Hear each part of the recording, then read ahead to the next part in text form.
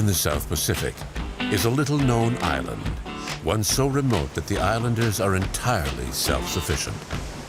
It's called Anuta, and after months of preparation, we set sail from the main cluster of the Solomon Islands towards this elusive destination. It's one of the smallest inhabited islands on Earth, just half a mile in diameter. It's tiny, but with a population of 300, Anuta has one of the highest population densities on the planet, about the same as Bangladesh. Anutans have no choice but to live in harmony with nature. They've developed ways of exploiting the natural resources in their environment that can be an inspiration to all of us. This volcanic island is part of the Solomon Island archipelago, yet is so geographically remote that travel to any of the other islands is difficult. A boat may stop in as infrequently as few times a year, but the schedule varies, so islanders cannot rely on it to bring in supplies. From Honiara, the capital of the Solomon Islands, it's a 5 or 6 day sail in good conditions, which gives us time to finalize our preparations. Anthropologist Richard Feinberg is traveling with us. Dr. Feinberg is the world's expert on this island people. He knows them well and has learned their language. I first went to Anuta in 1972 to collect data for a doctoral dissertation at the University of Chicago. I lived there for about a year. I was looking for a relatively unacculturated place, a place where people's way of life, their way of thinking, their way of relating to one another was very different from anything that we would experience in the United States, Canada, Europe. Giving gifts to the chiefs and the clans is customary. Our presents include fish hooks, fishing line, knives, and school supplies. Only 3 groups have ever been allowed to film on the island, and we are fully aware of the heavy responsibility we bear. It's reassuring to have Dr. Feinberg with us. His knowledge and invaluable advice will guide the crew in preparing for this historic encounter. When we get to Anuta, chances are there will be 1 or more canoes coming out to the ship. It may also be that there are a number of people who swim out to the ship. And we will probably have some sort of formal greeting ceremony with the 2 chiefs. They will be seated on a ceremonial mat, and we will be asked to crawl on our hands and knees up to where the 2 chiefs are sitting. We then press our nose to the knee of the senior chief, one at a time.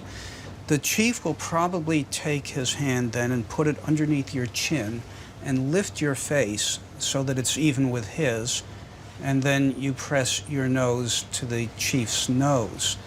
The chief will lift your head out of a sense of noblesse oblige. Well, you're almost there. Yeah. Yes, I'm looking forward to it.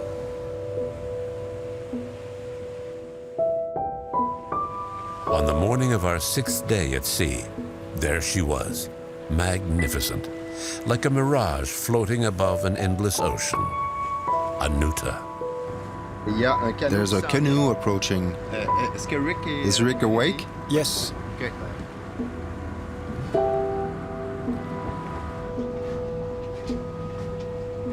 So should I go down here? Sure. When I saw the canoe come out, it just felt like a very familiar scene, something that I've seen dozens of times in different contexts. My first question was, who is in the canoe, and is it somebody I know?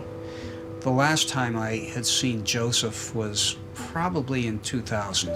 So I didn't immediately recognize him, but I thought he might be the one coming out because his job, in part, is to greet people who come to the island. Hey, welcome on board. Welcome on board. In the movie? Yeah. I yelled down his Anutan name, and he yelled back up at me, yes, and climbed aboard, and we hugged for about 5 minutes. Ah!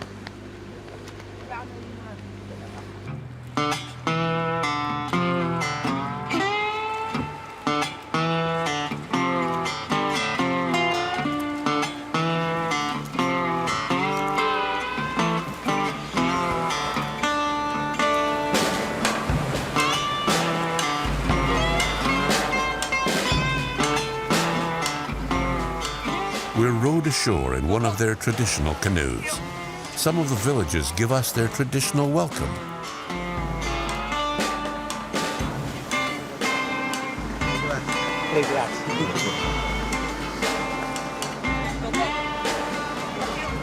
The people who are not part of the Western world, who are living in the present time, are not living fossils. They're not representatives of what people were like centuries ago, and we're not stepping back in time. They're very much part of today's world, but they're a different part from what most people with access to televisions have the opportunity to observe. They have children who go to school. They do recognize the value of money. They do recognize the value of modern medicine. They're concerned with travel and adventure and many of the same kinds of things that people in our part of the world are concerned about.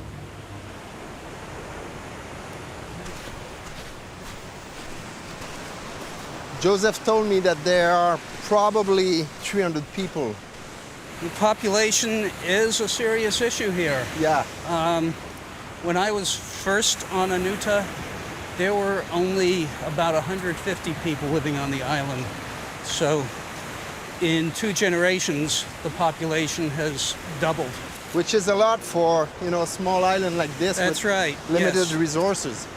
And even in 2000, when I was here, people were not complaining about the resources, but it was just getting crowded to the point where people were a bit concerned about their privacy, which I found a little odd because privacy is much less of an issue in a place like this than it is in Canada or the US.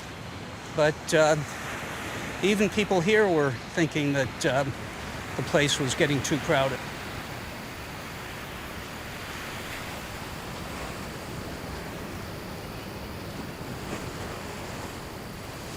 I am delighted to be here. I have only been here once in the past decade. It's a bit of a shock to come here and realize that I don't know most of these people because the children were born after the last time I was here, and people's names change periodically. When they get married, they change their name. So it takes me a few minutes to figure out just who a person is. With Samoa. Hey! Father John. I knew him first as a child. I was very touched at seeing the way that he's matured into a thoughtful, responsible leader of the community. Yeah? We approached the chiefs with some trepidation. Back in 1972, when Dr. Feinberg first visited the island, the senior chief took him under his wing. Not only did he teach him all about the island's unique culture, but he also made him his brother.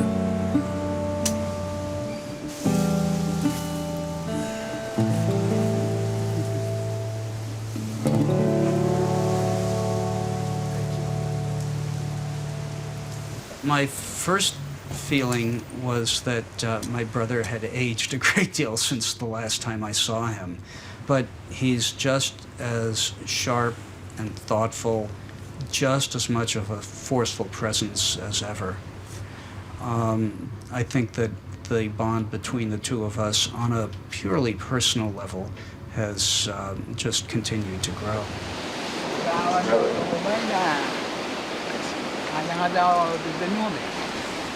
My Canada.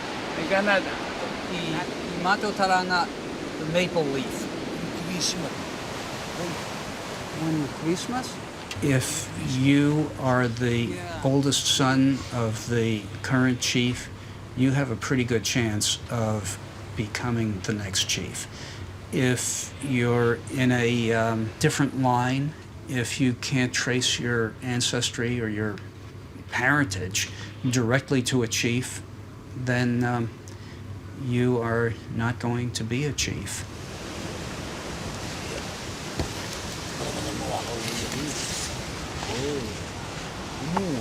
In terms of the social structure, there is really a surprising amount that has remained almost completely intact. They have a lot of social support. The idea of somebody being alone and neglected is almost unthinkable on Anuta, whereas it's all too common in our part of the world. So in that sense, perhaps yes, Anutans may be happier than we are.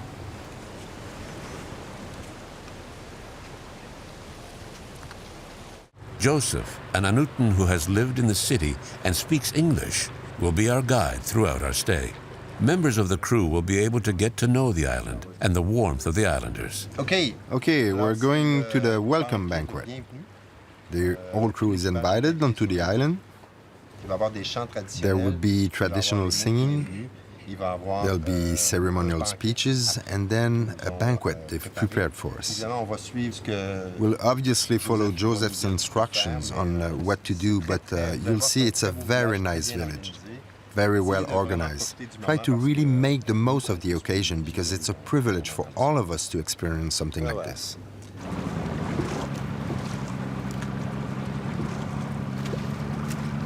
Anutans share a common value based on cooperation, sharing, and compassion for others.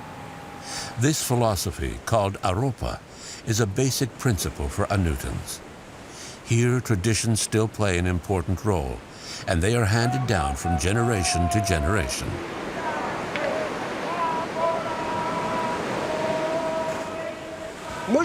I was skeptical. Is this a real tradition? Or are we just being made fools of by a bunch of people deliberately faking it? It quickly became apparent that that wasn't the case.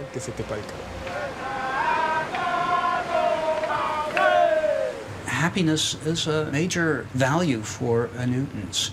If you ask them why they do things in a particular way, why they perform certain customs, there are two stock answers that they give. One is because it's the ancient custom of our island. The other is to make us happy. It was a wonderful surprise. We all had a great time. We never expected such a warm welcome.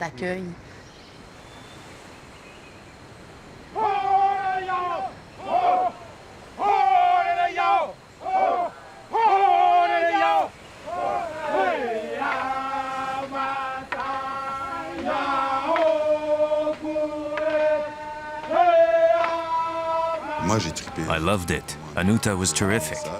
They really made us feel welcome. And they were really considerate, really nice. I don't think there's anything phony about it at all. I think it's a good example to follow.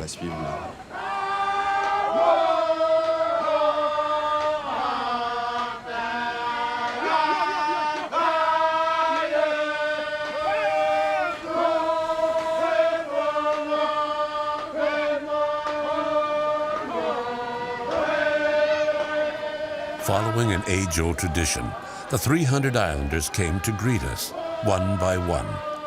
This close contact greeting, called piquita, is a kind of nose kiss that allows you to penetrate the other person's bubble. Though unable to communicate with words, we felt a human warmth that went straight to our hearts.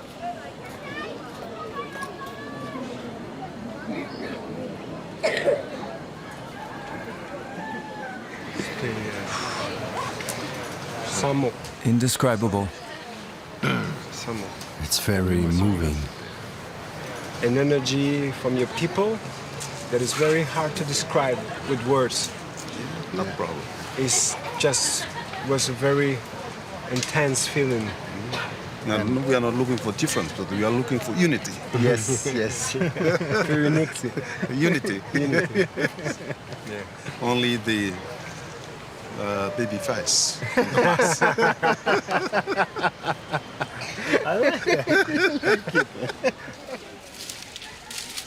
C'est très difficile de mettre des mots. It's hard to put into words because it's so moving, intensely emotional. Bouleversé. I'm still caught up in it. I think the best word, Dès qu'on a commencé à s'avancer dans when we le approached, chant, puis on commençait à as soon as they started to sing, chanter, il y avait vraiment there was really, que toutes les barrières, it was as if sont all parties barriers fell away, de and there was l'expérience. just this experience. Je me suis dit, And I said to myself, just let it go and take it all in. et je me suis mis à pleurer. And I started to cry.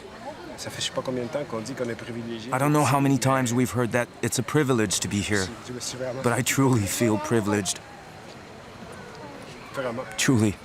C'est vrai que j'aime bien ce It's true, I like this way of greeting. You fully get who the person is. You're in contact with both the physical being and the psychic entity. Mais en même temps, ça But at the same time, they're very respectful. respectueux. Nice to see you.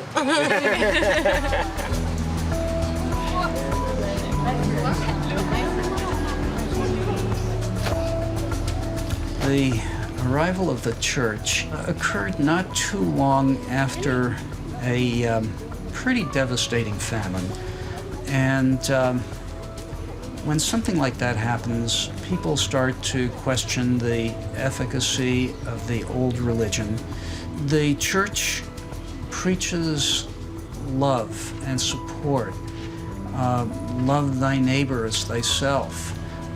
And Anutans were able to look at their own traditional value of aropa, and they could say, in essence, we were Christians before the church appeared.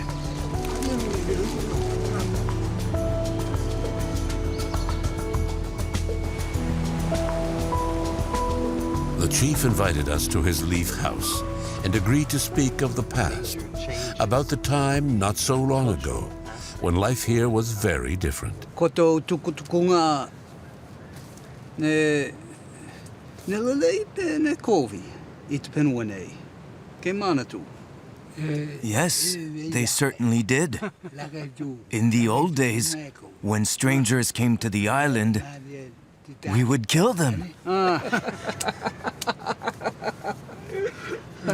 A good thing for us. Yes. The community here has a great relationship with nature. You know, you can find your food, your house, everything come from nature. Didn't you see any changes over time? Is there less fish, less bird? Is it much harder than before? It seems to me that there are more fish than there used to be. But on the other hand, there are fewer birds than before. Ko te pāua ne ka langa I te watia I mua rake watia ne pai te onge. Pakapea mo te watia te rotu koitue au ki te penua nei. Kai kaumana tūpoki ki rake watia I anga o nei. There have been famines in the past, but things are better now. I remember one famine when people had to eat dirt to survive.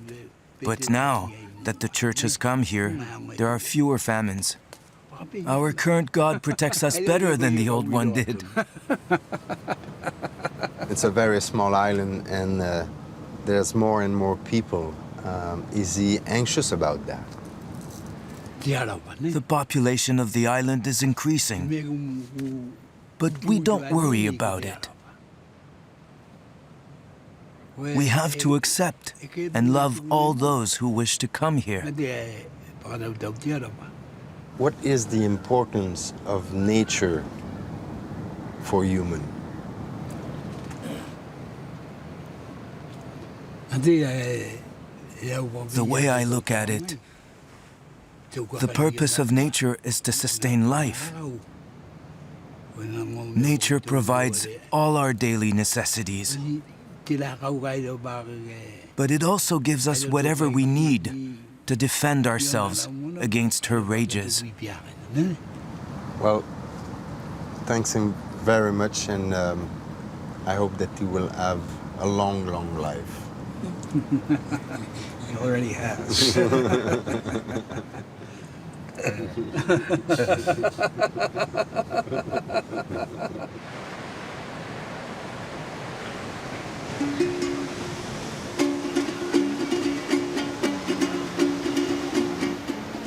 We spent time, lots of time, with islanders who quickly became friends.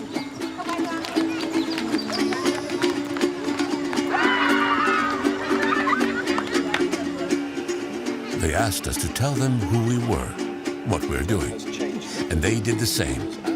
In a world where barriers between individuals seem non-existent, perhaps because of Europa, the life principle based on respect and compassion.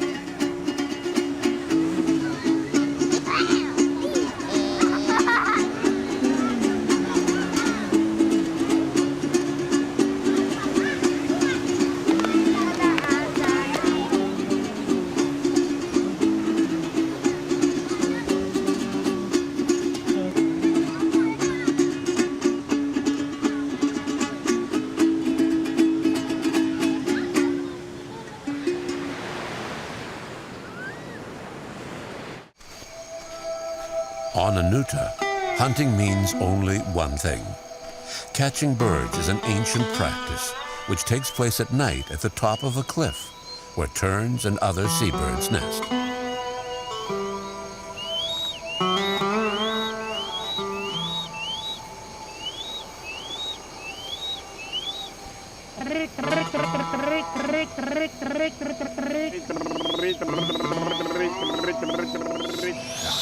Every hunter has his own way of calling birds.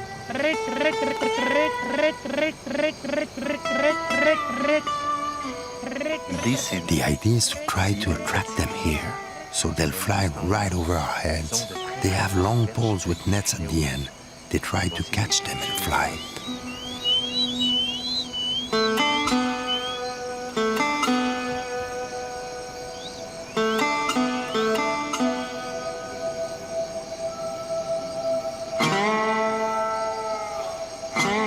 I think they're quite conscious of their relationship with the environment. There isn't any point in continuing to catch fish or hunt birds if they have as much as they can use.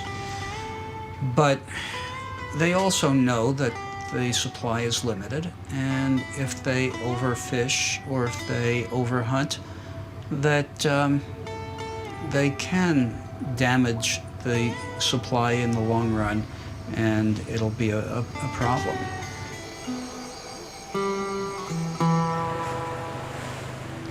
Fishing is the main activity on Anuta, and their survival depends on it. Anutans are remarkable swimmers, and their thorough knowledge of the coral reefs that encircle the island is impressive. Anuta is very remote, probably about as remote as any place you can find on Earth, and they are pretty much self-sufficient. In some ways, that self-sufficiency is a little bit of an illusion, because they catch fish with metal fish hooks and monofilament fishing line. They use waterproof flashlights to hunt fish and collect shellfish at night. When they go to work in the garden, they use metal knives and axes. So it's not completely cut off in that sense. Food is incredibly important to the Anutans. Food is connected with the idea of life. We think of somebody dying when the person stops breathing, when the heart stops beating. The Anutans, at least traditionally, regarded the point of death as coming when the person could no longer eat.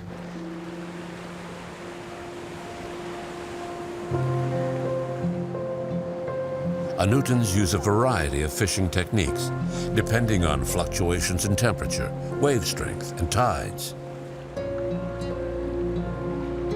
These techniques were developed to ensure a steady food supply, no matter what the weather and environmental conditions. Here they eat anything, as long as they limit the catch to the needs of the community.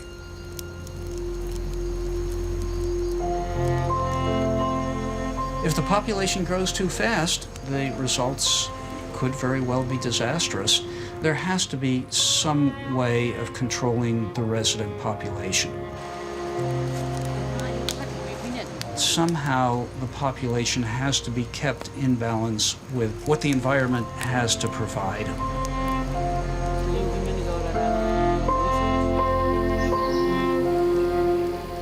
Farming is vital for Anutans. At the top of the island, each extended family has a garden that provides the food needed to feed its members. They mainly grow manioc, taro, and some fruit such as bananas and papaya. Crop rotation keeps the soil in good condition. To ward against famine and natural disaster, Anutans store a paste made of manioc or taro, which ferments in the ground. Called ma, this food can stay buried for several years before being eaten.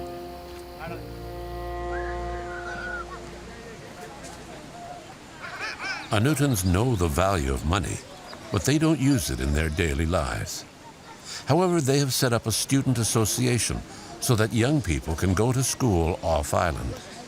I live here and then I go over to Honiara. I go school in the vocational school in Aftara. It's a technical school. I pick up a course as a mechanic, and then I finished, and then I work in Honiara. It's about 9 years. I came back because I went to look after my parents, and then because they're getting old, so I think it's a big responsibility for me because I'm their kid and their kid. So when I become a man, I have to look after them as they look after me when I was a kid.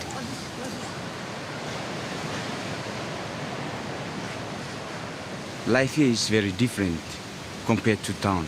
I mean, to Honiara. Honiara is so much noisy. Sometimes you don't know what will happen to you. You don't know. I mean, there are lots of people, and you don't know what they're in their mind, whether you are safe, really safe or not. But here, you feel safe because you know everybody. Here, you understand all the people. You receive everything free. I mean, you don't have to pay for your food. You just work for it. And you go anywhere you like without paying your transport and something like that.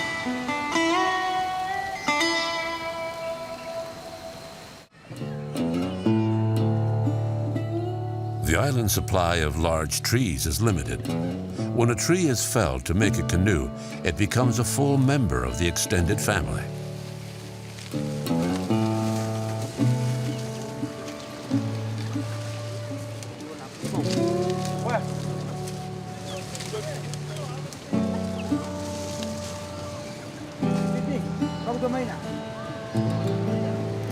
So, Joseph, that was his canoe, right? Yes, this canoe. That's the oldest canoe? That's the oldest canoe. When was it built? Late 18th, I think. They only use stone axes and also fire. Made the fire and burned the old. Okay. So that means that you took good care of it because, Yes. I mean, it's... We treat the canoe as human being too, especially.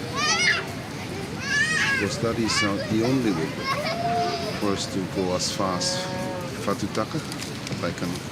So this canoe was made from one single tree, right? Yes. This is over a century old, and it's still used for inter-island voyaging. I've never come across any place where canoes are kept this long or where people put this much effort into taking care of them. This is the only way for us to get fish from the sea. If a canoe is damaged to the point where it can't be repaired, they hold a funeral for the canoe.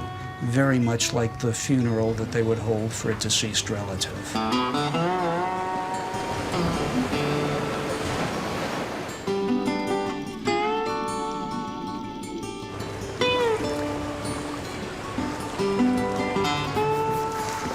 The amazing thing is that they use the island as an orientation point. They'll use the trees at the top of the mountain to find their approximate position out at sea.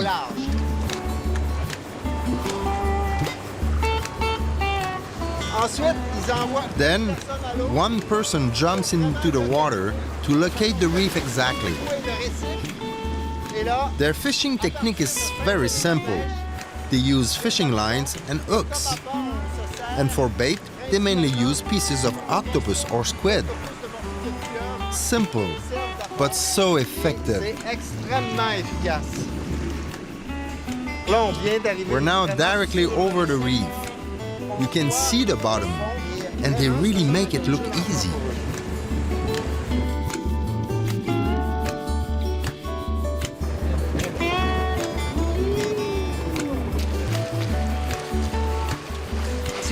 When you see the map they've drawn of the coral reef, you realize that this little island includes an area that's underwater. So for them, the island is not as small as it looks to us. It's surrounded by coral reef that they know very well, and the size of the island extends to encompass all of that. Anutans have mentally charted all the coral reefs and fishing zones in order to manage them sustainably. This vital knowledge, passed down through the generations, is at the heart of their survival.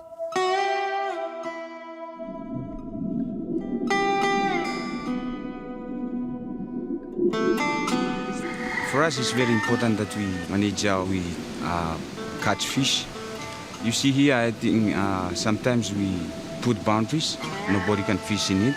And then it's about a year or 1.5, and then you can go back and harvest. They open it up, and everybody can go. Fish is bigger, and we have enough.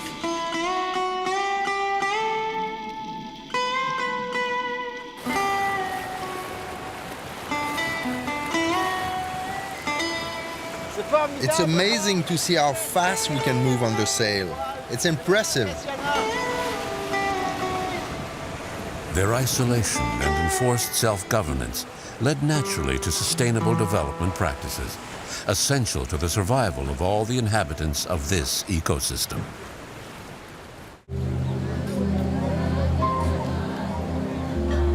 It's our last day on Anuta. A certain sadness overtakes the crew. We've discovered far more than a fine example of balanced natural resource use. We will soon be taking leave of friends with whom we have shared openly, unreservedly. The Anutans insisted that the whole crew attend the farewell ceremony, a grand traditional banquet which will proclaim our status as new residents of the island.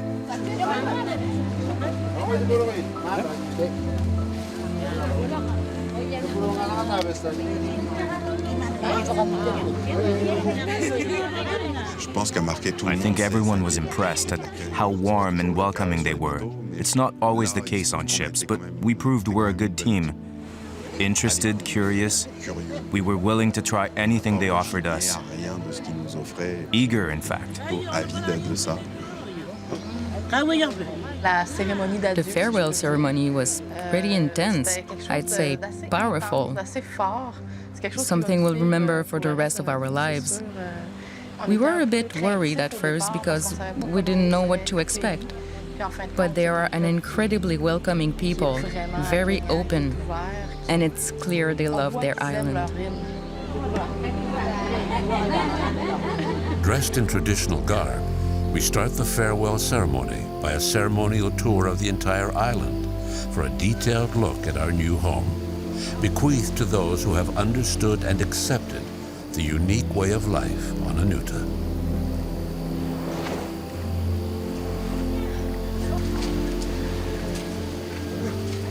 The last day on Anuta was a real privilege. We were escorted by the whole village on a ceremonial walk around the island. As if the act of leaving footprints in the sand would give us a deeper insight into what the island was all about. They wanted us to soak it all in one last time.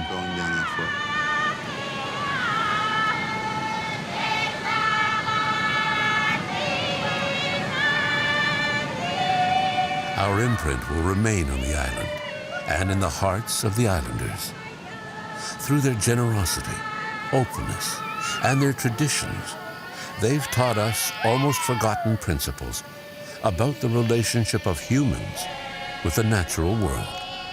But above and beyond a harmonious relationship with the environment, we've seen and learned a great deal about basic human nature.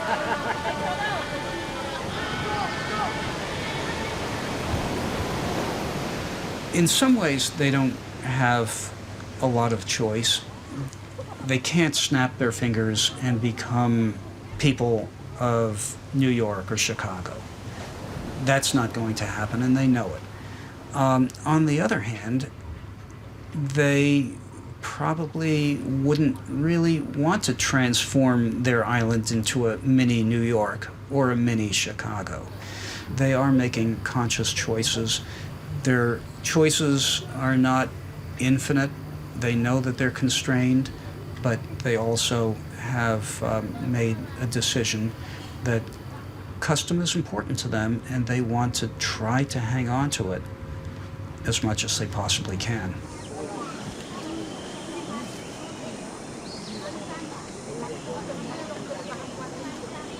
We prepared gifts for the extended families, for the children, and for the little island school. A length of fishing line, fish hooks, knives, everyday items that may seem ordinary to us, but that are far more valuable here. In keeping with tradition, we also visited each of the families and ate with them, very much in the spirit of Europa, where everyone is welcomed and treated as an equal.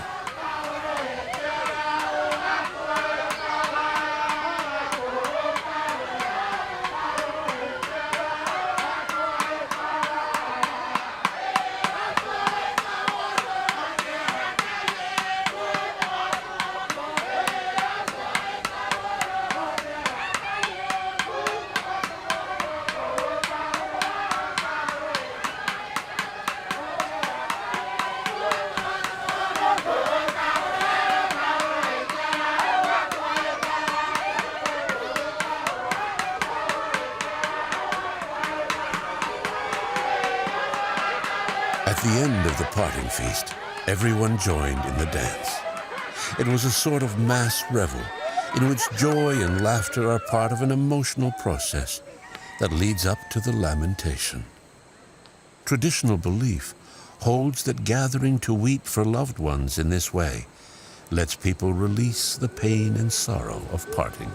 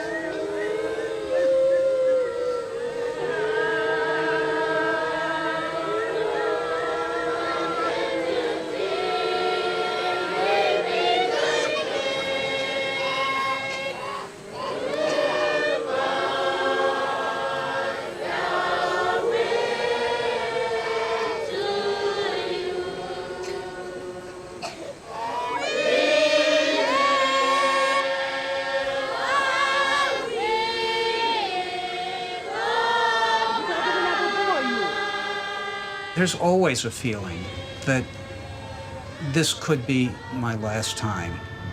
It's so hard to get to that you never know if you're going to be able to come back. And because of all of that, it's always an overwhelming emotional experience to arrive and then again to leave.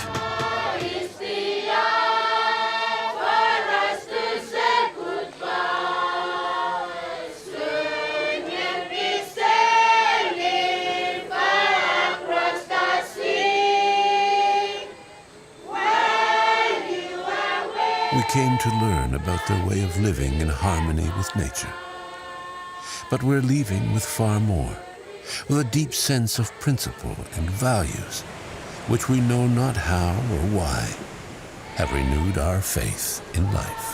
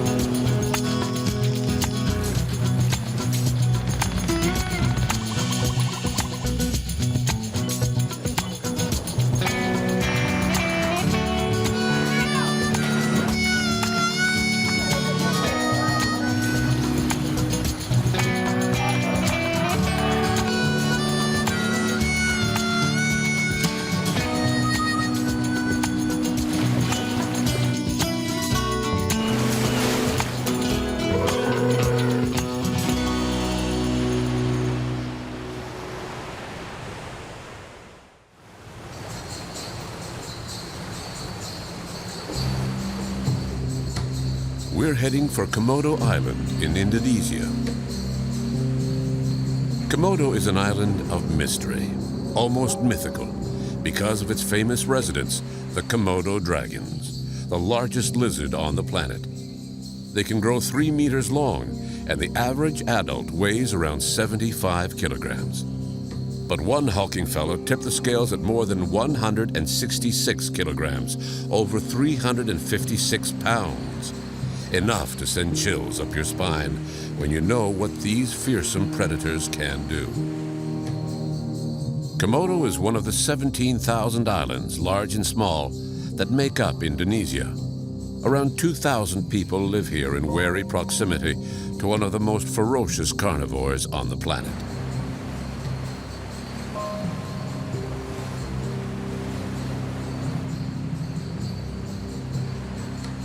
The rugged island terrain consists of broad mountain valleys, savanna, and arid plains, characteristic Komodo dragon habitat.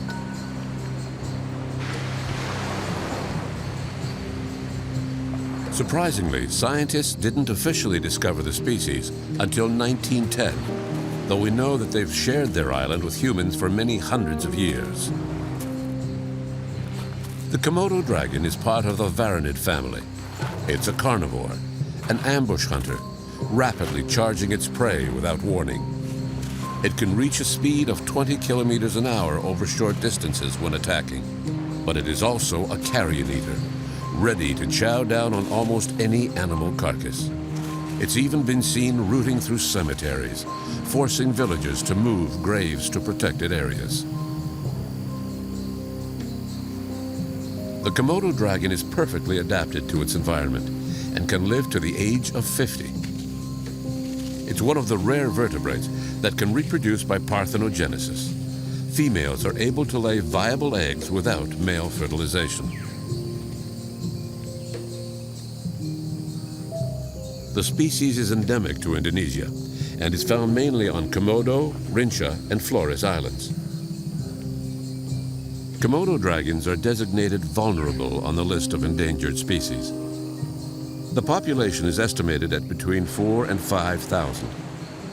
However, recent surveys recording an abnormally low number of reproductive females have alarmed the scientific community.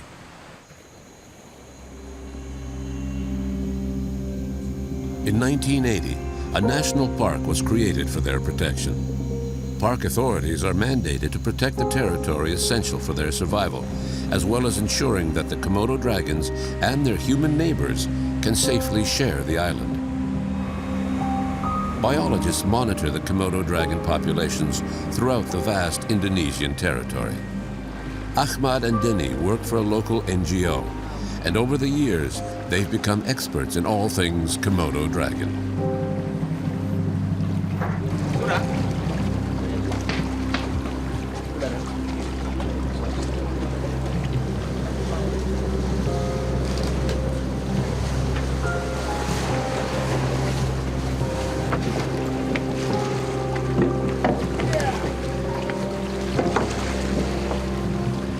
Hey, welcome on board. Thank you. Sedna 4 will serve as base camp for the next population census to take place on a number of islands in the sector.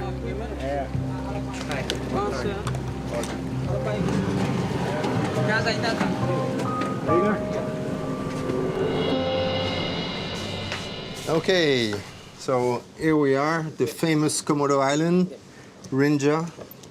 Where do you work mainly? We have 10 sites. So we work in Komodo Island, Rinca Island, Nusa Kode Island, there's also Gilimotang Island. Basically what we're doing is this is a collaboration project between the national park and our organization. How many people work with your team? Normally we work 7 people involved. In this trip, we have 2 visitors from the American Zoo. So one from Los Angeles Zoo, then the other one is from Knoxville Zoo. So because our project is also funded by some zoos in America, so they come here, help us, and also checking to see the... And then see the... they also learn how to maintain the population here. So what do we do this morning? We will start to set up camera trap here. The main idea is to know whether the dragon present in this area or not. Let's go then. Yeah, sure. Okay. The census covers a huge territory, and the biologists are working with limited means. A number of American specialists have come to lend a hand to their local colleagues. The scientists hope to learn more about this still little understood species.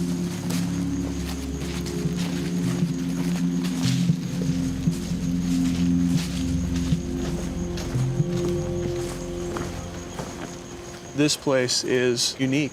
Every time I wake up in the morning and I walk outside, I see something that I've either never seen before or only seen on TV, you know, only read about. It's truly like waking up in Jurassic Park. Ahmad and Denny's work so hard. Their work ethic is unparalleled, and I feel like they have a really good understanding of what to do to fully understand Komodo dragons. That's the first site? Yeah, this is our first site. Label?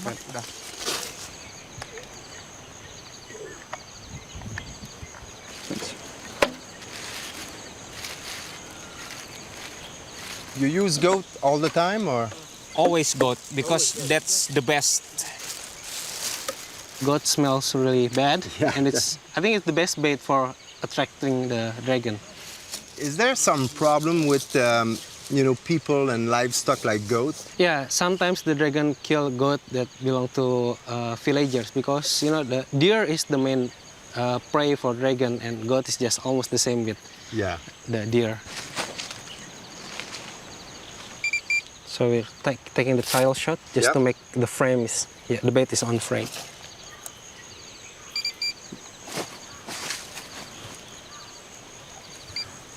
Smile.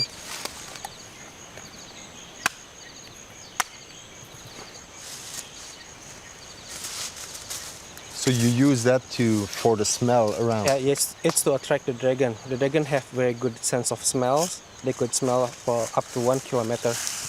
They have an organ called organ Jacobson, so they don't use the nose like us. By the end of the tongue, the chemical receptor, and they will transfer the chemical they take from the air to the organs. Oh yeah.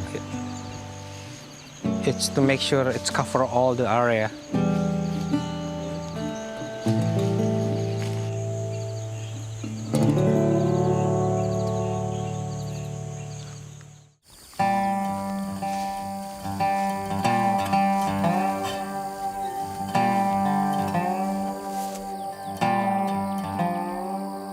On Komodo Island, the favorite prey are deer, goats, and water buffalo.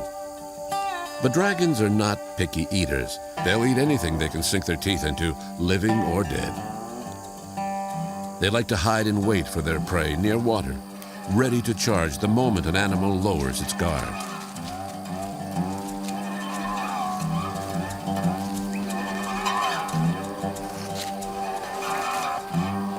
On the exterior, they seem like this otherworldly, anachronistic creature that still exists on this earth.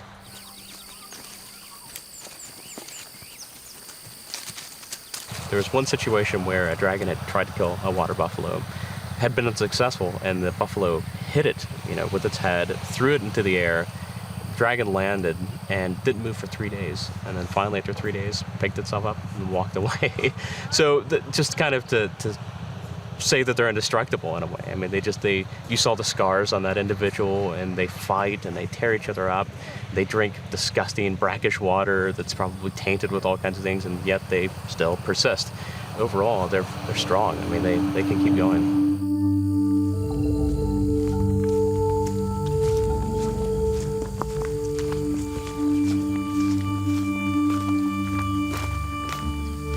The biologists have set up a number of motion detector cameras all over the area. The smell of decomposing goat meat attracts the dragons within camera range, and their visit is documented. Ooh. No doubt about the smell.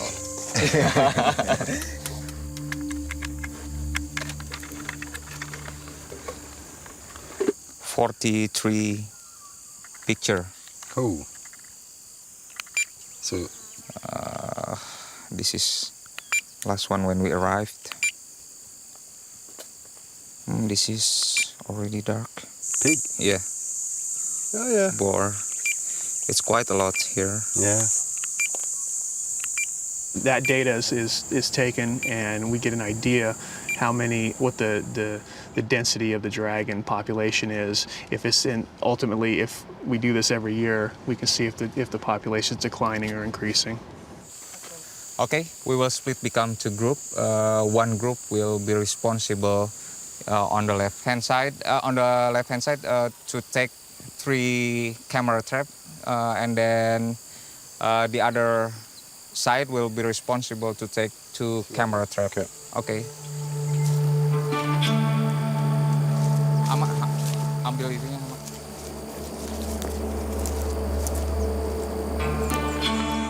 Denny leads the way.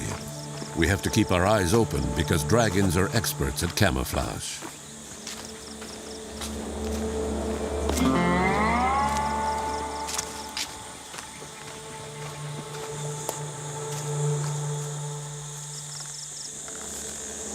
Oh, there's a dragon over there. Oh yeah. Can you see it? I would say it's probably size for female. It might be one of the dragons which is trapped on the camera trap. Yeah. Danny, the tail still looks fat, so she probably didn't lay this year, huh? Okay.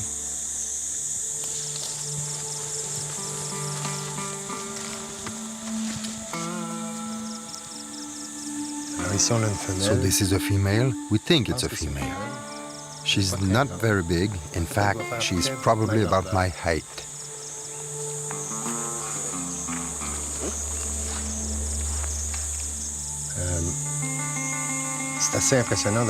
It's amazing to see how these animals just disappear in the landscape. That's the greatest danger, mistaking one for a tree trunk or a piece of dead wood. You don't want that to happen.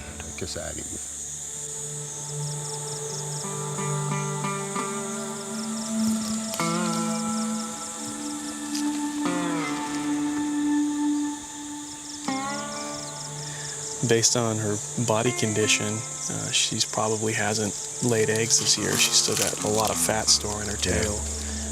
She looks very healthy. Oftentimes you're walking down the trail and you're not paying close attention, and next thing you know, you're a couple meters away from a dragon.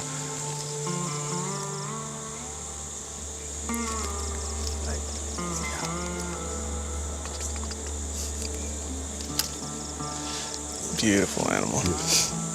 Great to see. When hungry, dragons will go for any animal around, including their own young. There is kind of like shift between adult activity and hatchling activity. So in the morning, early in the morning, when the adult one active, all the baby will be on the tree just to avoid cannibalism. And then once the big dragon just slug just because too hot, and then they can go to the ground. That's what we found so far from radio tracking study. Sometimes I would say female also, if the male can have opportunity, they will kill the female. That's right. That's happened in the zoo also. Yeah. Is there something that they don't eat? Everything that Vegetables. only vegetables. Everything. They are top carnivore here. The Indonesian government and the Indonesian National Park Service protect the dragons very well. It's the poaching, actually, of the prey items, the deer, the Sunda deer. You know, they're a source of food, and without the deer, the Komodos would struggle.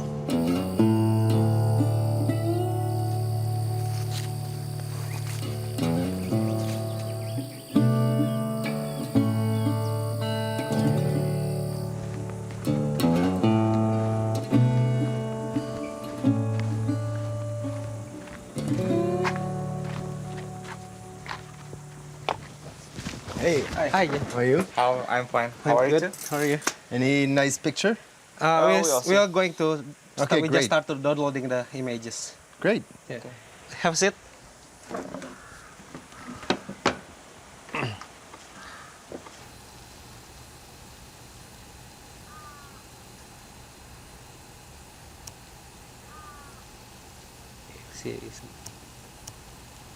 Wow, It's a big one. that's a big one. Very big. It's healthy. That's big. Big. Healthy as well. Yes. So this camera is record not only dragon but any animals that any movement. Too big. Chicken. chicken. Jungle fowl. Can you do some photo ID with dragon to recognize them? I suppose when they have big scar, but it's too difficult. It's very difficult. You know, there are some researchers use the camera to trying to identify how many dragon individual. They trying to use the macro capture method. Yeah. Because I think it's only could be done to animal that can be distinguished by the images. Pattern. Like For example, tiger, Yes. and also the rhino.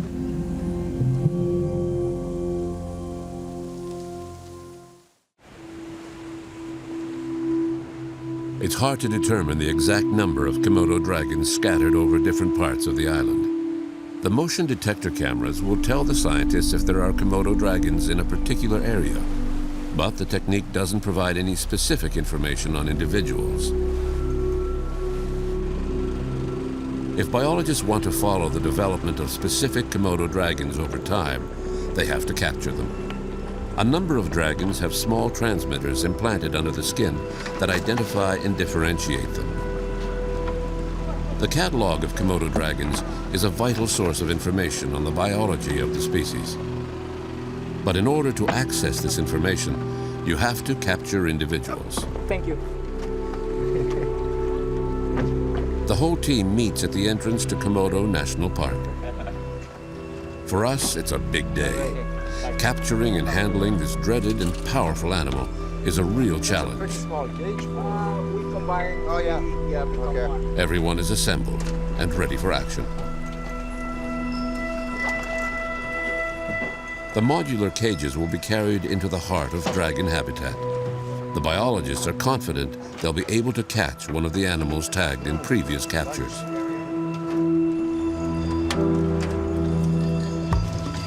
So these are the cages used to trap the Komodo dragons.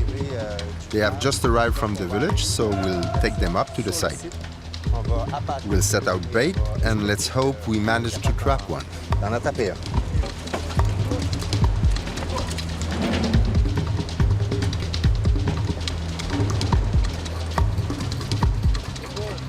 Recapturing dragons is the only way to monitor the development of individual animals. And population monitoring allows biologists to track the animal's health over time and observe the growth of the Komodo dragons in ideal conditions. The national park is the last peaceful haven for this endangered species.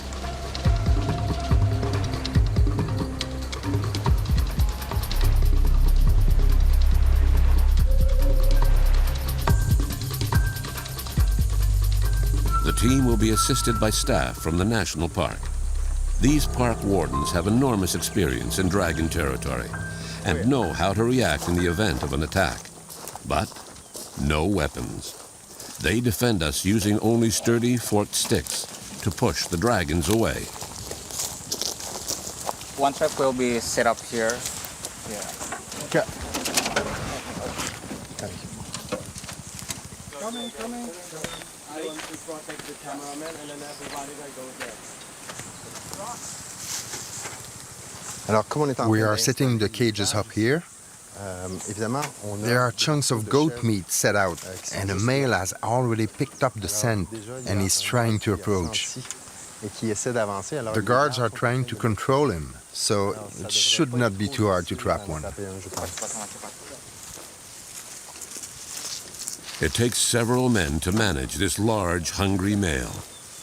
The smell of the goat meat excites the animal, but the park wardens keep things under control.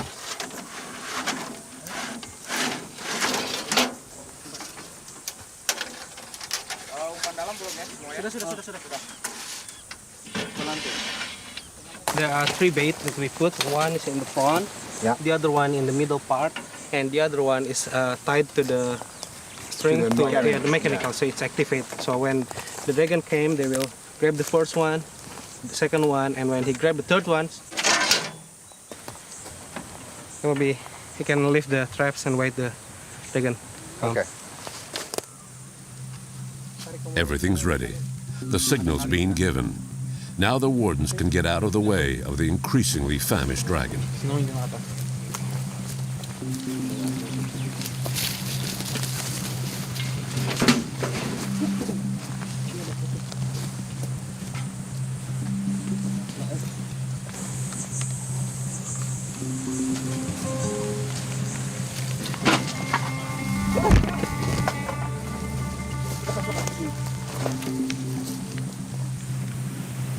We've got to be careful not to get bitten because they charge very quickly. It's amazing.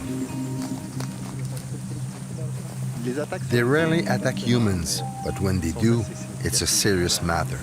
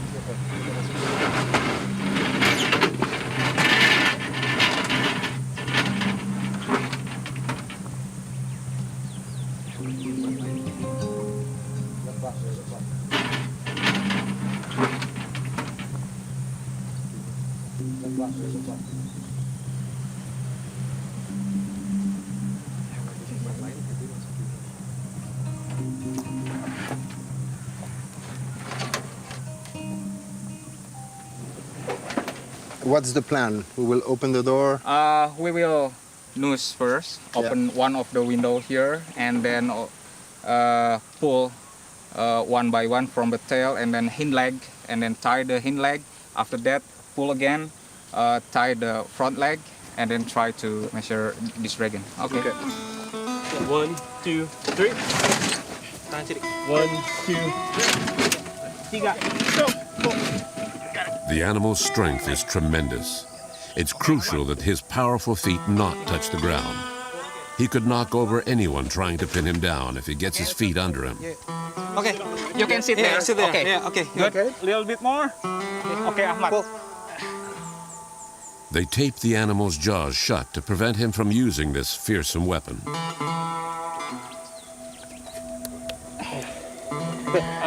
Karung. Okay, sidik lepas. Sidik lepas. Now we're gonna check the dragon whether it's been tagged or not. So we usually put the tag on the right hind leg. So you're gonna check it with this thing. Yep. Yeah, so it's already. Okay. There's already ID. And I'm gonna check. So can help. Yeah. 000 643 58BA. So we're gonna check the record. Whether it's from this island or from other islands, just make sure. Yeah. The first time we catch this animal is on 2004, so it's 10 years ago. Okay? What is the weight or the length? Total length, total body length? Only 10 kilograms. 10 kilograms. Wow. It's still. No, I would say this is 60 kilograms. We'll see later. Yeah. We will and see. The total length only 1.8 meters. We have to measure the snout vent length, because if the total length is important, but just because the dragon is not regenerate their tail, so this is the important one. Can you hold here? Okay, thank you, Zhang. 133.5. Total body length 2.66. 2.66. Pull him. Up. Up.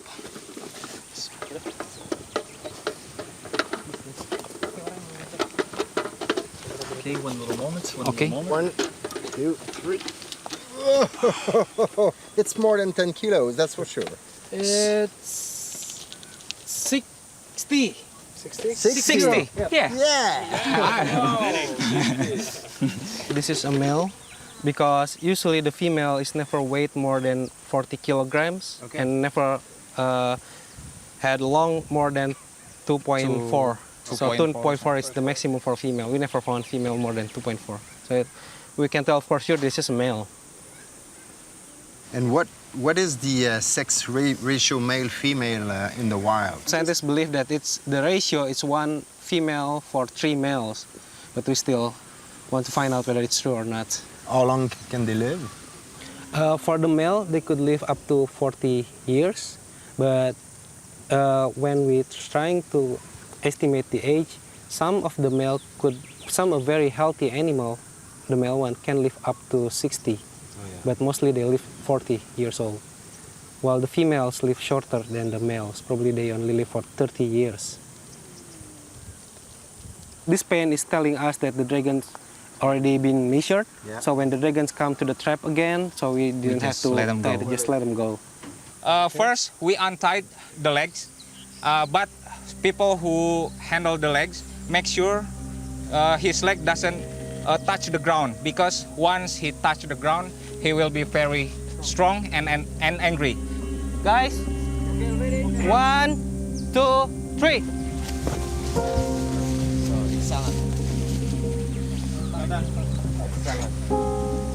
He's angry. He's angry, eh?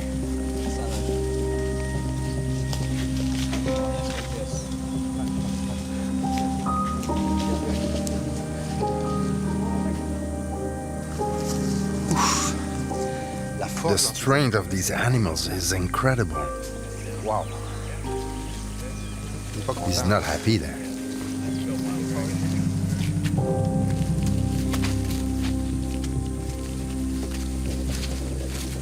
This Komodo dragon can now return to the peaceful forest of the park. He's lucky to live in a protected area. Here, hunting is banned.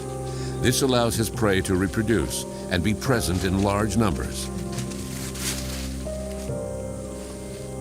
When food is abundant, the dragons rarely fight each other. But that's not always the case on other islands where there is less prey and where cannibalism has been observed.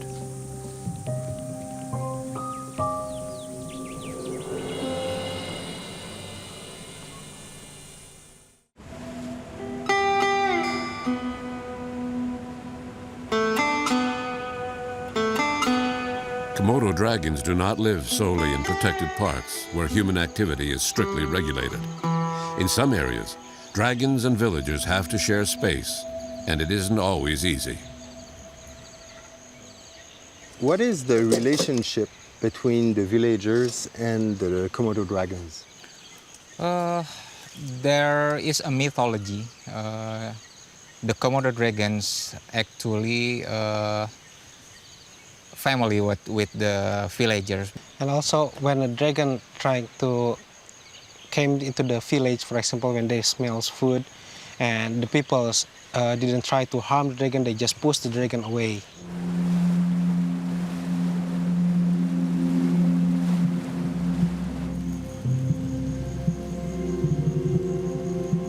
We stopped at one of the small, isolated villages where people have to interact with Komodo dragons. Age-old myths underlie these shared living arrangements.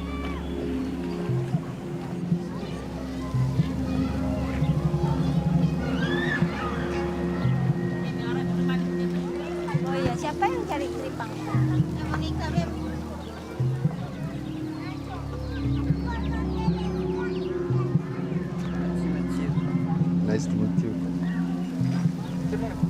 John. John, where come from? Canada.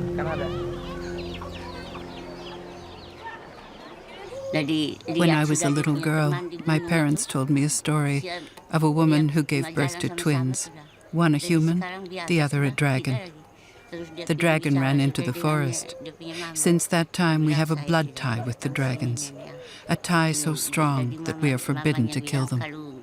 We are not allowed to harm them in any way. The dragons are actually humans with tails.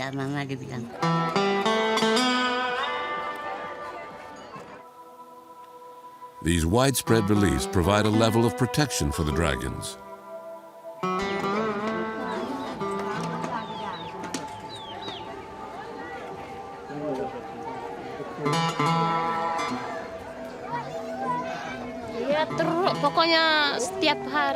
Dragons often attack cats or goats.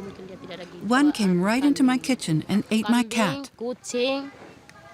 Pokoknya binatang apa saja dia lihat itu dari atas tuh.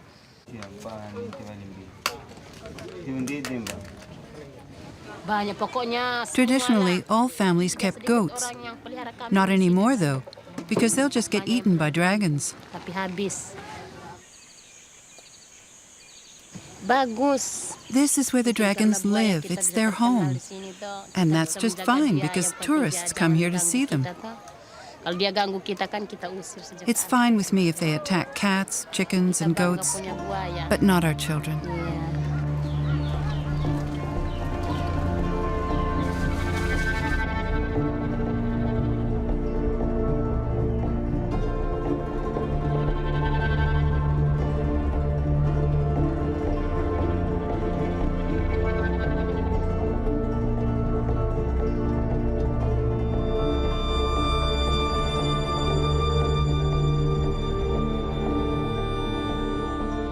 Goats, cats, dogs, and even chickens regularly fall victim to dragons who prowl the village. Villagers continue to hold the mythical animal in high respect, despite horrifying and sometimes deadly encounters.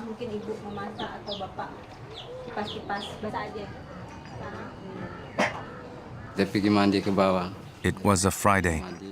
The children were all making their way home after a day at the beach.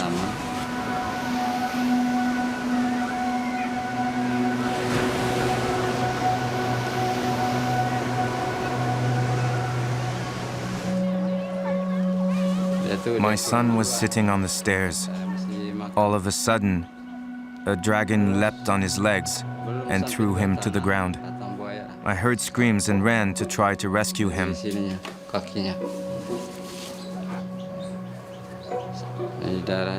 When I got outside, there was blood everywhere. His belly had been ripped open.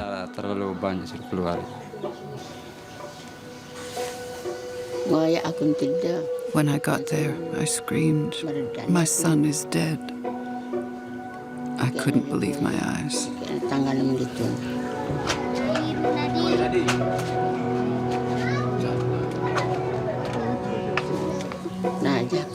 I felt his last breath, and I fainted.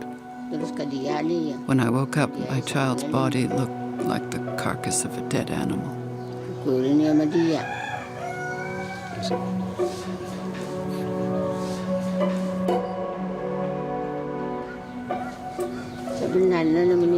I'm still grieving. The wound is still there. It's still hard for me to talk about. Tidak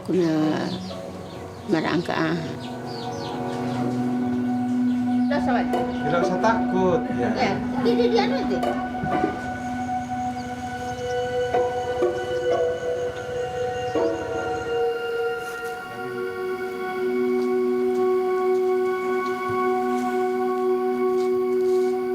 Nenek kita dengar ada kejadian buruk menimpa nenek dengan buaya. Ya, bisa diceritakan apa yang terjadi, Nenek?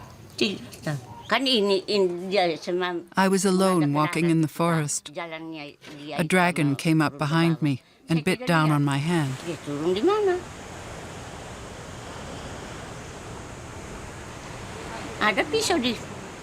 I had a knife, but I didn't use it. I didn't want to hurt it. He's a member of my family. I started kicking him to defend myself.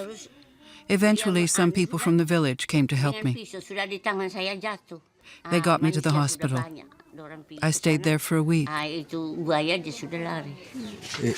Is it still very painful today? The nerves were damaged.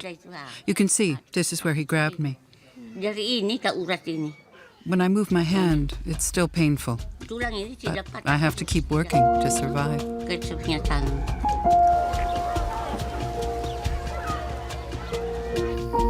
Komodo dragons are natural predators, designed to kill their prey. That's why they're at the top of the food chain. They've been on the island much longer than humans have. They lived in ecological balance with the other species in their ecosystem before their territory was occupied. For them, hunting for food is essential for their survival. It's also the role they play in nature, their vital function within the great chain of life.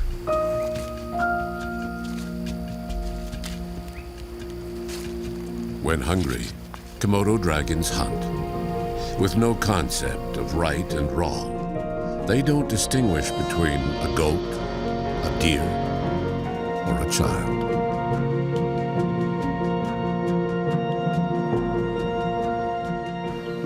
The dragon was 3.5 meters long. The next week, guards came and took him to another island. I can't blame the dragon. It was my son's destiny. That's all there is to it.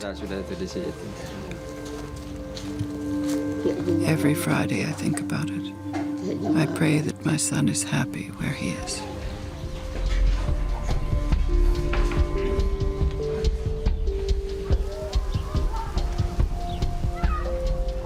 Destiny? Well, maybe. When individual lives are ruled by a society's values and beliefs. In the past, goats were sacrificed as offerings to satisfy the appetite of the predators and ward off attacks. But animal protection groups opposed the practice, declaring it cruel and immoral. So the children have learned to be wary of the Komodo dragons, who share their village, their playgrounds, their daily lives. But an ambush can happen anytime. Yet here, it's all put down to destiny.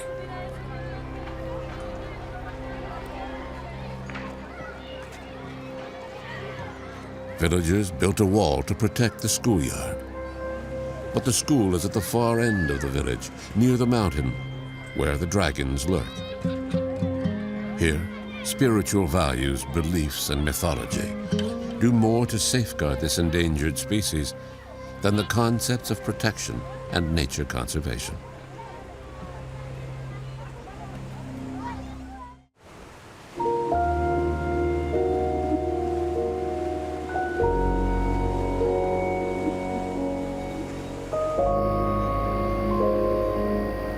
Did you have any incident yourself? Were you bitten by a dragon before? For this research, we catch almost 1,000 individual dragon, and one dragon can there several times, so it's almost more than 2,000 captures, and there's no accident. That is something that we're always proud of. Yes, of course.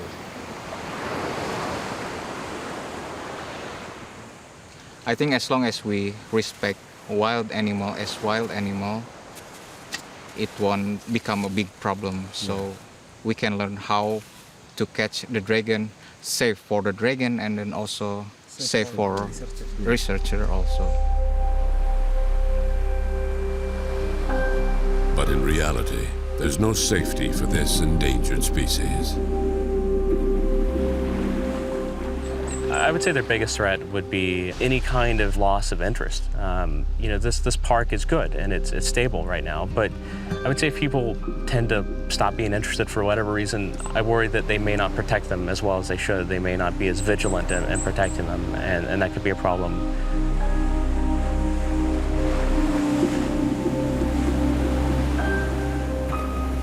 Like so many species that are threatened or endangered, it's habitat destruction. With the introduction of invasive species comes also disease. And you're talking about a population of animals here that's probably less than 5,000 individuals. That's not too many animals. So if a disease, was introduced to the islands, they could quickly be wiped out.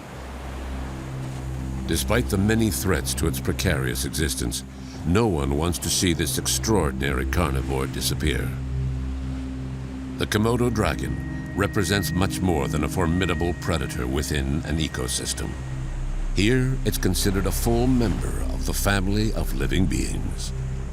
Only time will tell if these traditions can spare the largest dragon on the planet from extinction.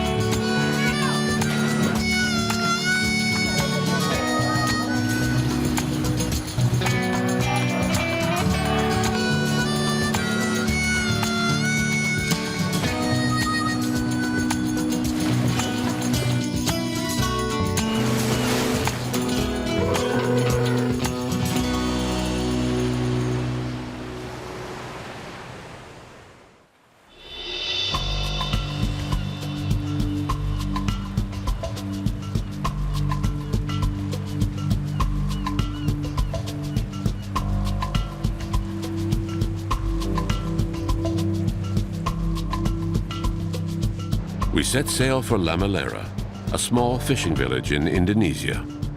Lamalera is on a mountainous volcanic island where the poor soil is not suitable for farming. Villagers depend for survival on a centuries-old hunting tradition, whaling. And their main target isn't just any whale. They hunt the sperm whale, the world's largest carnivore that can grow to a length of 20 meters and weigh up to 55 tons. Lamalera is on the island of Lembata, one of the 17,000 islands that make up Indonesia. The earliest written record of this whale hunt dates back to 1643, when Portuguese explorers described it as heroic. People in Lamalera have always subsisted on what the ocean could provide. But with no nearby reefs or shallows harboring fish colonies, villagers must sail far from shore to cast their nets in the deep ocean. For centuries, fishermen rowed out to sea in their frail craft, hauling in anything that could feed the community. But these meager catches were not enough to ensure the village's long-term survival. So they developed a whaling technique using handmade harpoons. But in the early 2000s, a sophisticated new piece of fishing gear was added to the tackle box, the outboard motor. There are now about 30 outboards, and they've completely transformed what villagers still call traditional fishing. Sharks, rays, and dolphins are choice targets, and much easier to catch with motorcraft. While they still use traditional boats to hunt the sperm whale, motorcraft help in various ways. We depend on sperm whales. We do catch dolphins and rays, but without the sperm whale, the community could not survive.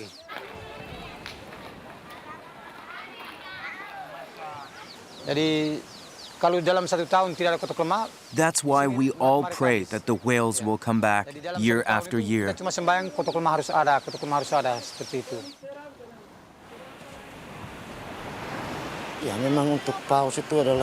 Whales are vital for the inhabitants of Lamalera. Without them, we die of starvation.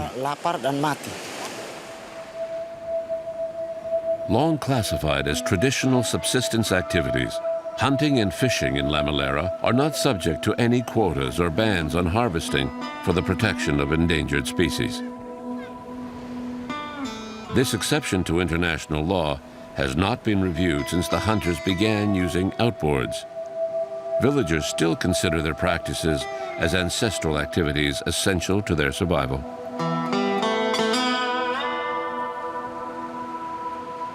Whaling season begins in May. The whole village gathers to pray and commemorate the souls of those lost at sea while working at this dangerous occupation. At the beginning of every hunting season, the first formal event is a get-together we call the beach meeting.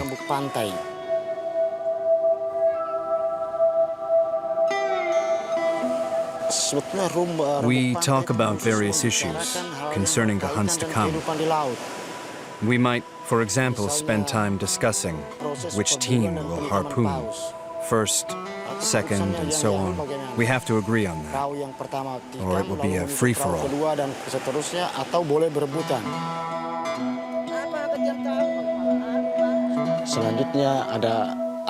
Then later that night, we make an offering of candles and flowers to the memory of those lost at sea. They are our heroes.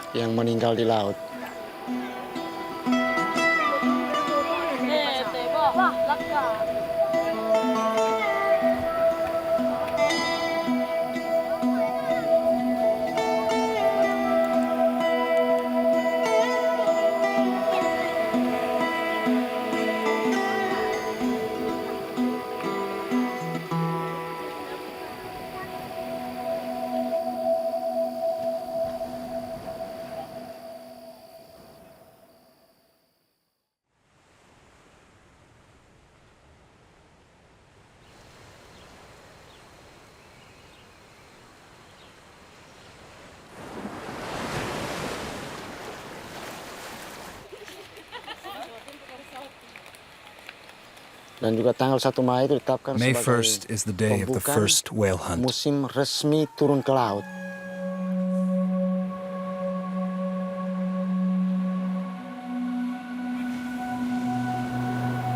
Pada saat itu juga setelah misa, The day begins with a blessing of the boats ada and the upacara men. pemberkatan laut.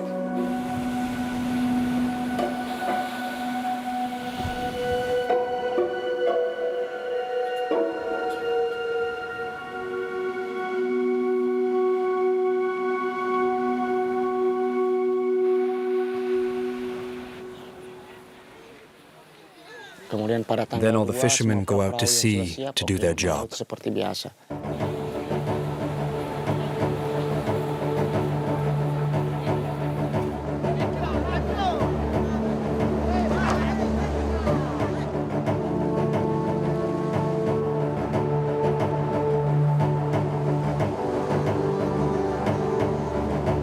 Traditional boats called tena used to be propelled by oar or sail. But nowadays, the large craft are towed far out to sea where the whales can be found. There's a ban on hunting blue whales, but we're allowed to catch sperm whales and orca. We are dependent on waves and plankton.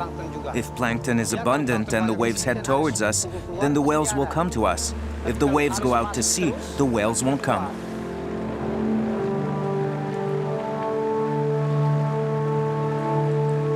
The harpooner stands on a small platform in the bow. He has to leap into the air to plant his harpoon in the animal's flesh. It's an art, and one with considerable risk.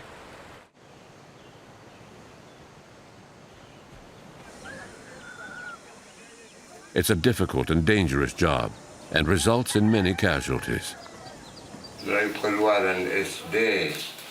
I've been hunting whales my whole life.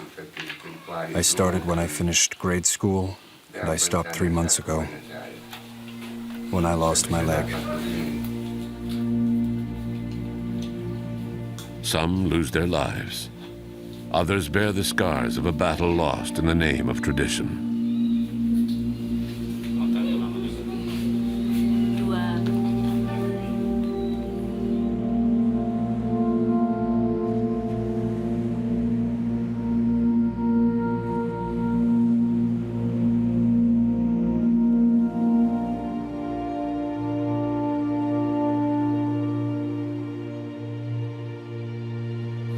During a hunt, there was a lot of confusion on the boat, and I ended up in the wrong place. I was standing with my leg in among the ropes when the harpoon caught in the whale and the cable started to reel out and I was thrown into the sea. When the cable between the whale and the boat tightened, it cut off my leg.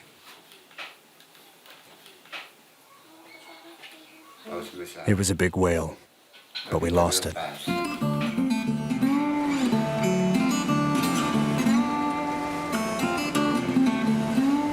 Whether the whale is large or small, it all depends on the harpooner. The harpooner is the most important person on the team. If you don't have a good harpooner, there's no point in going to sea. Even with a team of 8, 9, or 10 men, you have to have a good harpooner.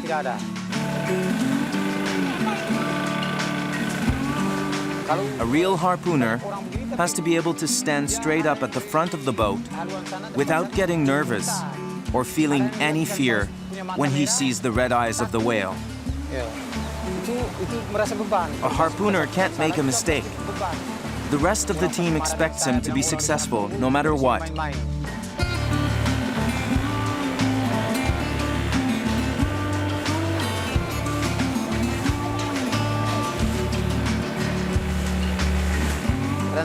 If there aren't many whales and I miss, I feel that I've let the others down. They rely on me. I feel an enormous sense of responsibility.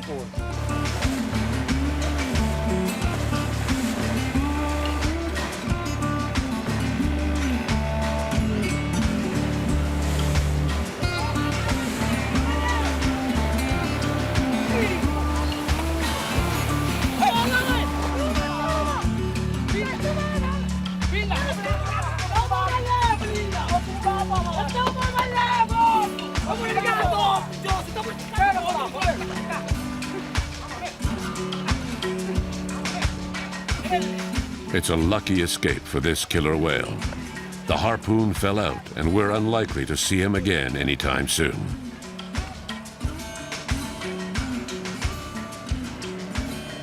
The most remarkable thing I remember is the time I chased down and harpooned 3 whales, all in the same day. One of the whales was at least 15 meters long. All the boats were after it.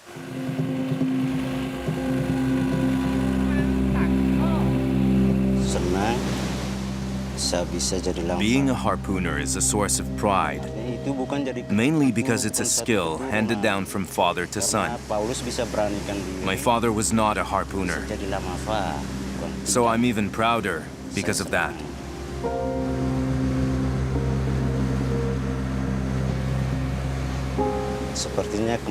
When we spot a dolphin, we come close and reduce speed so we can follow it. But it's tricky. Dolphins are unpredictable. They zigzag all over the place.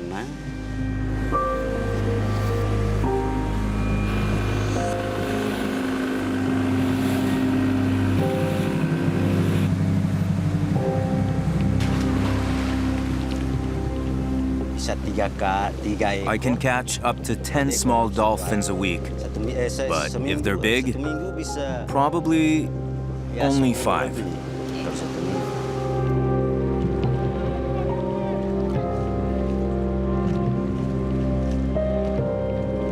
The recently introduced use of motorboats has changed the way they hunt and greatly increased the pressure on a variety of vulnerable species.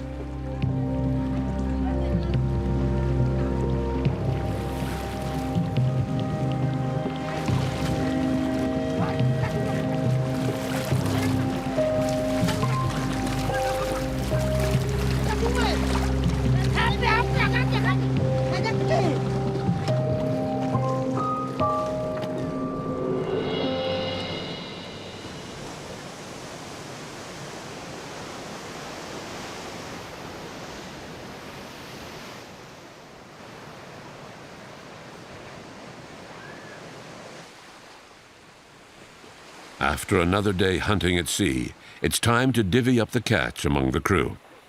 In a well-established distribution system, the harpooner and the boat's owner are allotted the best pieces. Anuta.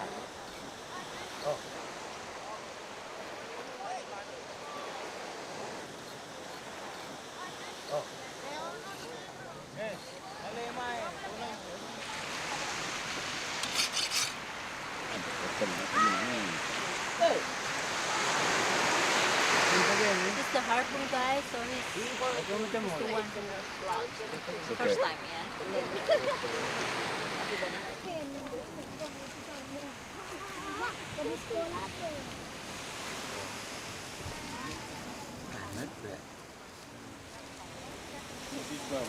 How do they eat that? Is it dry in the sun or? Bagaimana dimasaknya? Dikeringin dulu baru dimasak? Tidak, langsung ada yang kasih kering, ada yang langsung masak. Dan puasa. Okay. They can try it first, but it's more delicious if you just cook it right away. Obviously, for Westerners like ourselves, these images are very hard to accept because we have an almost emotional relationship with dolphins. When we come to places like this, I think we have to set aside our opinions, our Western point of view, to be able to understand this culture, even a little. But it's not easy. The numbers given by the harpooner are food for thought. If this one boat takes 10 dolphins a week, how many dolphins are caught every year by the Lamalera fleet's dozens of boats? And what is the impact on marine species now that motorboats are part of the hunter's arsenal? In this corner of the world, there are no scientists to track population numbers. Don't you think you're hunting too many dolphins? No, not at all. There will always be dolphins. Fishermen believe that their God knows what's good for them and would not put all these animals in their path if it wasn't right.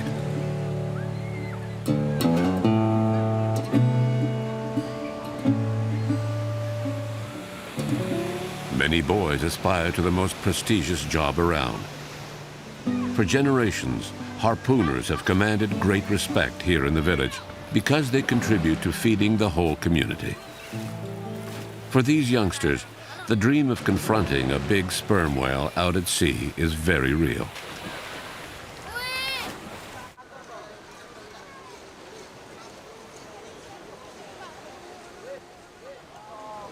This is a day for celebration because they've just caught a young sperm whale.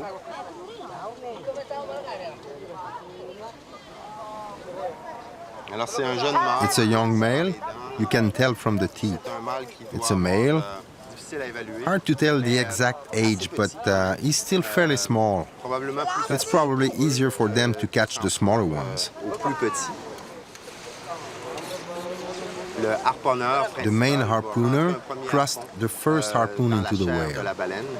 That harpoon is on a rope, and the rope is attached to a small wooden boat, which the whale now has to pull. Obviously, the idea is to exhaust the whale. Once the animal slows down, they'll come in closer and shoot more and more harpoons into it, attached to other boats. So by increasing the amount of drag on the animal and tiring it out, they'll eventually be able to deliver the death blow. It's an ancient technique used by very few people anywhere in the world. It's been effective for who knows how many years, so they see no reason to change it.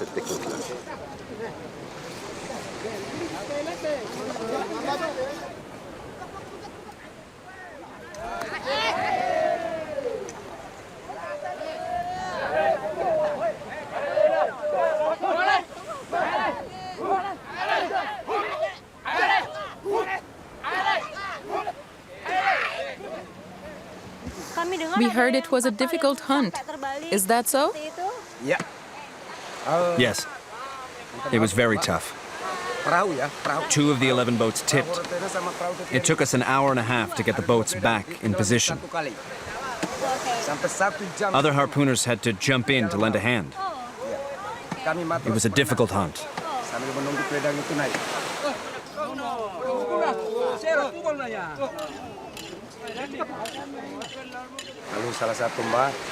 I'm a harpooner, and it's a dangerous job. So many things can go wrong. It's very risky. I could die at any moment. Is there more risk with a bigger whale? It's always risky, and accidents happen all the time. It doesn't matter how big the whale is. It's dangerous. We have to be really focused during a hunt. We harpooners have a rule. If we have worries at home, we do not go to sea. It's a lot safer. You don't want to take a chance.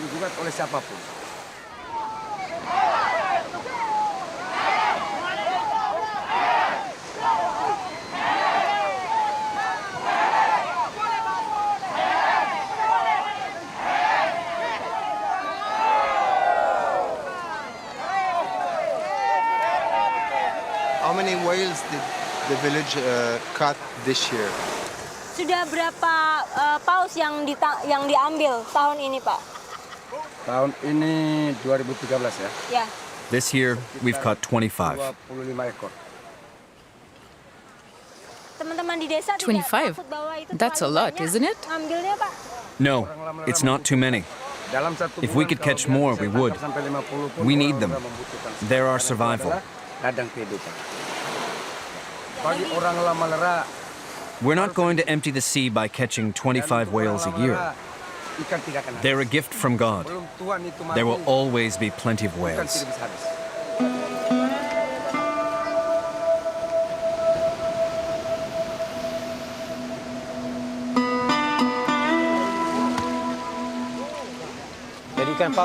We use every part of the whale. Nothing goes to waste. That shows just how much we need them.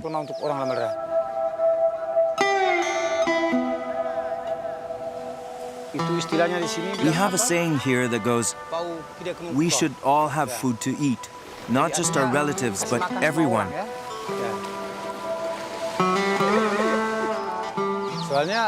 When the pieces are cut out, The women rolled them in salt and then hanged them to dry. That way the whale meat will keep for months.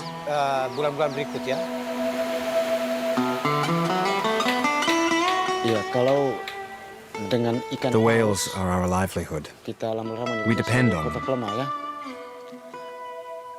A single whale will feed the community for a month.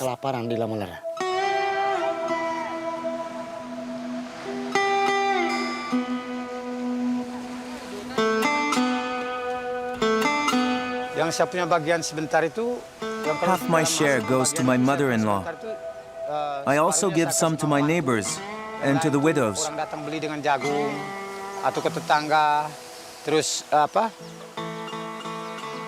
We also traded for corn.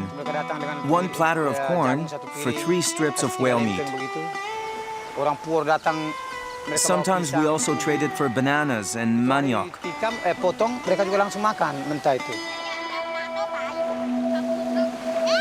The treasure will be divided according to a precise ritual. The crew that first harpooned the whale claims the choice pieces, but the whole community benefits from this manna from the sea. Tomorrow, the chief will come down from the village, and the head will be set aside for him. The oil will be shared among the members of the village, but the head is always reserved for the chief.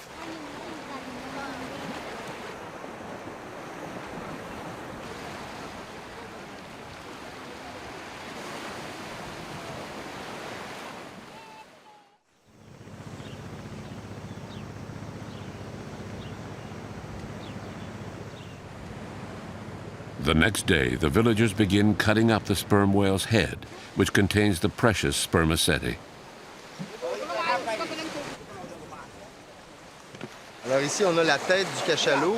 So this is the head of the sperm whale with its single blowhole, which is to the right of center. That's typical.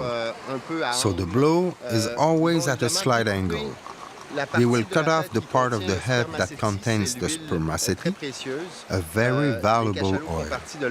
Sperm whales are part of Odontoceti, or toothed whales. They have only 1 blowhole, unlike baleen whales that have a double blowhole. The blowhole is off-center, and within the structure is where you find the spermaceti oil. When the whale is alive, its internal temperature is 37 degrees Celsius, so the spermaceti is in liquid form. Originally mistakenly identified as the whale's semen, the name sperm whale is derived from spermaceti whale. But below 30 degrees, the spermaceti solidifies into a spongy wax. The sperm whale controls its internal temperature and can alter the density of the spermaceti organ to act as ballast when diving. The oil can be burned in lamps and was used to light village houses right up to 2006, when electricity reached Lamalera.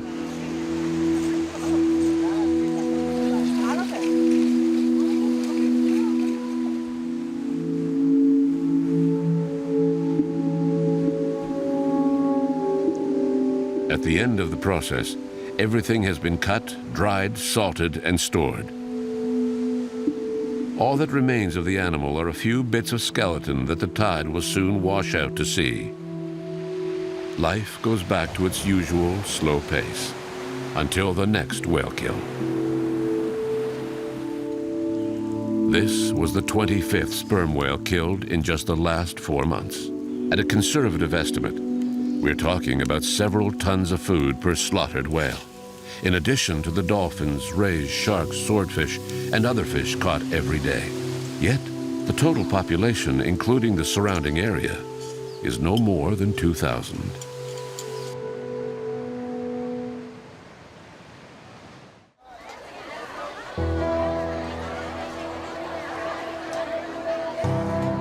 Every Thursday, the women of Lamalera attend a market in the neighboring village. Here they can pick up things they need that the ocean does not provide. The road linking the villages, not built until the early 2000s, affords a mobility that has begun to open up the world. Goods and commodities of all kinds can now be transported more easily, but it takes money to pay for them. While barter is still common, villagers increasingly want to sell their products for cash.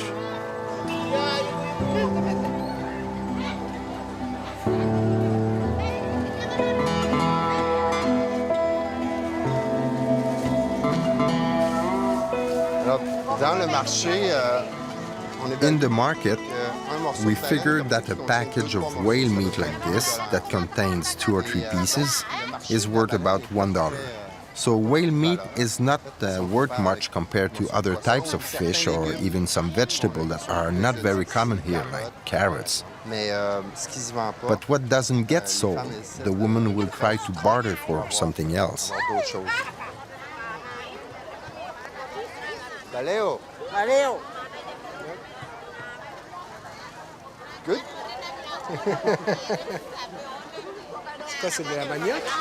She's traded this for a root vegetable, and she'll do the same here.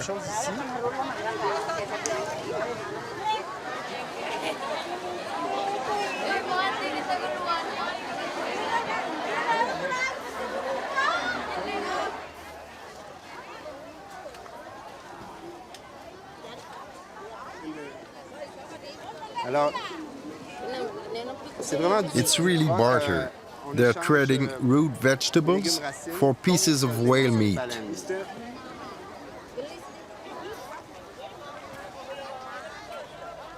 Not so long ago, whale meat was the basis of the local economy. But access to modern equipment and the free circulation of goods have altered life on this Indonesian island.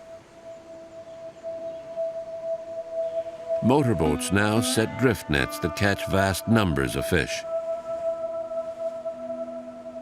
With modern technology being used to scoop up ever more marine life, some environmental groups have begun to question the legitimacy of traditions, especially where endangered species are concerned.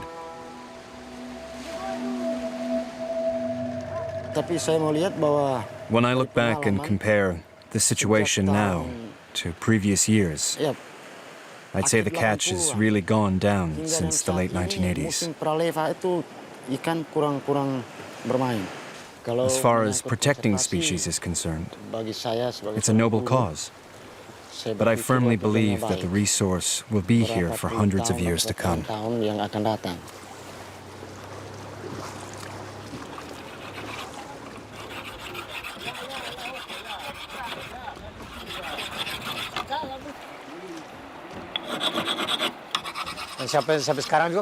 We've always lived off what the sea gives us, and that includes whales.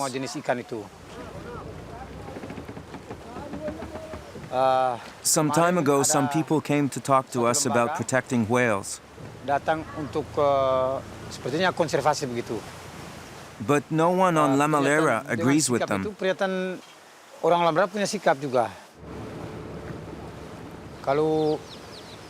What we are doing is legal. The International Court of Justice permits our traditional hunting practices.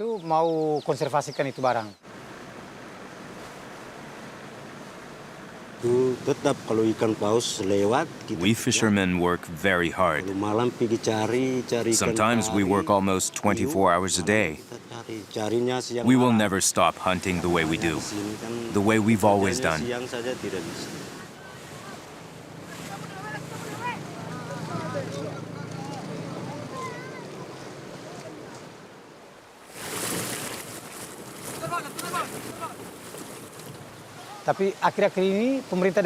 Not long ago, the local government tried to make us give up hunting, but we refused because this is traditional hunting and because all of the equipment we use is made by hand. No one can stop us from doing this. It would be an insult to our ancestors. It may be hard to accept that this can still qualify as traditional fishing, especially compared to the way things were done before outboard motors came on the scene.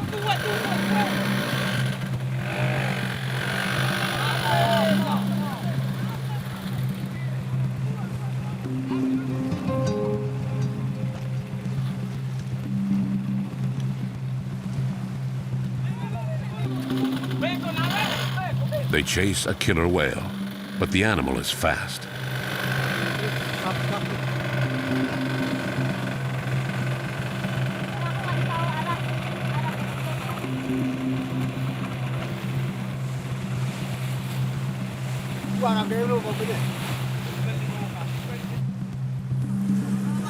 Dolphins. This time the boat was able to catch up to the fleeing animal.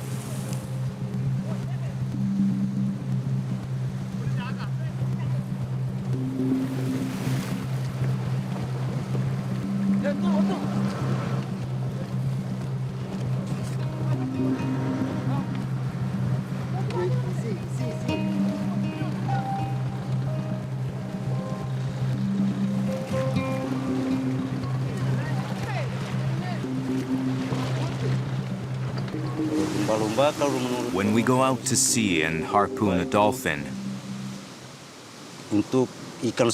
what we see is not a beautiful, intelligent animal. What we see more than anything else is an animal that, once we get it back to the village, will feed our families.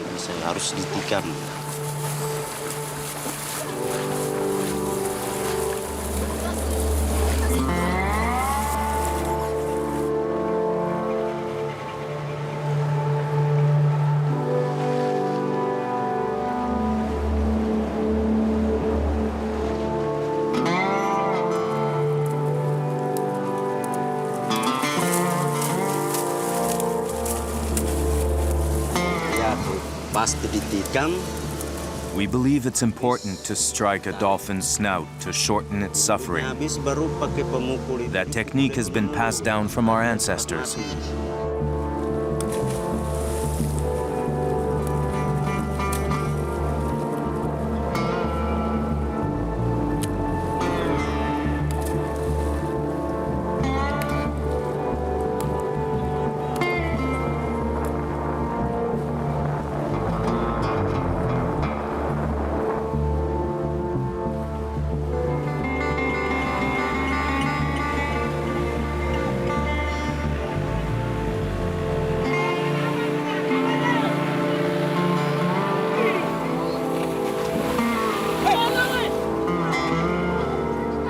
During one maneuver, disaster strikes. The motorboat has struck the harpooner, causing a serious head injury. John, can we go to Ulandoni because the local hospital nearby, like just in front of our boat? Oh yeah, okay.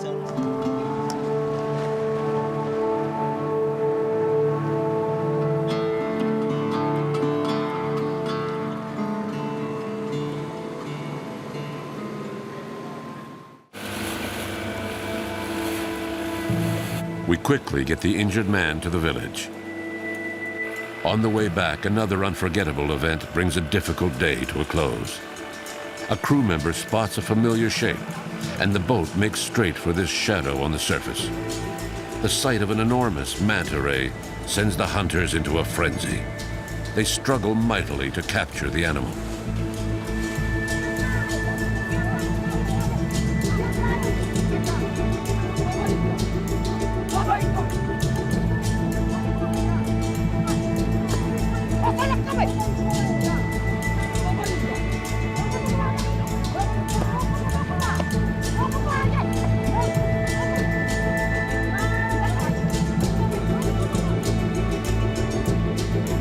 Since we arrived, we've been wondering about middlemen, foreign buyers who might be reselling some products of the marine harvest. But no one was prepared to discuss it. The standard response was that what happens here is subsistence hunting and fishing, not commercial. Our rescue of the wounded harpooner may explain his sudden and surprising willingness to talk. For us, manta rays are a better catch than dolphins. In addition to their meat, there's also their gill rakers. The gill rakers bring in a lot.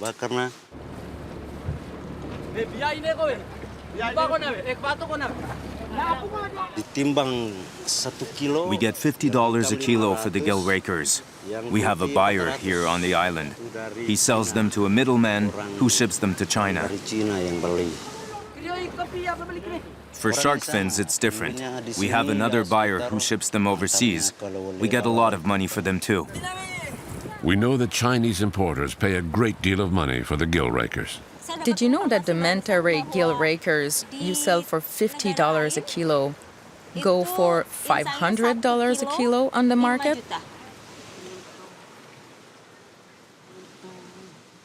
That's a big surprise. $500 sounds like a huge amount. But for us, $50 a kilo is still a tidy sum.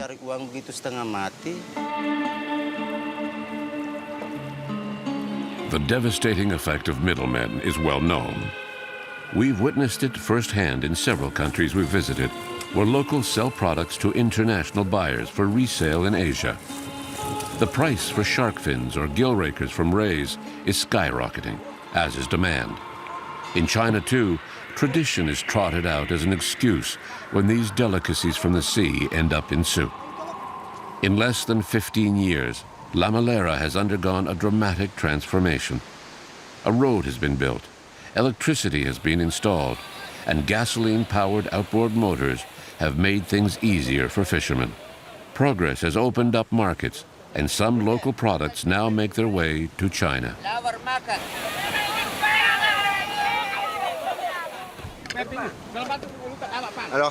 So it's been a good night's fishing on Lamalera.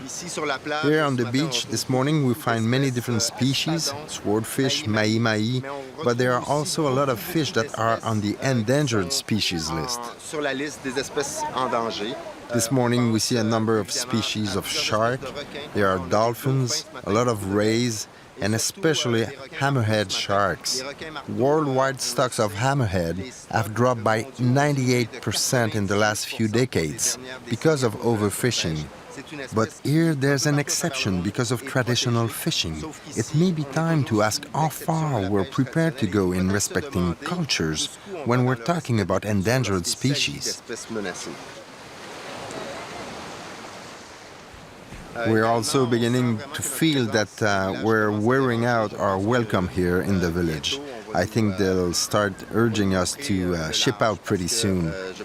They seem to be more and more annoyed by the camera, so this may soon be the end for us on Lamalera.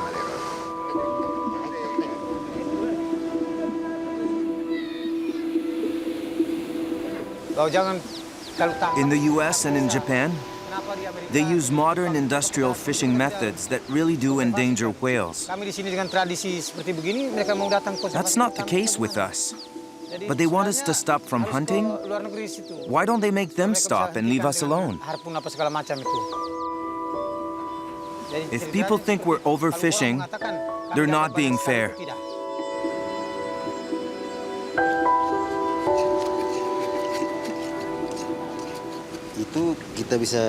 We go to sea to hunt in a traditional manner. We hunt and fish whatever we can find.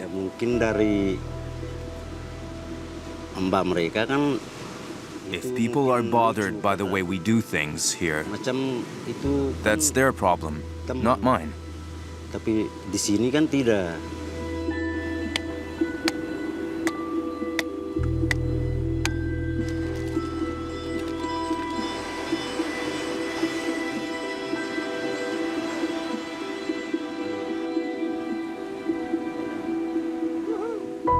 Our point of view usually depends on our values and our culture.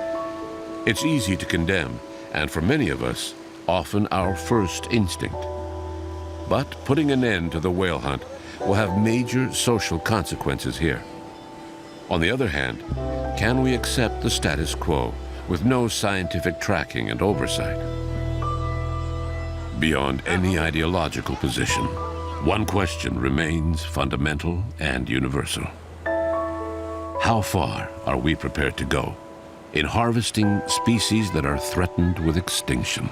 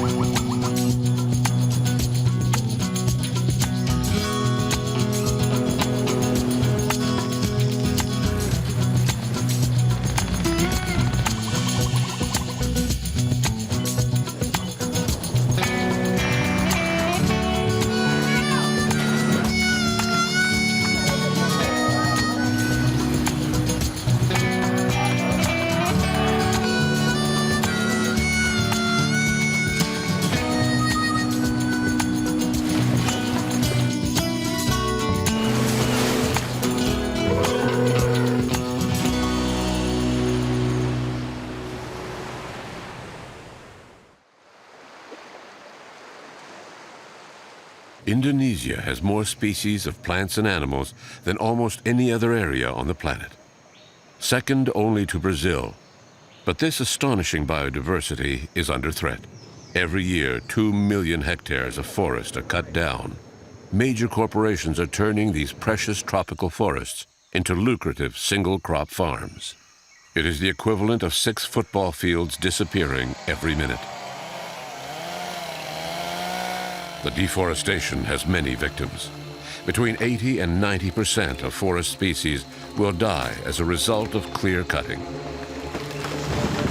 The original forest, bursting with life, is slashed, burned, obliterated, and replaced with orderly rows of palm trees to produce the most widely used vegetable oil in the world, palm oil.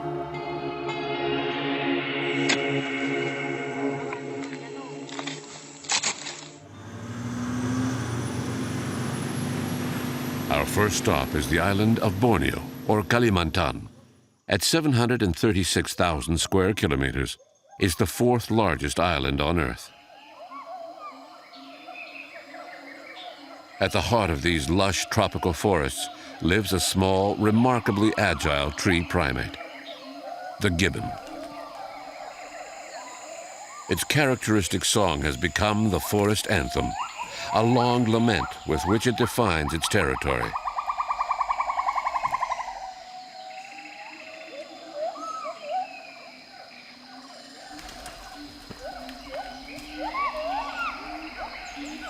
Of the 17 species of gibbons identified in the world, 7 live in the forests of Indonesia. All are threatened by the rapid disappearance of their habitat. The forests of Indonesia are home to a large variety of iconic species, like elephants and orangutans. But they struggle to survive in isolated patches of forest. In the last 50 years, Indonesia has lost over half of its forests. Without immediate action to stop the destruction, an estimated 98% of Indonesia's tropical forests could disappear in the near future. We might think Indonesians are seeing some benefit, some improvement to the local economy, in exchange for letting their forests, that have always been at the center of traditional culture, go up in smoke. Not so. Oil palm production requires little manpower, and most of the workers on these industrial farm operations earn less than the local minimum wage.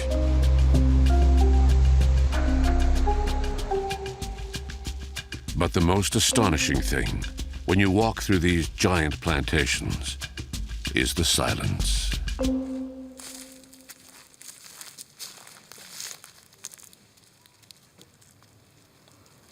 At the foot of the trees are bunches like this that are filled with what you could call the gold of these new Indonesian forests.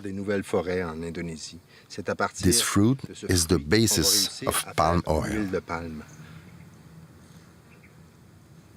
It's very sad to see how life has disappeared from formerly thriving habitats.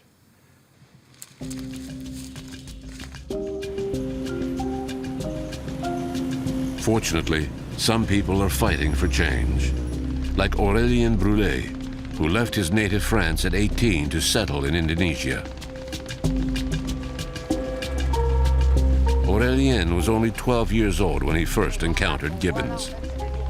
Through the bars at a zoo, he spent many hours observing them. At 16, he wrote his first book on gibbons to the astonishment of specialists.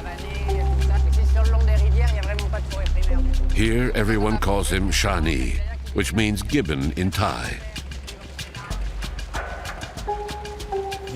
As a child, I wanted to leave France. I wasn't rejecting my country, I just knew it was going to happen. And in May 1998, I ended up in Jakarta and had a rude awakening. Because I'd always dreamt of living with the gibbons, in a little cabin in the woods surrounded by animals, and yet I quickly saw that if I was going to help them, that wasn't going to happen. I witnessed deforestation on a scale I could never have imagined. The entire forest is being attacked. 90% of the forest had been handed over to the logging companies. So the primeval jungle, the virgin forest, forget it. That only exists on the highest peaks of the central mountains of Borneo. So I had to deal with reality. I'd also forgotten that Indonesia has a large human population with complex cultural and societal values. Many people keep gibbons as pets. Gibbons are often killed during deforestation. The baby, clinging to its slaughtered mother's belly, will be captured and sold. Trafficking in wild animals is illegal in Indonesia, but is still widespread.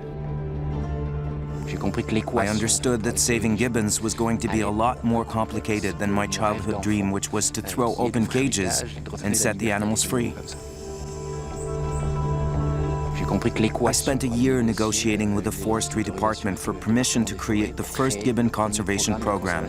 I had no money. I was 18, a complete unknown. That's when I woke up and saw that to save the gibbons, I was going to have to do it with and for the local people. Welcome to Calawate. Oh, thanks. In 1998, the Calawate Association was formed. Today, it's the largest gibbon protection project in the world. We're approaching the first two buildings of Calawate. The animals are around back. The 147 gibbons, the bears and crocodiles are behind the buildings, so that anyone coming up from the river won't be able to get at them directly. So you're not open to the public? Absolutely not. The only human contact the animals have is with team members. So the idea is to recreate natural living conditions for the animals. That's right. To let them socialize, to let them become gibbons again. They've lived with humans for many years. We pair them off and isolate them together in the forest so they can learn to have a normal social life and basically learn to become gibbons again.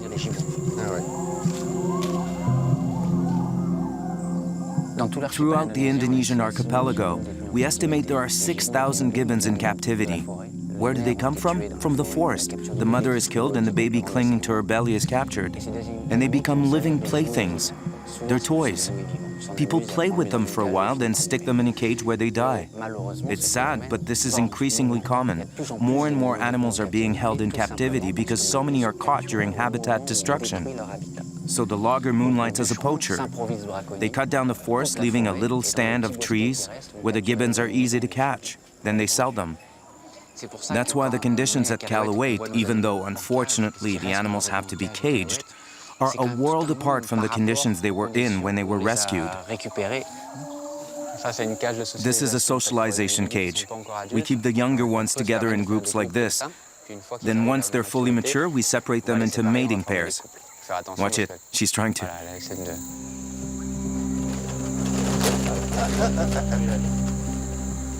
And the main reason there's not much chance they can be released back into the wild is because there is so little forest left. Yes, where any forest remains, there are already too many gibbons. Any that survive the clear cutting have taken refuge in isolated patches of forest, and since they're very territorial, they're already killing each other. So I can't release these animals. That's what's so frustrating. I came to Borneo 15 years ago to set the animals free, and I'm now keeping several gibbon families caged here at Calawate because there is nowhere to release them. So more deforestation will only increase the problem. Yes, and that's why Calawate has to get involved in habitat protection.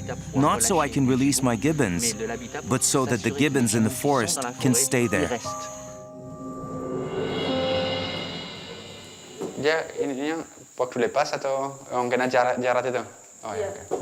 This is Leo. He escaped from one of the cages and attacked another gibbon. It just goes to show that gibbons are extremely aggressive among themselves. His wrist was so badly injured we had to amputate. We have to be on the lookout for it with the gibbons. I can't put more than 2 adults in an enclosure, and that makes it tricky. With orangutans, you can put 15 or 20 individuals on an island. With gibbons, or a gibbon pair, I can give them 15 hectares, and if I add any more, they'll start to fight. So with this amputation, his chances of ever being released are... He stands almost no chance of ever being released, but that doesn't mean we won't try to find him a mate, another gibbon who can never return to the wild, so that he can have a social life in a large enclosure at Calawate. We have a sanctuary as well. 25% of the animals here can never be released because of illness or injury. So it's important for us to give them a decent life, even in captivity. You're taking a blood sample to see if the gibbon has contracted any human diseases? Yes. We'll find out if the gibbon has hepatitis, for example, or any other strictly human disease. Gibbons often get infected when they're kept as pets. And if they test positive for any of these diseases, they'll never be released.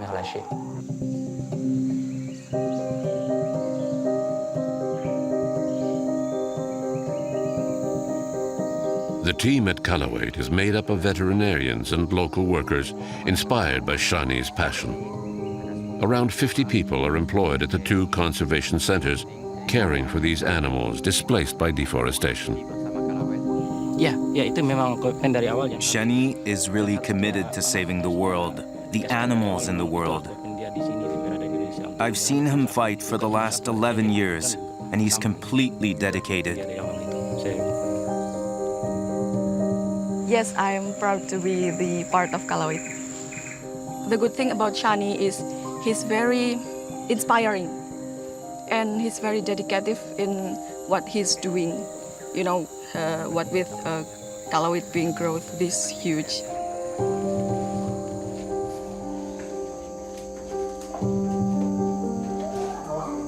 Feeding time comes twice a day, and everyone pitches in. Here at the only conservation center in Borneo, over 5 tons of food, mostly fruit, is served up to the 100 or so captive residents.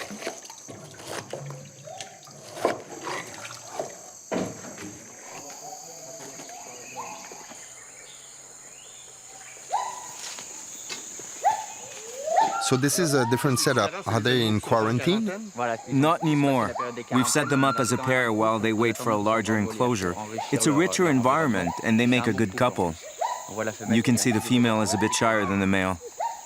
And the male is eyeballing us with that typical chewing motion that means, watch it, if you come in here, I'll get you.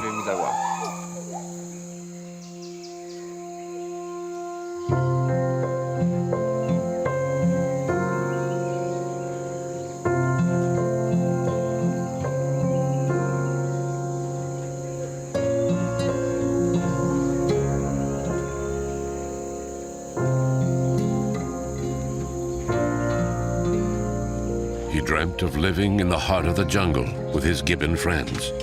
He pictured them free, without bars. That's what he came here for. But in Borneo, Shani soon learned that his childhood dreams were unattainable, that the vast old-growth Indonesian forest he'd imagined were a thing of the past, wiped out by the insatiable maw of big business in cahoots with corrupt officials.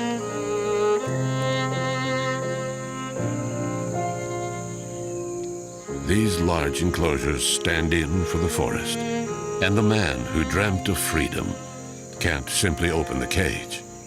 Today, for Shani and his dedicated team, the only option is saving life where it still exists.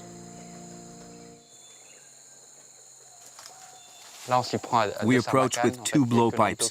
Only Nanto has a dart, but we confuse her, so she won't know where the dart is coming from. That way she'll be in a good position because we need to hit her in the thigh. It's tricky. And this is the latest arrival? Yes, so we need to examine her. Perfect. Perfect. Nanto is a Dayak, and the blowpipe is their traditional weapon. She got the full dose, so she should be asleep in 10 minutes.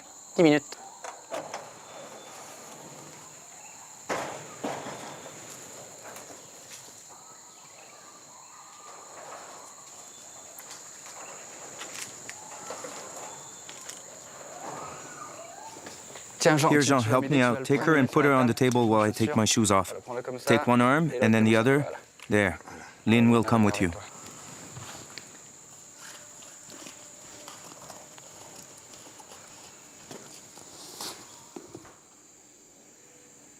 She's a white-bearded gibbon. A white-bearded gibbon. They have quite a set of teeth. Yes. And as you can see, they cut off her fangs. It's common. When they start to get aggressive, they were cut right through. She should have fangs 2 to 2.5 centimeters long. Captured gibbons that are sold as pets get aggressive as they grow older, so people cut off their fangs in an attempt to control them. It's done with a hacksaw without anesthetic, so you can imagine what that's like. But the aggression arises naturally as the animal starts to mature. It's a natural instinct. Yes, at sexual maturity. In the wild, gibbons are rejected by their parents. When they're raised by human parents who don't reject them at maturity, the child has to initiate the separation. The gibbons declare their independence by getting aggressive. The life expectancy of a gibbon in captivity is 7 years, max. In the wild, it's 30 years.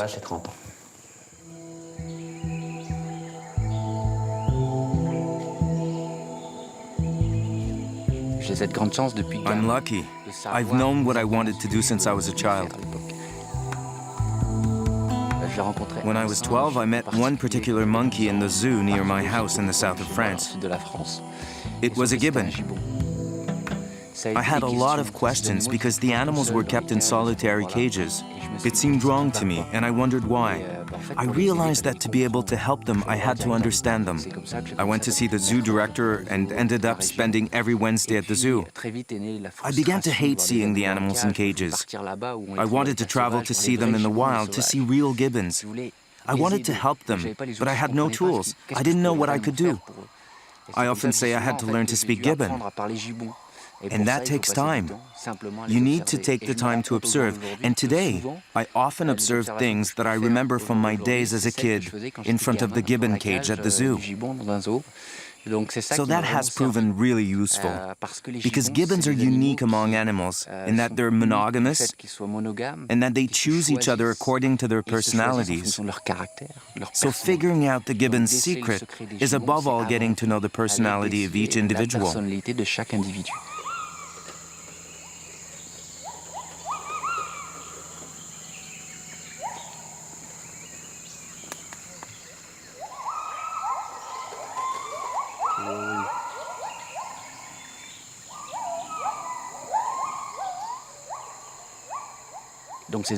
I'm not giving these animals a second chance. I'm giving them a decent life, which they deserve. They didn't choose captivity. They didn't choose to be caught by poachers. It's our duty as human beings.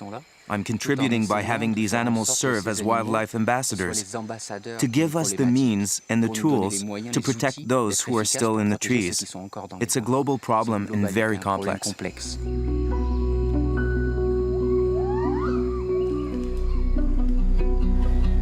The situation in Indonesia is dire.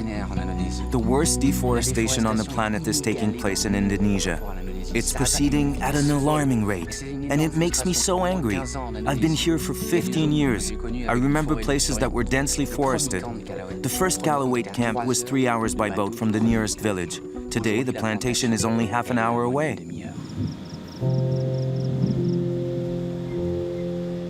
Once the palm oil plantations are there, it's over. No forest will ever grow there because the soil has been stripped away. In those areas, the forest with all its inhabitants and all its biodiversity is lost forever. Here on the foot, you can see the soil is very moist. Yes. The first thing they do before cutting down the trees is dig canals to drain the forest. They get rid of all the water before starting to cut. So there's a great risk of fire in the dry seasons. The original forest would be flooded at least 4 times a year. We're right beside the road here. Yes. Usually the companies stay away from the roads, but in this case, they're working with locals, landowners and villagers, to set up plantations along the road. Then the property owners will sell the bunches of oil palm fruit to the companies. Right, so it's not just the great forest that you can see from the road, but there's also cooperation with local farmers. People are pressured to grow oil palms because they know that the nearby companies will buy the bunches from their plantations. So a company that owns 15,000 hectares will be able to harvest fruit from almost double that amount of land. That's sad. Very sad. There's nothing left. No gibbons, no life. Under international pressure, the Indonesian government has created national parks and reserves, but it hasn't made much difference on the ground. The bureaucracy is such that some oil palm plantations operate with impunity inside national parks. The spread of these large corporations leaves very little land for the locals. So education has become a real force for changing hearts and minds. To do that, to have a few victories, to save the forest, to save the animals, you can't accomplish anything alone. You need support. Lots of support. And in order to rally people to the cause, the message has to be positive. We need to be able to report victories. Ecology is our future. It's not a quote-unquote pain in the neck, which is how it comes across the media. People go home, turn on the TV, and get a lecture. I want to do just the opposite. That's what I do on Radio Calawate. Our message is that ecology is positive, it benefits us all, and it can be fun. Saving an animal is fun. You go to bed at night, damn, today I made a difference. To communicate with the people around, Calawate has its own radio station. Oke, ketemu lagi dengan Shani di 99,1 FM. Seperti biasa kita akan bahas masalah lingkungan. Jangan lupa buat kamu yang pelihara satwa liar seperti wawa, orangutan, beruang, ular mungkin, jangan sampai menyiksa mereka di kandang. Biarlah mereka kembali ke alam. Untuk itu hubungi Yayasan Calawate di 0813 4921 7991 atau langsung datang di kantor Calawate di Jalan Pinus nomor 28. Sekarang kita simak lagu favorit kamu dan kita kembali setelah kurang lebih 45 menit. Jangan kemana-mana, tetap di 99,1.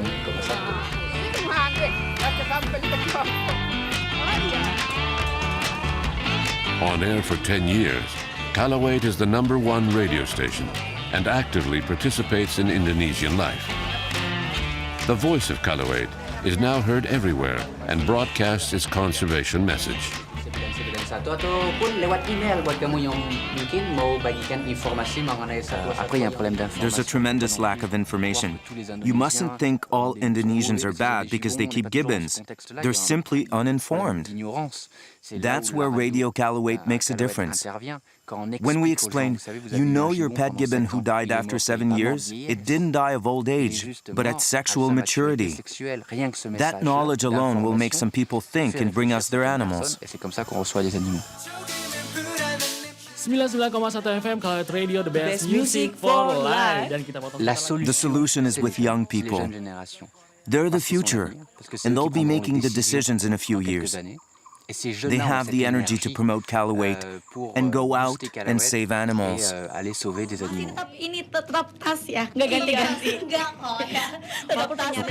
So the primary objective at Radio Calawate is to be heard. Then we'll start to promote awareness among young people whose main interest is not in saving gibbons. And it's working because over 60% of the animals we get at Calawate Borneo are from listeners. Listeners are doing our work for us. It's the schoolgirl who says to her friend, "I'm worried you have a gibbon at home. You should listen to Radio Calawate and call them." Calawate Radio, 99.1 FM. That's how we get animals. We're a very small center, yet we get a lot of information out, and we save a lot of animals. Because of all these listeners who quote-unquote work for us, who send us texts, emails, or call the hotline for us to come and help an animal who's in bad shape. Or who get us to intervene between wild animals and villagers.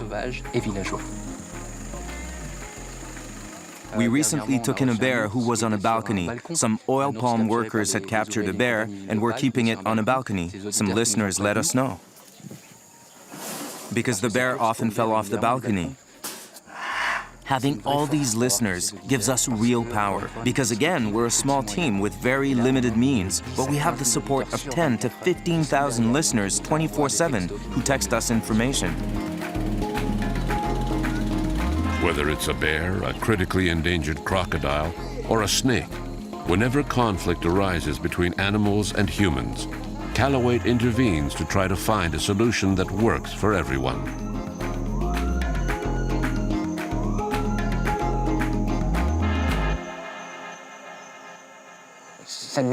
This is what my life's about, doing positive things around me. I can't do otherwise. I can't explain why. At any rate, I know one thing. When I come home with Prada, with my children, I go to bed at night proud of what I'm doing. I can't explain why, but this is what I'm meant to do. I came to Indonesia to save gibbons, and I stayed because I fell in love with Indonesia. Because all my little victories, no matter how small, have been won with the support either of the locals or of my team, and obviously all the people around me are Indonesians. So this has truly become my country. I now have Indonesian citizenship, and I'm proud because it gives me a certain legitimacy to say, look, we have to protect the forest, we must. I'm fighting for my country, and that's an additional incentive to be even more effective.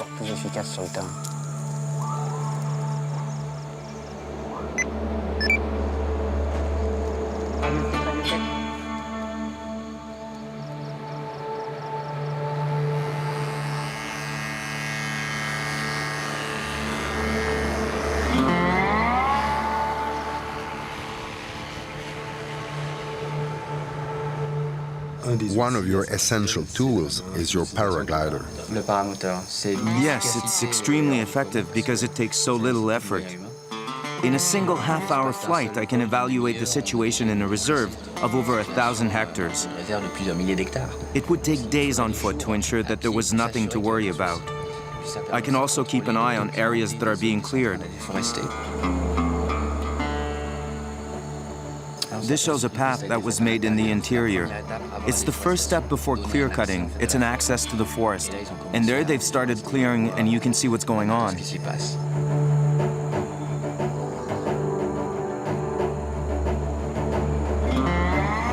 So that's clear cutting. And they've also set fibers to be able to cut faster. So that forest is on fire. But there must be a risk of the fires spreading. A great risk, but that's actually what they want. To set a fire and burn as much as possible, so it's easier to burn the forest into a plantation. These fires don't get out of control, they are deliberately set to spread as far as possible. That's why there are dozens of fires lit here and there, so as much as possible will burn. The longer the dry season, the happier the oil palm industry is, because they can, unfortunately, convert the forest more quickly. Isn't it against the law? Absolutely. But this goes on every year in Borneo and Sumatra. The haze will even go beyond the country's border. That's how huge the fires are. In addition to public health issues caused by the ever-present haze in the cities, the forest fires send all the carbon stored in the trees throughout their lifetimes up into the atmosphere. Deforestation is responsible for 20% of annual worldwide greenhouse gas production. When I created this reserve in Borneo, I did it with the authorities, with the locals. It was an ideal conservation organization. Then came elections. Attitudes and interests changed, and they're now cutting down the forest, so we can say goodbye to the animals we released into the wild. What will happen to those animals?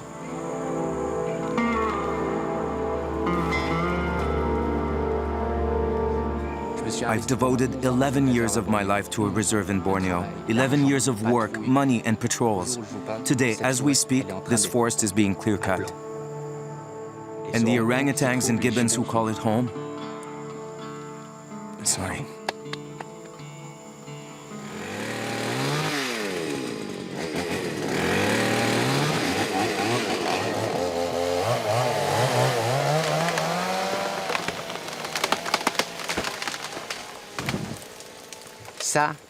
That was the end for me.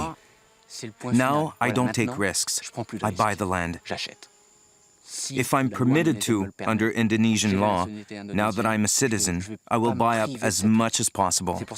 Even if in terms of conservation I'm not sure it's the best option. But if we want to be as certain as possible that we can save the forest, we have to buy patches of forest, create private conservation zones. Buying the forest to preserve it. With few means, Shani opened a second conservation center in the neighboring island of Sumatra. That's where he's buying up sections of forest and protecting it from attack from big corporations.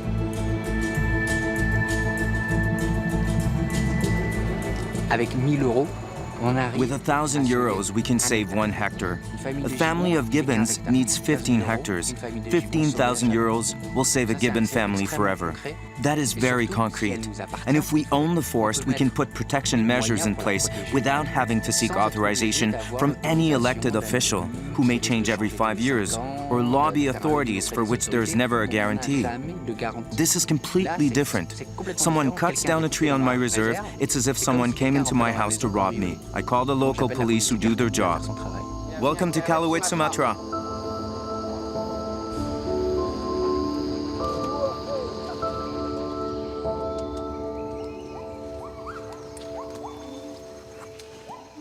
At the high point of his reserve, we witness the morning spectacle of a family of wild gibbons. Free on land rich in a variety of species, in the heart of a section of forest protected by Kalawit. It's wonderful because looking down, you can see wild animals, which is almost impossible when you walk through the forest. Yes, it's one of the few places where you can observe wild gibbons at eye level. This is a family of 5. And it's great because the male has light-colored fur and the female is black, so you can see patches of color moving through the forest. That young one seems pretty lively. Yes, that's typical of gibbons. He's almost 2, still close to his mother, but he moves around on his own, jumping around to the annoyance of his parents. There's a specific dynamic in terms of their songs. There are 2 almost identical songs in the same family. Yes, gibbons use song to protect their territory, but not any song. It's a duet between the male and the female. The female will sing a crescendo that lasts 18 seconds. And if there's a young female, she will try to imitate her mother. Over time, her song will become identical to her mother's. And when her song is perfect, we know she's about to mature. It's the same for a young male. He'll spend time with his father and learn to be a male by imitating dad. So from a distance, even if you can't see them, you can tell how many are in the family, the sex of each individual, and the extent of their territory because they sing all around the borders. What's amazing is to see that the work you do with the cages, with conservation, now allows you to buy sections of forest to protect it. Yes. Thanks to the animals you hear in the background singing in their cages, I can protect the wild ones.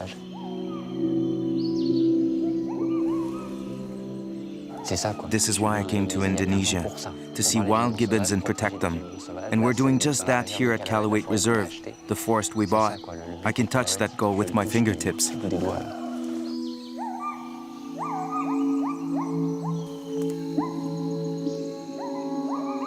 Saving gibbons means saving trees, which saves all the animals.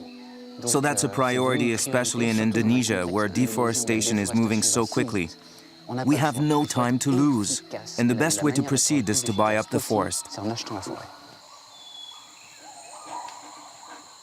Shani installs motion-activated cameras to do an inventory of the animals who come to his private preserve.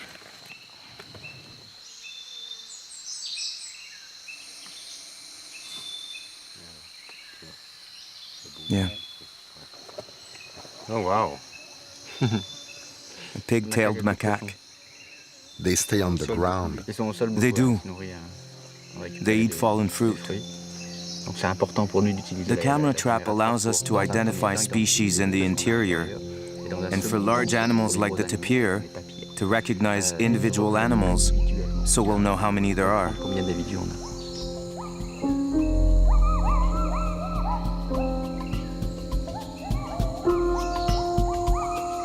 Also, the cameras are revealing the wealth of the forest. We know how rich the forest is, and the camera lets us show it to others.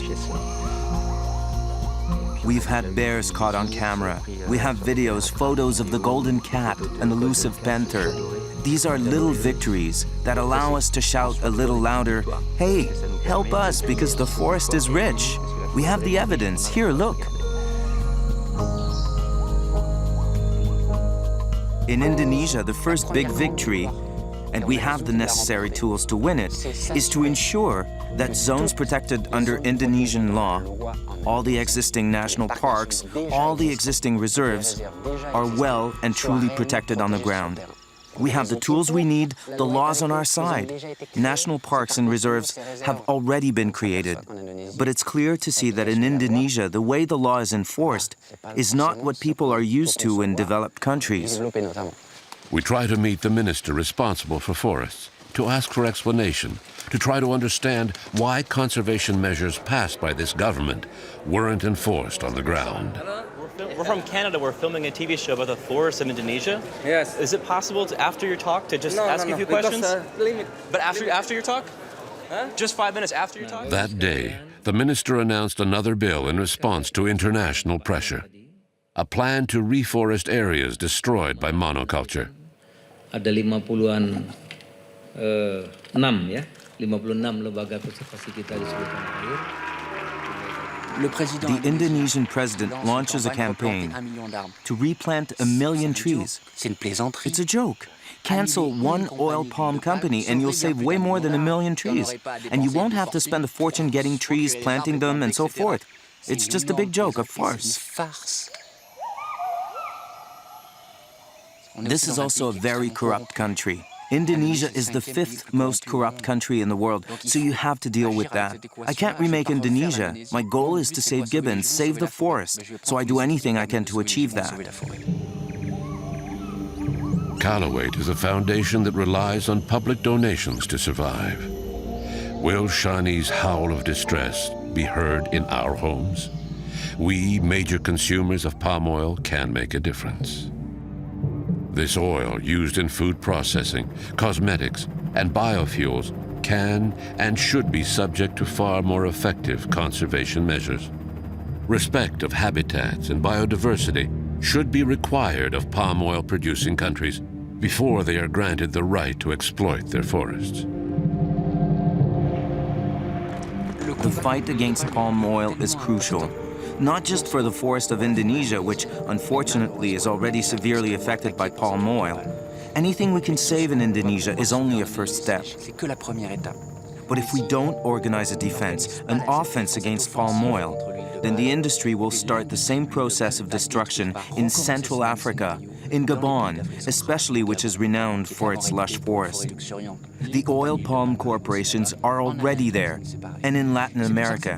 That's why it's vital to have victories here, so that the pattern doesn't repeat so severely in other countries where palm oil exploitation is in its infancy. Just look at what's happened in Malaysia, which was one of the first countries targeted by palm oil and where little forest is left.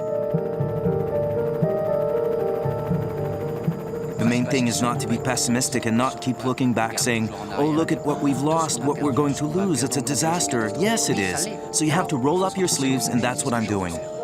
Oh, he's scared. That's Tante. As a child, Aurélien Brulé had a crazy dream of going to live with gibbons, free, in the heart of the old-growth forests of Indonesia.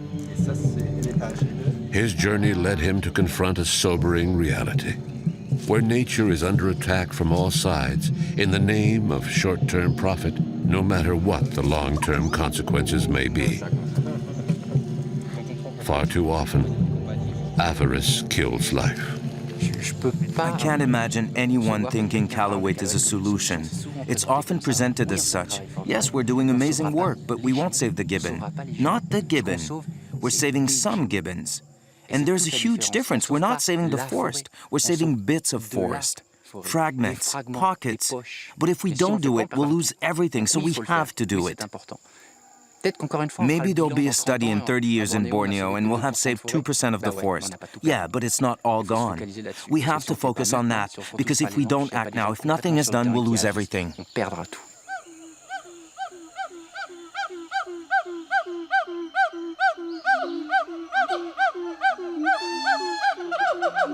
This man of nature has led the fight of his life, a life dedicated to saving gibbons and the many species that live within the last great forests on the planet.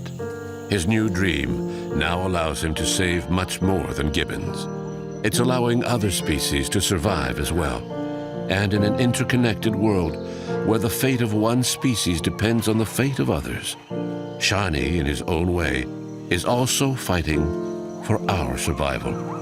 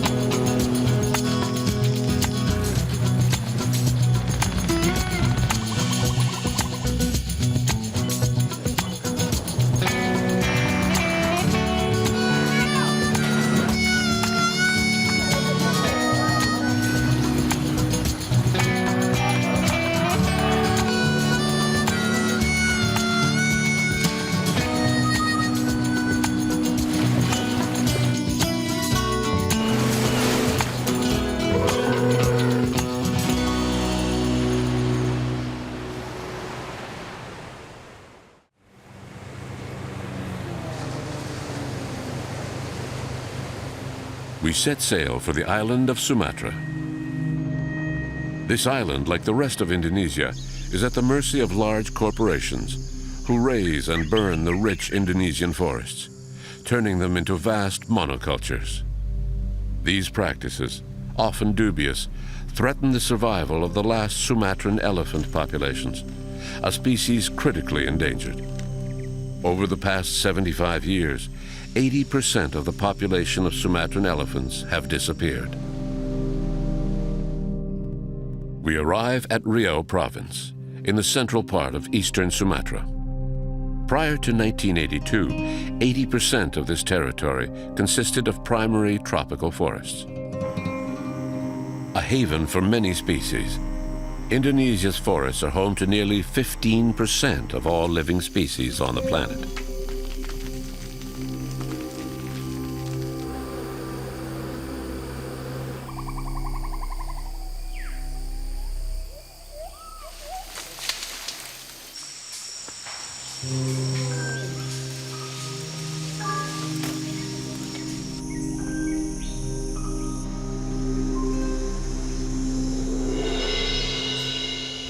In the 1980s, the Indonesian government gave most of its forest concessions to large companies that have raised, burned, and converted it into monocultures. Today, the production of palm dominates, but the land is also used for lumber and pulp and paper production. Over the past 25 years, 70% of the elephant's territory has been destroyed. During our trip in Indonesia, in both Borneo and the island of Sumatra, we've seen ancient forests cut down and really ravaged land, where all the water was removed from the soil to dry out and eventually give way to monocultures that are now the basis of the Indonesian economy. Companies producing palm oil ransack the forests and the valuable peatlands of Sumatra in order to develop palm plantations, which now stretch out as far as the eye can see. Recently, other concessions were granted to large corporations. And if nothing is done to stop this massacre, there will soon be no more of this pristine habitat for the species of Sumatra.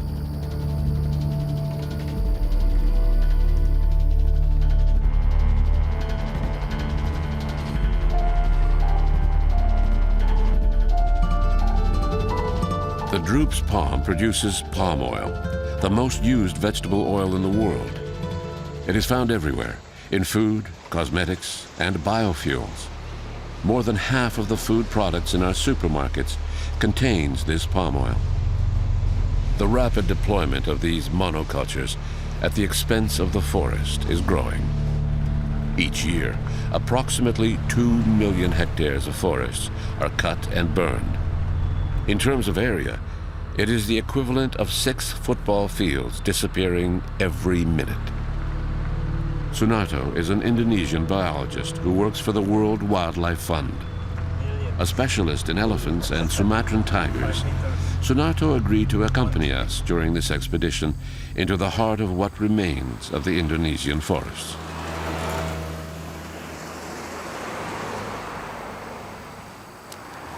Wow. Yeah, look at this. These trees look older than the other, right? Yes. Many are just recently planted here. You can see here the age or the height of the plants are different from the place over here that we can tell. All that was forest before, not a long time ago. Yeah, until 1982, more than 80% of the land of Riau province was forest until 1982 also. And you can see here the smoke over there. Yeah. There's still some areas that are still under the process of the deforestation. Oh, yeah. And typically the conversion from forest into the oil palm involves the burning. All the animals, they have no other choice but leave the area or even leave or die. Yeah. Scientists estimate that between 80 and 90% of all forest species will die during these clear cuts. The international scientific community has reacted strongly to the planned massacre of Indonesian forests. They have lobbied the Indonesian government to protect its forests and its biodiversity. Parks were then created to preserve what had not already been destroyed. But the safeguards were never met. Some companies are still continuing production within park boundaries, and small farmers, frustrated by an economy that offers little advantage for them, began to illegally exploit patches of protected land to plant palm trees. Indonesian authorities turn a blind eye. Droops palm produced by local farmers will be purchased by the large corporations complicit in the destruction of the last remaining patches of protected forest. Wow. Yeah, look at this fresh fruit bunch of the oil palm. Yeah, and it has to be processed really quickly. So it cannot stay for too long, otherwise the quality will be really bad. That's why it is important to have the mills close enough to the plantation area. Yeah. And there's 2 types of oil, right? Yeah, 2 kinds. First is made from the outer part of the skin, and the other is from the inside, the inner, which is the kernel. Yeah, and the kernel palm oil. They are made for higher quality products like probably cosmetics or like the chocolate, mix for chocolate, high quality food. Yeah. So not long time ago, that was a virgin forest. Yes, as we can tell here, there are some leftover trees here, the died trees. Yeah, look at this. Yeah. This tree. And it's amazing, you know, it's so quiet. You know, there's no life here. Yeah, at this time of day, if we were in the forest, like maybe 20 years ago, Yeah. it would have been much different, right? I mean, a lot of noise we can expect from the rainforest, but here at this time of day when animals supposed to be hungry and looking for food, we barely hear any. Except like few birds that are singing. Yeah. Very common bird. So there's no room anymore for tiger or, you know. Well, for tiger it'll be too open. Yeah. The tiger needs somewhere to hide, right? Yeah. Life has disappeared at the heart of the palm groves. Only a few years ago, the plant and animal species formed a complete ecosystem, unrivaled in its wealth anywhere else on the planet. The national parks should ensure the conservation of these species, but the lack of competent authorities on the ground has given free rein to poachers, who have destroyed all conservation efforts. Created in 2004, the Tesonilo National Park was to protect 1,000 square kilometers of forest. Today, about 80% of the park is now exploited illegally by poachers. It is near the Tesonilo Park that the World Wildlife Fund has developed a special patrol.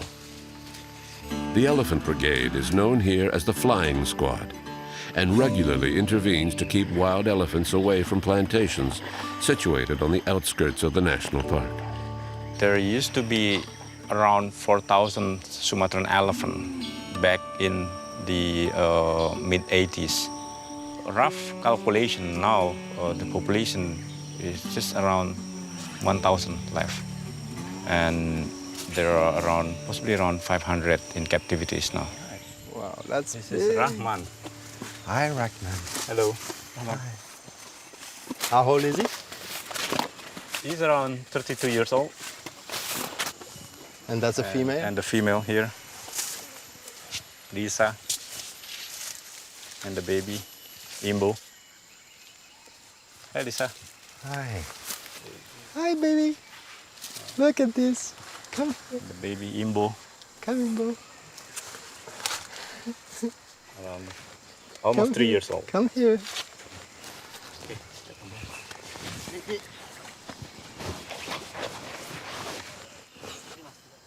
All right. Yeah. Great. You okay? Yeah, perfect. Good. Okay, we can go. Jalan. When did you start the Flying Squad? Well, we started the early 2004.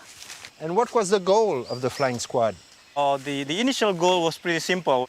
We faced a lot of problems of human-elephant conflict where a lot of wild elephants come outside of their habitats because of the increasing area becoming plantations. Yeah, because they don't have anywhere to go anymore. Yes, and having this squad where we train the elephants to chase the wild elephant back to their natural habitat will help reduce the conflict and reduce the victim from both sides, humans and the elephant at the same time. And mind your head here, the gate is not that high compared to the elephant. Well, your elephant is much bigger than mine, actually. Yes, and I have to do this to make me safe.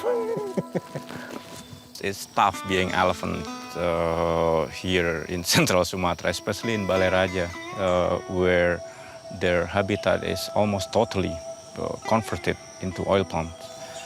Despite the situation, they still are surviving.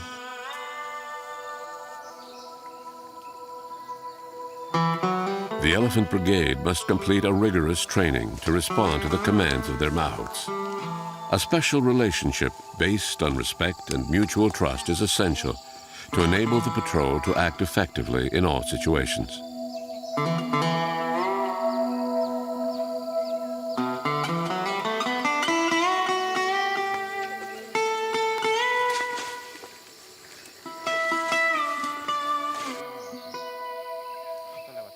Ke areal We patrol areas where the plantations are close to Tesonelo Park. We try to prevent elephants from entering plantations and destroy everything. That is why we use guns. The noise frightens them and makes them flee. Without the intervention of the patrol, conflict escalates rapidly, often resulting in the deliberate poisoning of elephants that threaten plantations. Poisoned fruit is used as bait and gives the elephants no chance. They die for simply wandering onto cropland. The victims are many, and the education of the locals would perhaps be the only salvation for the last wild Sumatran elephants. Not all villagers prey on elephants. We should be able to treat them the same way we treat humans.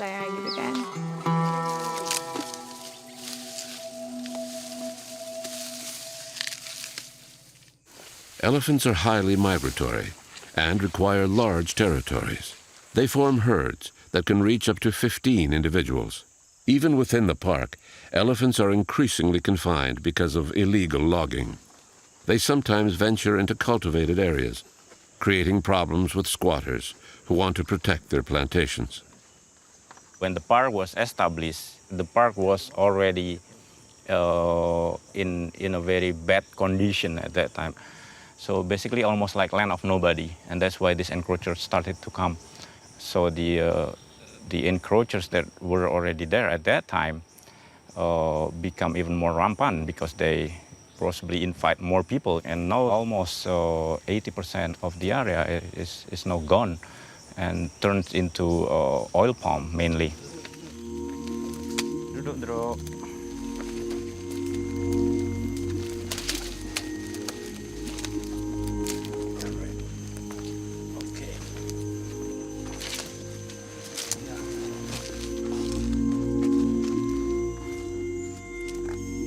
This is quite amazing. Yes.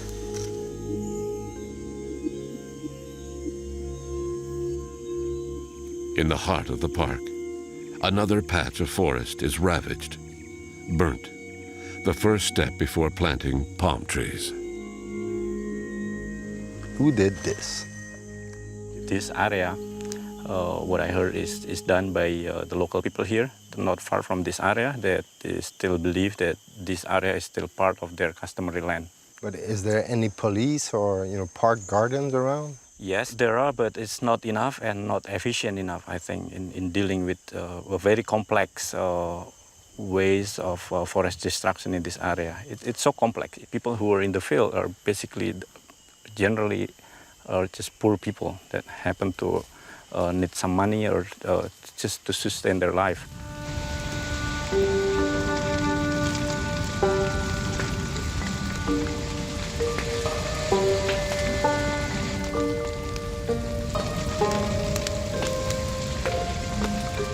The process not only caused the deforestation and the degradation or even extinction of some species, but also the smoke, for example, when during the dry seasons, there usually the area is full of smoke, and we also suffer from smoke even for the people in the cities, even the neighboring countries also suffer from smoke because of this kind of process.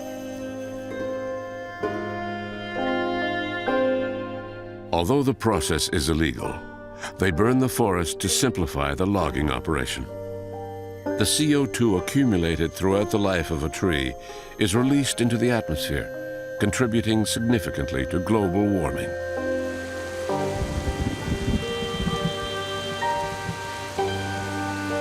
To help protect the last wild elephants, Sunarto's team used collars to track their movements. Hey, we've got the coordinate for the elephant. Oh yeah? Yeah. It's here. This is where the elephant is, and our camp is here. So it's not too far? So it's about 1 hour drive. So should we go? Yep, I think so. The sooner the better. Great. In addition to the flying squad, we also have a patrolling team that regularly patrol wider areas to detect the whereabouts of the wild elephant. So ideally we know first the movement of the wild elephant before they go into plantation areas, because once they are in the plantation areas, it will be more difficult to drive them out of that. So the best would be to detect them first and prevent them from even entering. Because this is the time when they just basically wake up from the sleep during the hot day, and they usually want water to have and enjoy it for a while. So yeah, that's the situation. Okay.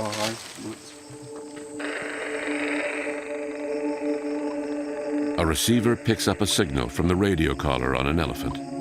It guides the team through a grove of acacia trees, widely used by the pulp and paper industry.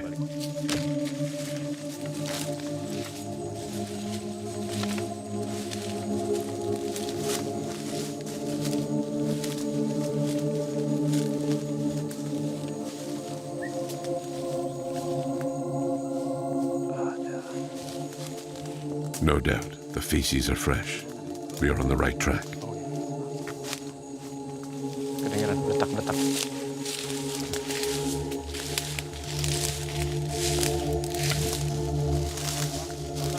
Oh yeah. Oh yeah. An elephant has come to eat the fiber just under the bark of this tree. This kind of damage provokes the ire of the plantation owners.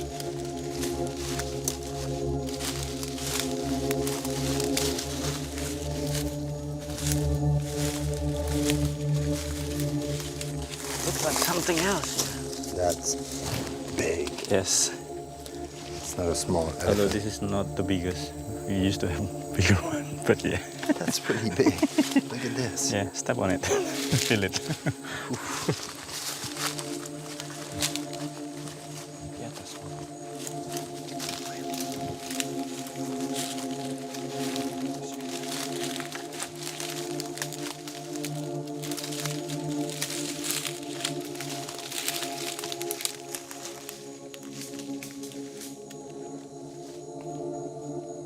Excitement grips the group as we approach.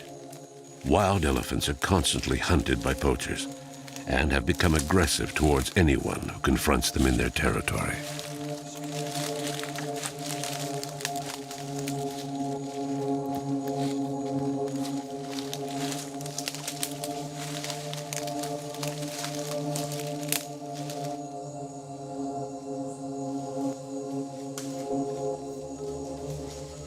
There it is, so close. Avoid any confrontation.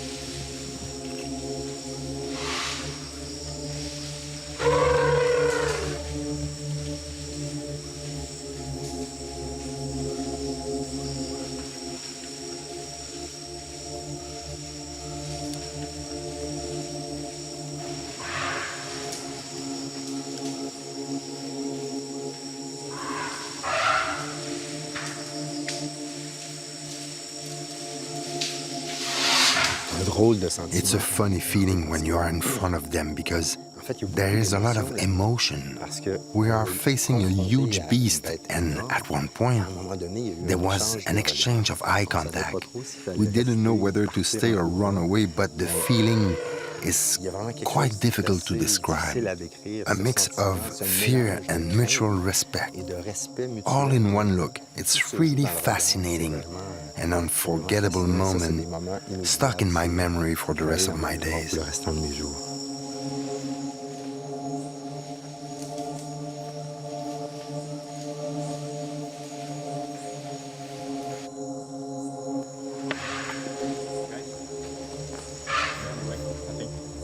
Their way.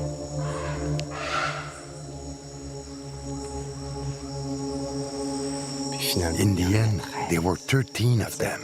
It was pretty amazing. a truly incredible moment, a unique instant, because these elephants, they are wild and of course, they don't want contact with humans. And thanks to our guides, we were able to follow them. It was really an amazing moment.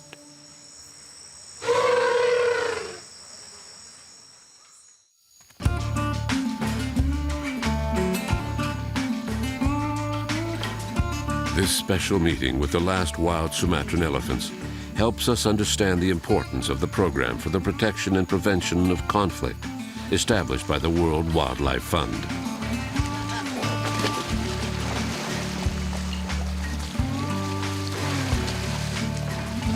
The success of the Elephant Brigade is based on close ties between the animals and their mounts. The daily bath helps build these essential links between elephants and their mahouts.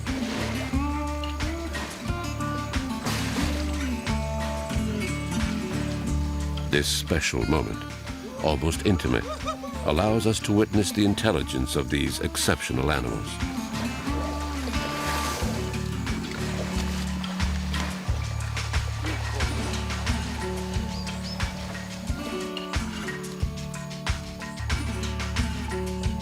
To protect the last wild elephants, the flying squad regularly patrols the boundaries of Tesonilo Park to prevent potential conflict between farmers and animals on the move. So, Sunato, what are we looking for exactly during a patrol like this? Well, we do the patrolling twice a week, and we checking around in the area whether there is any recent elephant visit. What I mean is wild elephant visits to near this area. Yeah. And talking with farmers if they have any problem with crop raiding by elephants. Is there lots of conflicts between wild elephant and humans around here? Oh yes, yes, definitely, because of this very close boundaries between the forest, the elephant habitats, and the plantation areas. Yeah. So your role really is to push back the wild elephant in the national park. Yes, as much as possible, we would like to, well, the flying squad team would like to prevent it from, prevent the wild elephant from even coming into the plantation areas. Yeah. Because once they're in, it will be more difficult to drive them back. So if we can, we will do as much as possible. There are some locals in front. Yes, let's talk to them. Yeah.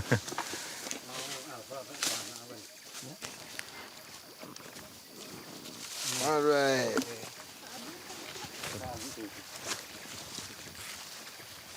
I'm John. Makasih, Bro. Pak Budia. Nice to meet you. Pak, pagi, Pak. Selamat pagi. Tahu, Pak. Ya, selamat pagi, Pak. So, Sunarto, did they have any problem with elephant here before? Did they see elephant around? Pak, di sini gajah liar pernah datang nggak, Pak, ke kebun Bapak di sini? Sering juga, istilah zaman satu. Yes. There is one that wanders around here regularly, a large male. Kerusakan yang ditimbulkan seperti apa, Pak? Yes, he's caused damage in rubber plantations and also destroyed clusters of palm trees. Despite this, we have the utmost respect for these elephants. They are a bit like our grandparents. And can we see any damage around here that, wild elephant did? Ada bekas-bekas kerusakan yang disebabkan gajah nggak, Pak, di sekitar sini? Walk on this side. You will see. Sana, Pak. Let's go.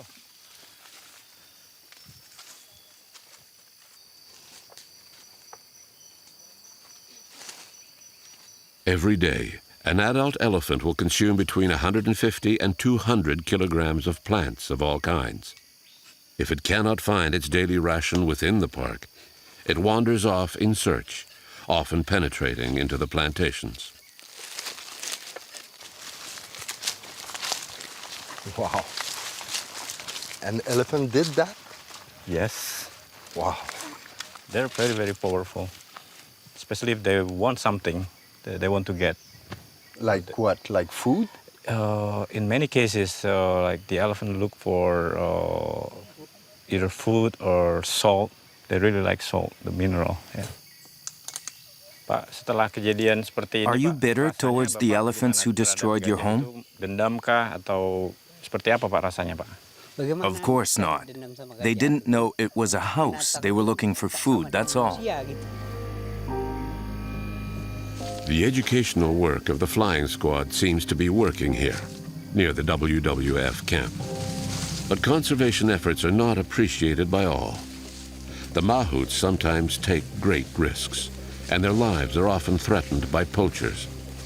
Many illegals have organized themselves into stronghold villages and claim ownership of the protected forests. These people are not happy with what we work. We try to stop the deforestation, which means that we are stopping somebody from doing business. And for sure, they're not happy with that. And what they did was kidnapping one of our team members.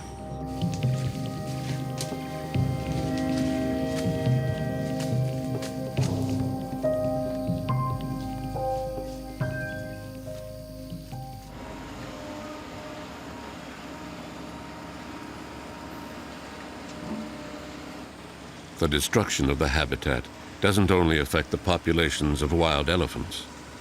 Sumatran tigers, another species critically endangered, struggle to survive in what remains of the forests. In 1900, there were still more than 100,000 individuals of tigers in the world. And now the latest estimate in 2010 or so was only about 3,000 individuals left. Sunarto and his team have established a catalog identifying the last Sumatran tigers. They can accurately track the growth of the population that took refuge in what remains of the Teso Nilo Park. Keberadaan harimau dari tanda jejak dan sebagainya, terus teman-teman memasang kamera trap. GPS, okay? This is WWF camera trapping teams. The tiger team that is trying to estimate the tiger population in this area, in Teso Nilo National Park. Okay. Siap. Sip. Lanjut.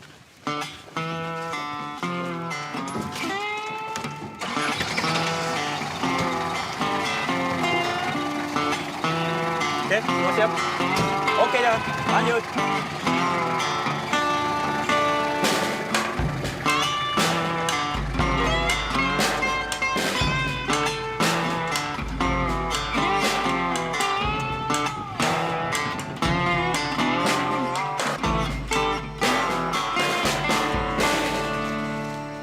How do you choose a good spot for a camera trap? There are many things to consider for that.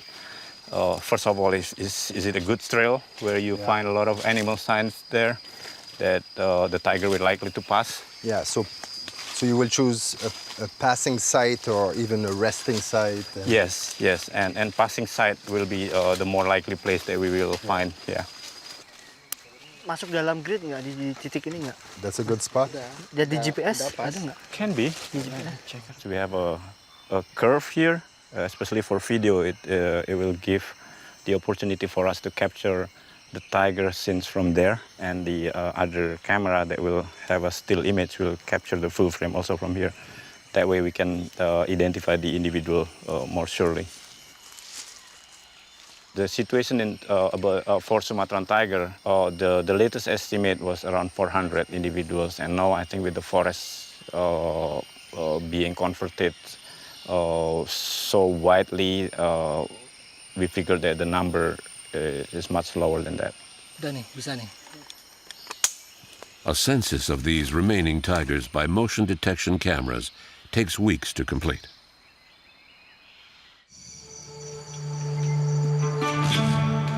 There is no respite for the team. Again tonight, the brigade must intervene. Elephants were seen on the edge of a large plantation.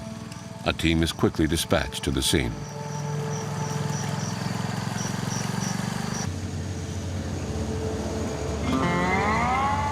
Motorcycles are preferred to elephants for this risky nighttime operation.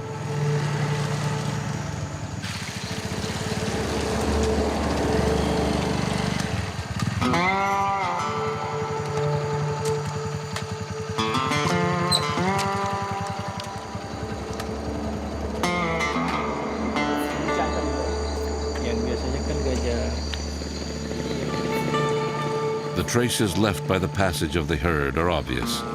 Sunarto is called in as backup. The team will try to scare the elephants using guns. The noise scares the animals, but no one can predict which way they will go.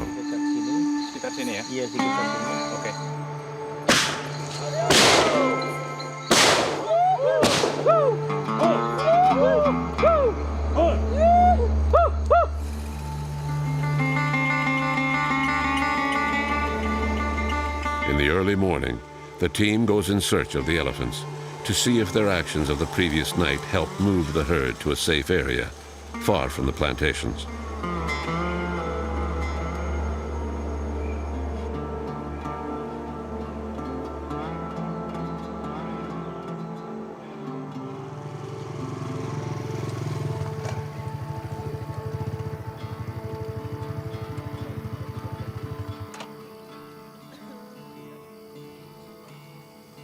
So the elephants are on the other side of the river? Yes, they are. The herds are across the river.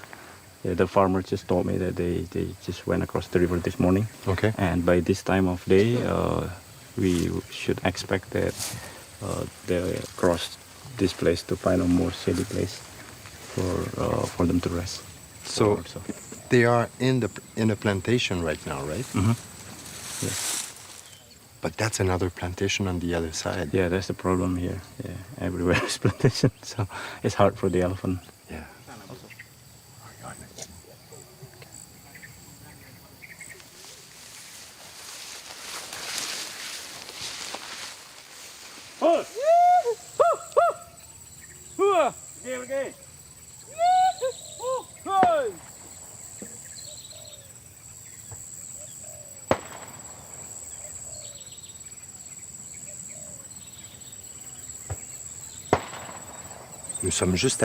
We are just at the limit of Balaraja National Park, and we hear farmers who are attempting to hunt elephants off the plantations.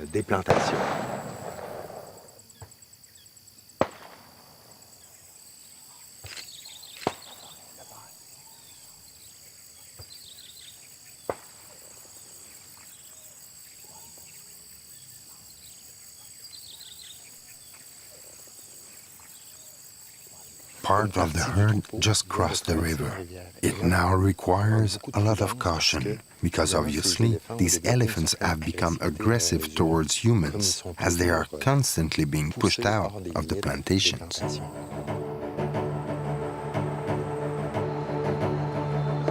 Challenge here is that to chase the elephant, you need to direct them to a place that is safe.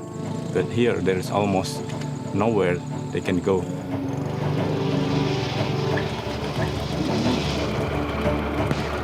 The owner of the plantation company has deployed a group of workers to hunt elephants in the palm grove. This small army, equipped with fireworks, stalk and surround the elephants, who don't know where to go. A sad circus in nature, where the elephants have become the victims of a real hunting party.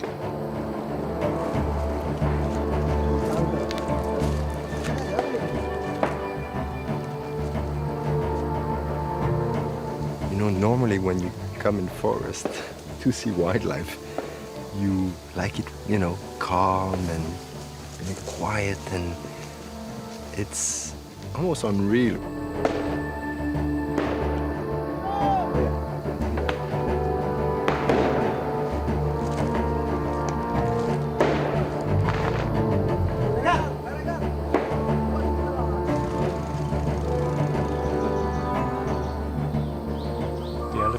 To go here, but there's somebody there again. Yeah. Again, there's so many noise here. Yeah. The elephants have left the first plantation, but must quickly turn back when faced with the attacks of the neighboring plantation workers. We are living in like the war zone.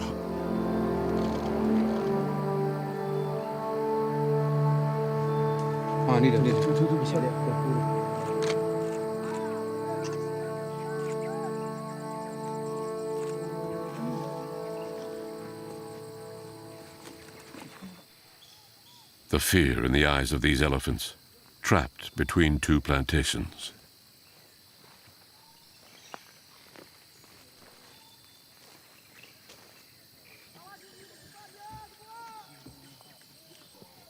The men regroup.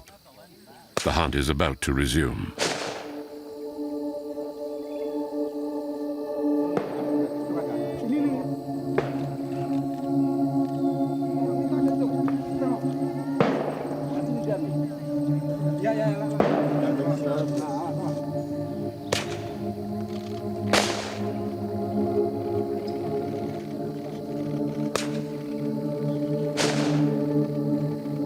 They keep on trying to survive despite this kind of situations. Almost every one of them got different kind of scars in their body because they've been tortured here and there. Slowly, slowly, slowly, run out. Now we are safe.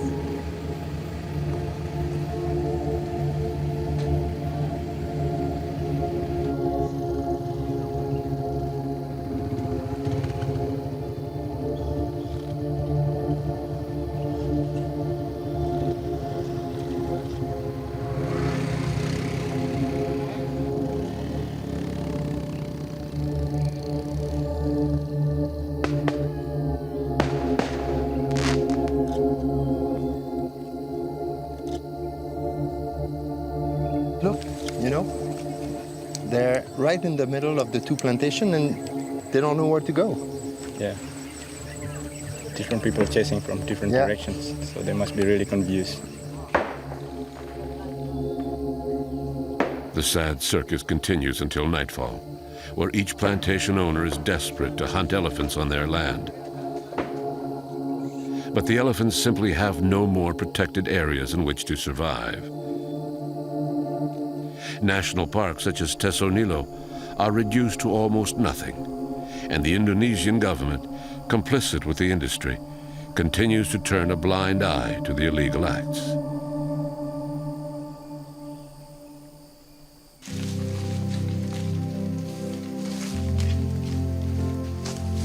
I have the privilege to work with this magnificent species, including elephant, tigers, and rhinos, and they are categorized as critically endangered under IUCN criteria. All of these species or subspecies are in that category now. The next step beyond that is extinct in the wild, and we really don't want them to be there. Sunato and his team's efforts to save the last wild elephant populations are remarkable, but they are not enough. Contributing to the ever-increasing demand for palm oil for our consumption, we are all responsible for the industry's strength. But there is not only bad news for the flying squad. An elephant calf has joined the ranks of the famous brigade. Good news for a species on the brink of extinction.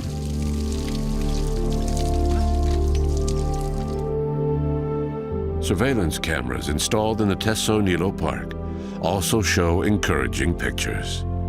New tigers, unknown to Sunato's team, will be added to the identification catalog. A female and her young, the hope of an entire endangered species about to disappear forever. What good news for a country that so badly needs it.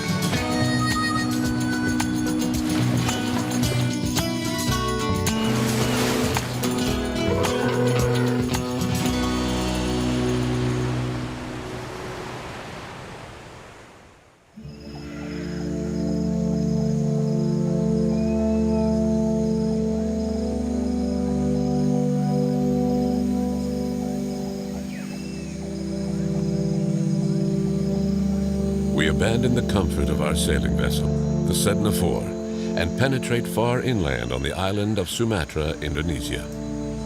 Sumatra is home to an extremely rich and diverse wildlife, with over 200 species of mammals and almost 600 species of birds.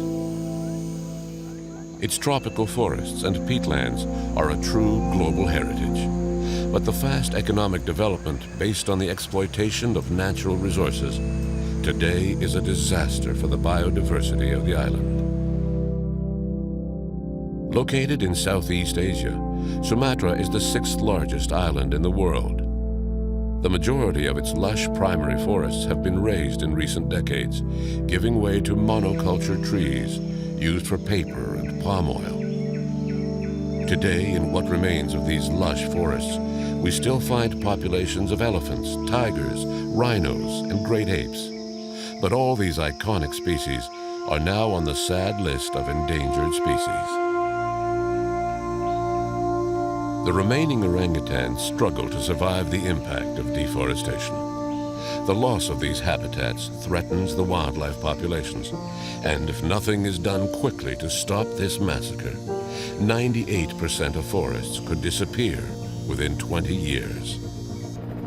For economic reasons, the majority of Indonesian land was given in grants to companies that decimate these precious forests to make way for the highly profitable palm cultivation. Palm oil, used in food, cosmetics, and biofuels, the vegetable oil most widely used in the world. The forests in the province of Aceh, in the west of the island, are one of the last refuges for populations of orangutans in Sumatra. Despite protective measures dating from the old regime, the new local government has granted new concessions to large corporations, razing and burning forests to convert them into monocultures. These practices are often illegal, but the government turns a blind eye. In this country, laws are often flouted, jeopardizing the survival of the last elephants, tigers, rhinos, and orangutans in Sumatra. Biologist Bryson Voirin, a specialist in arboreal mammals, joins our expedition. I spent a good part of my life in tropical rainforest canopies around the world, in both New World and Old World forests. Now, this forest is especially interesting to me because of the orangutan. Our investigation begins at the SOCP Quarantine Center, the Orangutan Conservation Program in Sumatra. In addition to its many research programs, the SOCP collects the victims of deforestation and animals captured by poachers who resell them as pets.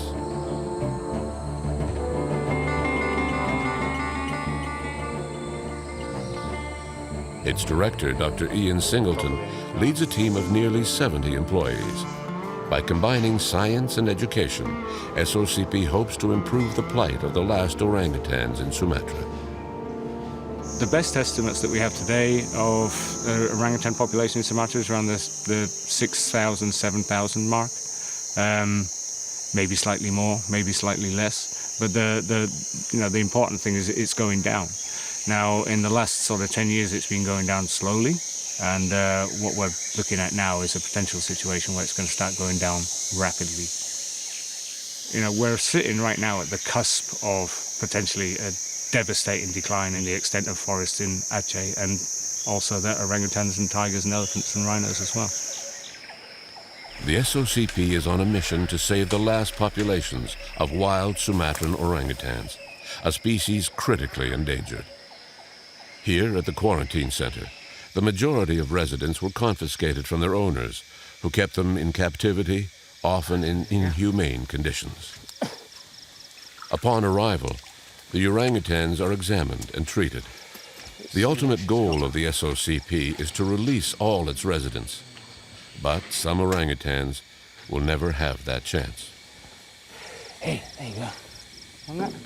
Losa was shot 62 times with an air rifle. We've managed to take 14 pellets out of him, but he's still got 48 inside.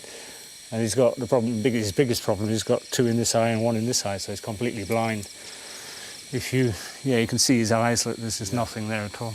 And we'll never be able to fix that. So he's going to spend the rest of his life as a captive orangutan, which could be more than, could be 40, 50 years. Why would somebody shoot an orangutan 62 times with an air rifle? What you have in these farmland areas, you've got people wandering around there with BB guns, and they'll shoot anything that moves. They shoot squirrels and monkeys, anything that they think is going to eat their crops. And I think that's exactly what's happened with him. They've probably run out of pellets after 62 shots. You want to sleep, don't you? You just want to sleep. Huh? So, yeah, these cages behind us are what we call the long-term cages. So that's especially for animals that we know can't be released, at least for the foreseeable future. But most of them, the vast majority, after they've done their quarantine down near the clinic, and we've treated them for whatever ailments they might have, then they move up to these big socialization cages up here. And this is the first time they kind of really start to learn how to be a little orangutan once again. Oh, yeah.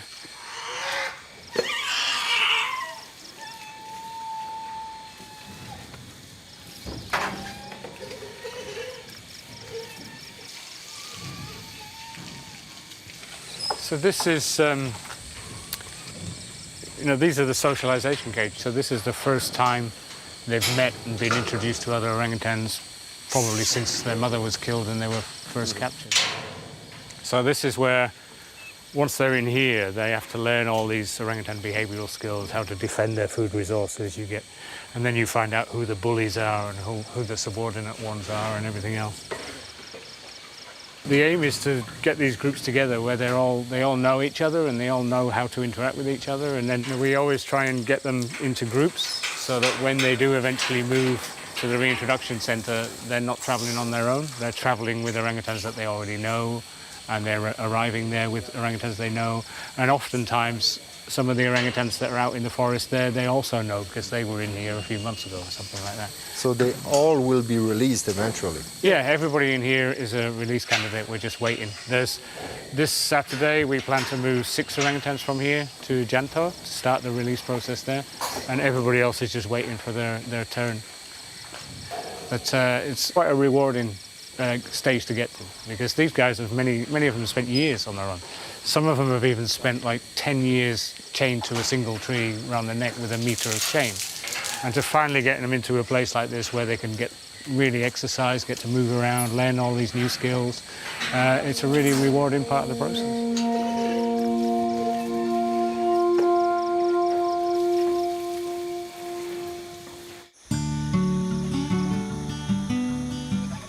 Counting the wild orangutans is a complex task, and the SOCP biologists must travel long distances into the forest to find the nests made daily by orangutans. Often located at the top of trees, it is a daunting task for the patrol.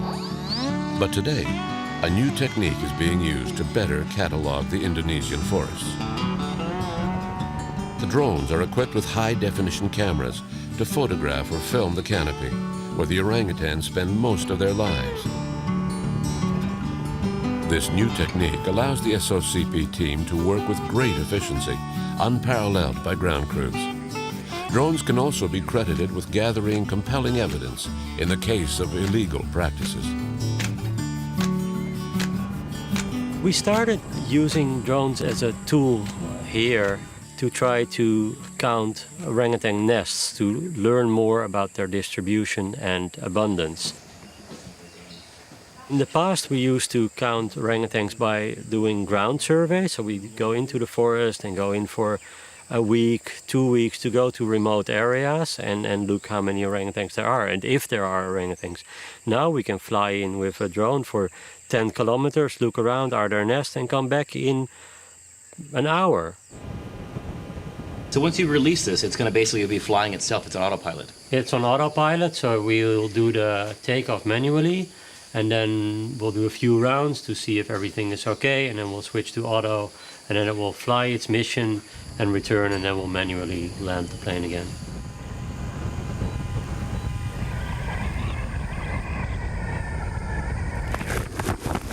Once we started that, we saw the footage and thought that this can be a much more applicable tool than only focusing on orangutans. It gives fantastic information on deforestation, on threats to the forest, on where forest is, what the agricultural threats are, and it gives us, in a way, very high resolution data that we can use to pinpoint where changes are occurring. In their efforts to protect the last wild populations, environmental groups have quickly understood the importance of documenting the logging operations. Drones have now become an effective weapon in the fight to save these last protected areas. The problem is not the oil palm tree. I mean, it's a wonderful, productive plant. The problem is the way the expansion of the industry is happening right now. The drupe palm has a much higher yield than soybean or rapeseed.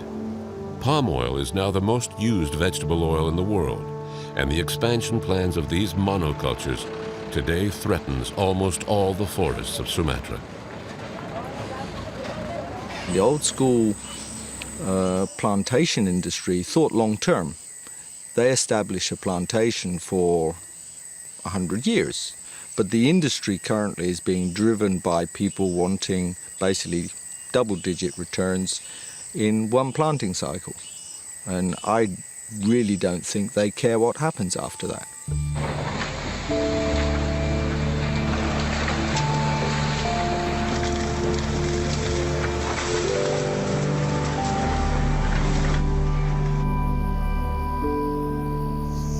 The trees are all cleared, everything is scorched, and 99.999% of everything that lived there dies.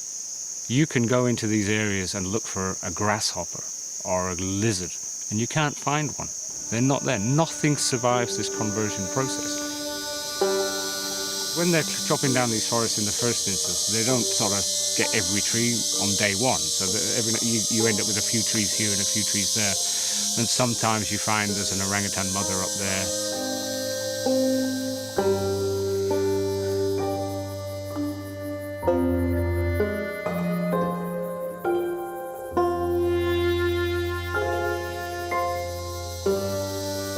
So they will chop the tree down and then they will jump on this animal and beat it and club it with machetes and wood and sharpened bamboo sticks and everything, and it'll be killed that way.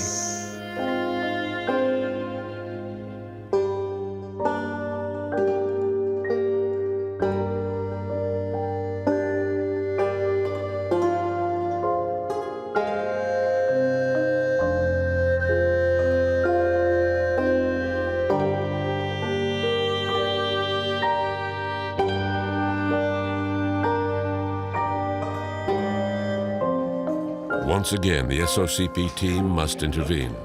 An ailing orangutan has been found in a plantation. The wounds sometimes that we see are just horrific.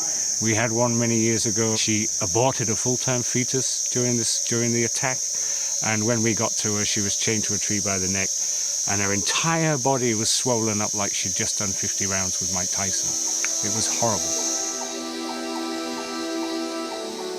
The level of violence you need to do that, just concerted violence, it just amazes me. I find it hard to get it in my head that people can be that vicious. Animals rescued by the SOCP are fortunate, but they only represent a tiny fraction of the orangutan victims of deforestation and poachers. But for others, the majority, it will be death, out of sight, through carelessness and indifference.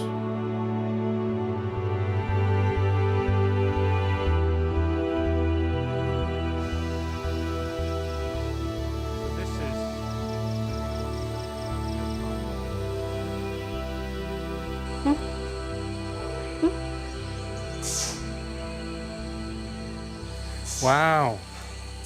Wow. So this is the one we got yesterday morning, yeah? Yeah. We just got the information from the forestry department, and then he said with us he found some big orangutan in the plantation, and the people say the orangutan is just staying in one place and then don't want to moving, And then when try to looking with binocular, he found a lot of wound there. So this is why the forestry department make a decision to take this orangutan going to here. He's got a big scar this here. This is a lot of wound on his body. He's on the head. This is very big wound there, and this is very deep. And then we found a big hole on the here, and then on the right hand, is it? He cannot using. And when we try to palpate, the scapula is calm down. So wow. I don't know exactly is this a fracture or just dislocation. So we will make sure with the X-ray. But it's surprisingly calm, yeah? Yeah. To see this poor creature come in and just look you in the eyes, and they have the most human-like expressions on their face, and it's just wondering, what the heck is going on and what are people doing to me?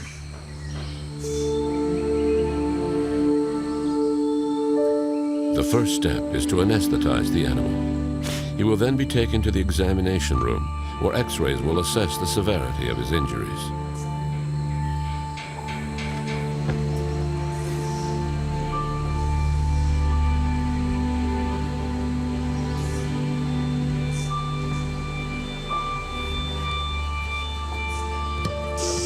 Rhea is an older male.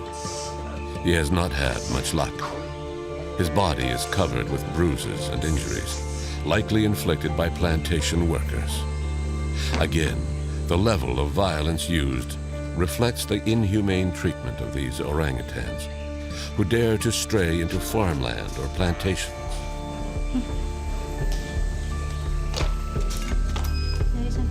The main concern of the veterinarians are Rhea's internal injuries. A comprehensive examination will determine if surgery is necessary.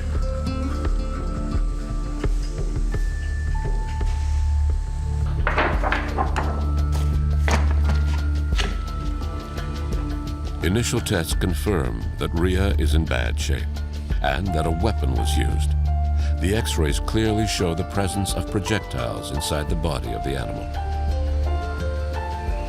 So, yeah, this is the head and the skull.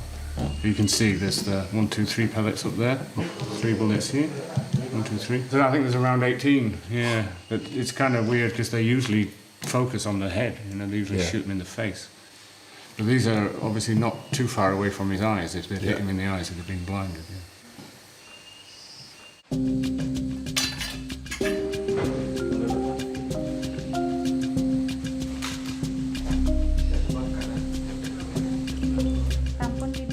The full examination confirms the severity of his condition and the presence of significant internal injuries.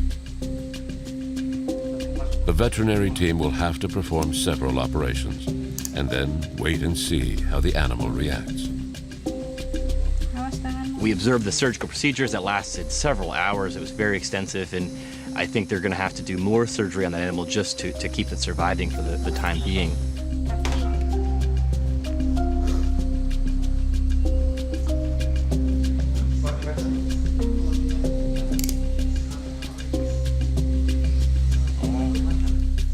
So after 6 hours under surgery, what's the verdict? It looks from the X-rays, there's no sign of any sort of bone damage, and so his problem is all these cuts and holes, and especially his right hand is completely shot to pieces. The tendons inside the hand is all rotten. You can actually put a finger almost all the way in, just about every direction, and the tendons seem to be already rotten, so you can pull the ends and make the fingers move. So there's a good chance we may have to amputate that, but we'll review that over the next few days. So if you have to cut his right arm, is there less chance to be released, or? It depends on him, but he's lived in the forest, wild, and as long as he's sensible, missing a hand probably wouldn't be a major problem. We've already released one big male orangutan with an amputated arm here, and it doesn't bother him at all. Yeah. We'll see. Yeah. It depends very much on him now, I think.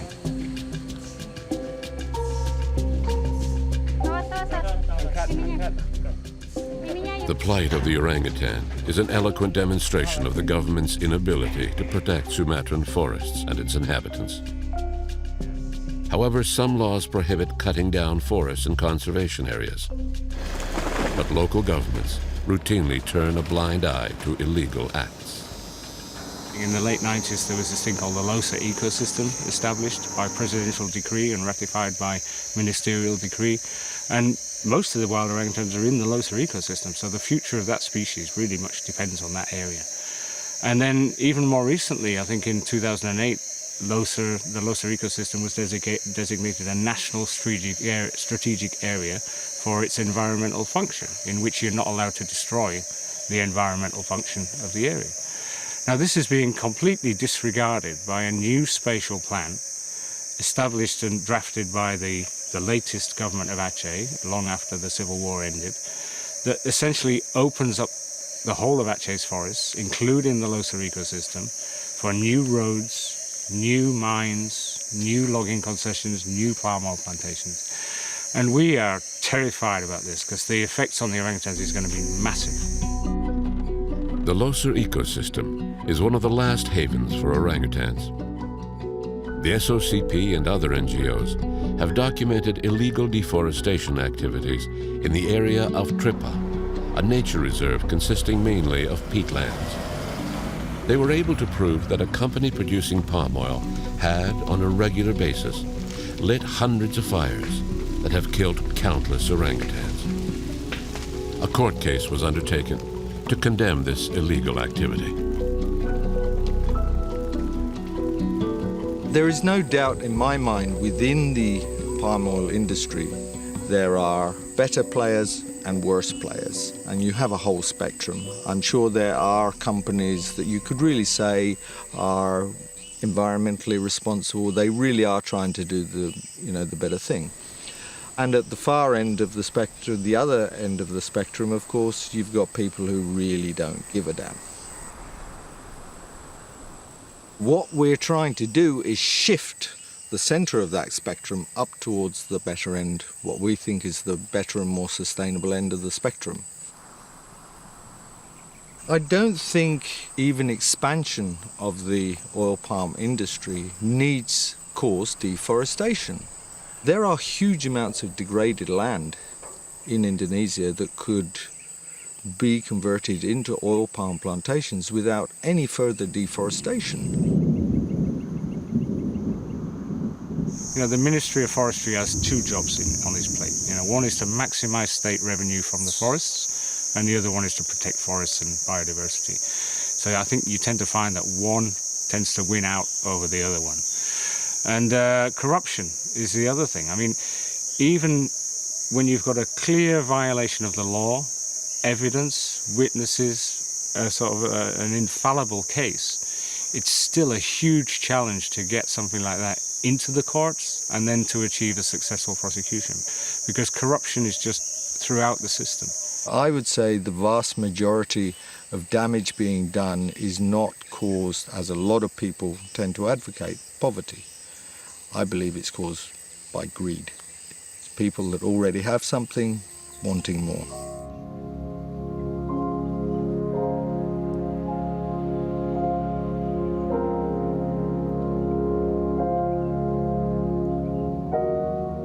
What's most surprising when walking in the plantations is the silence of the forest.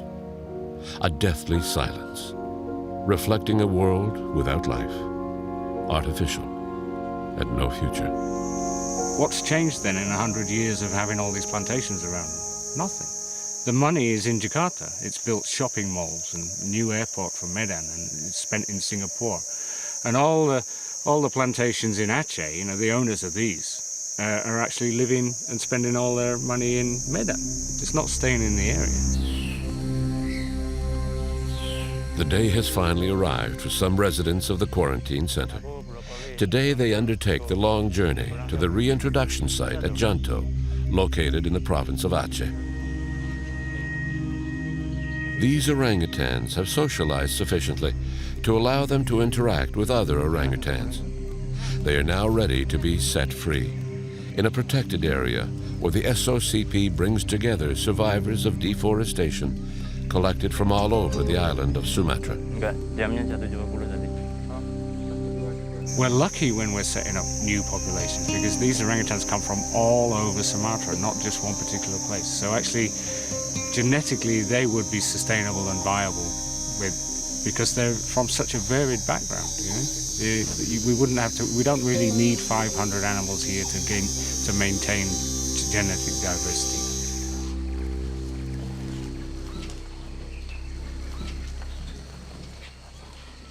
Satu lari ke bawah ya. Pelan-pelan aja, nggak usah buru-buru.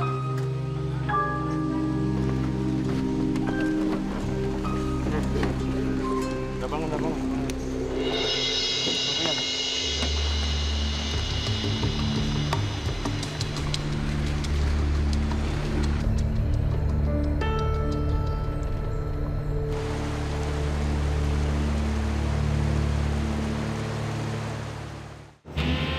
The road to freedom is a long one for its orangutans. The journey will last 12 hours. In a truck on the road, in 4x4 vehicles on forest roads, or in specially adapted vehicles to navigate the wetlands. Orangutans are always accompanied by veterinarians, thus providing them some comfort during the trip.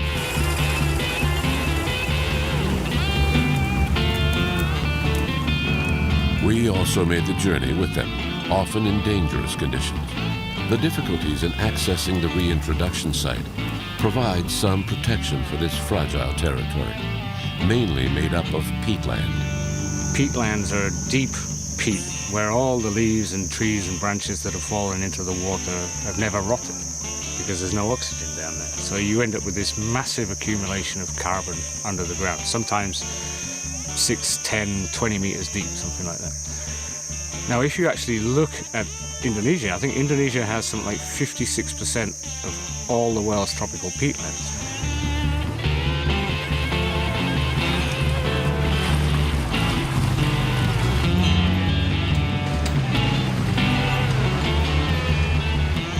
The amount of carbon considered to be in these peatlands by the experts was something like 4 to 16 times what's in the atmosphere today. So this is a major issue. If you want to reduce emissions of carbon into the atmosphere, if you can stop destruction of Indonesia's rainforest, and especially its peatlands, you take a huge leap in the direction of your goal.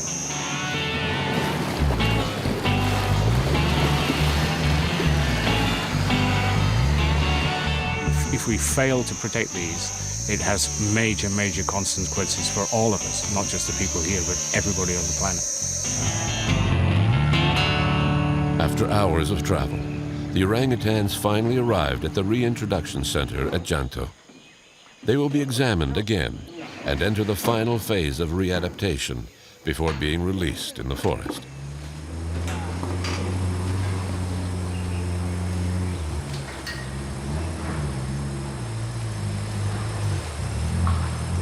Mission accomplished.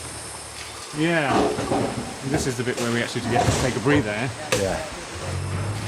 It's always stressful when you've got the orangutans on the road, because anything can happen, like bridges breaking down or getting stuck with a broken axle or something. But once you get them here, they're healthy, they're in the cages, you can relax a bit. Orangutans tend to just sort of grasp it. You know, okay, I'm in a box, let's see where I go. Yeah. I hope over the next couple of days we'll see a few orangutans around here in the trees, and that's when you get a real kick.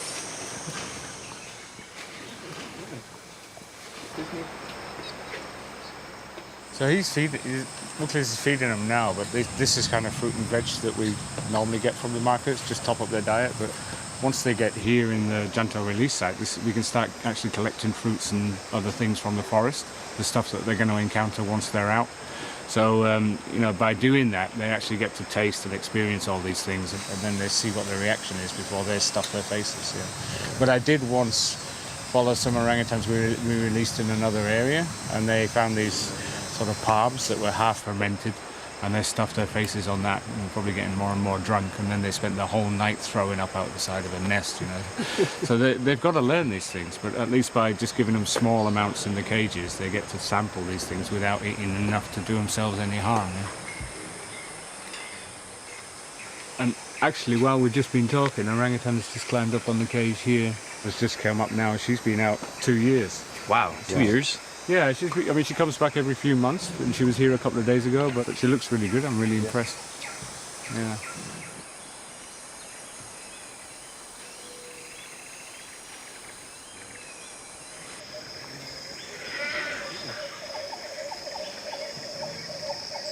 The aim of the project here is not to just have a few orangutans wandering free and happy again after a traumatic life. It's to set up a wild, functioning, viable population of an endangered species. And any tourism or disturbance or human contact undermines that. We want these animals to be behaving and acting just like wild orangutans, which means up in the trees, feeding, interacting with each other, and no interference from humans down on the ground. Several of the orangutans released into the wild are equipped with a small subcutaneous transmitter that allows them to be traced and their progress monitored. Well, it's not really far, eh? No, the signal's about 90, so it means it's somewhere within 100, 200 meters max. So, but it's difficult to find out exactly where they are because the terrain's quite undulating and the signal bounces around a lot. But we know it's somewhere in this kind of forest patch here. Okay, let's try to find it. Yeah, okay, let's see if we can get closer. There he is.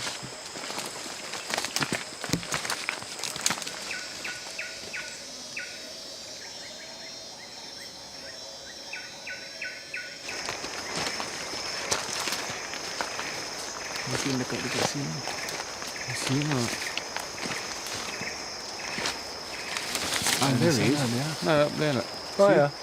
Through that gap. You see him pretty clear. Yeah. The sort of Yeah. Yeah. Just and then you can hear the fruit drop. Yeah. Usually, when you find orangutans in the forest, if you're not using this stuff, it's you'd find them with your ears, not with your eyes. You just hear this as the fruit drops and hits the leaves and stuff like that. And there's a nest right there. Yeah. Oh, yeah. No, yeah, I don't think she's used that one yesterday. It looks like about a week old. It's always nice to see them, though, eh? Because you remember when you see them like this, and you remember when the first time you met, say, Choti, and it was in somebody's back garden, and skinny and terrified, and maybe with a chain around its neck. And then you see them out here like this in the tree.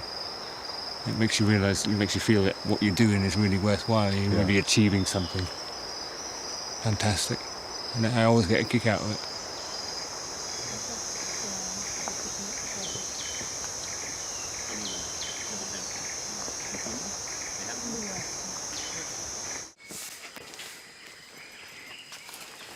But not all orangutans are so lucky.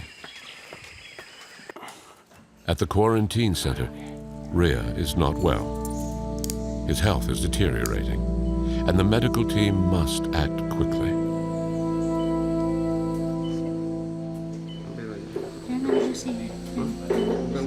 Fotonya lagi ya? Ini udah. Tangan yang sini, bahu.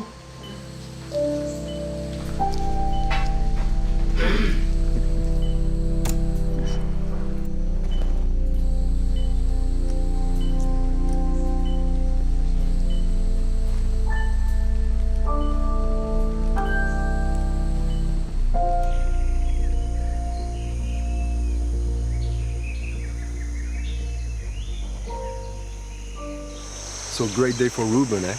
Yeah, in a minute, Muklis will he'll hang a few bits of fruit on the rope there, try and encourage him to go across, and then the last step is just to open the door. Yeah. And then it's up to the orangutan what he does next, yeah?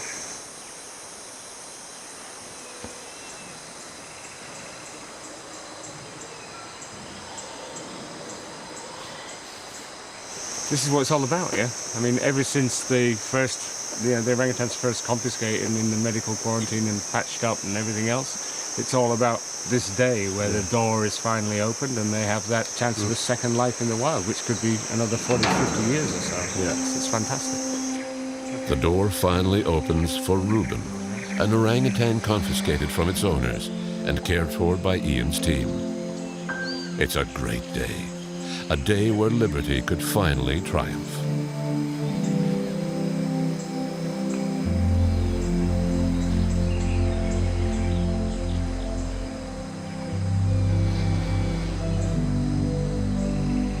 Obviously a little bit unsure about what he's doing, taking a look around. A lot of them do that. They the surprise of having the door open is like, ooh, what's going on here? So they don't just immediately run into the trees, but they just consolidate themselves for a few minutes and see what's around, see what's where. and then they make a plan. Okay, look, he's off. Oh yeah. Oh yeah.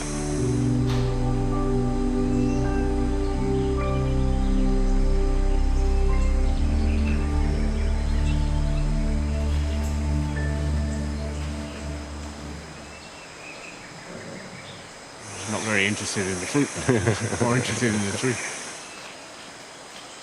So we're very much hands-off from the very start. When they come out of the cages, they're not looking for a human contact. They're looking at the trees and seeing other orangutans there, and they're going there, and they're staying there. There's no difference between these orangutans right now and those orangutans I followed for 2 years in the swamps. They're up there all the time, feeding very much on the stuff they should be feeding on, and at the end of the day they made these beautiful nests and went to sleep.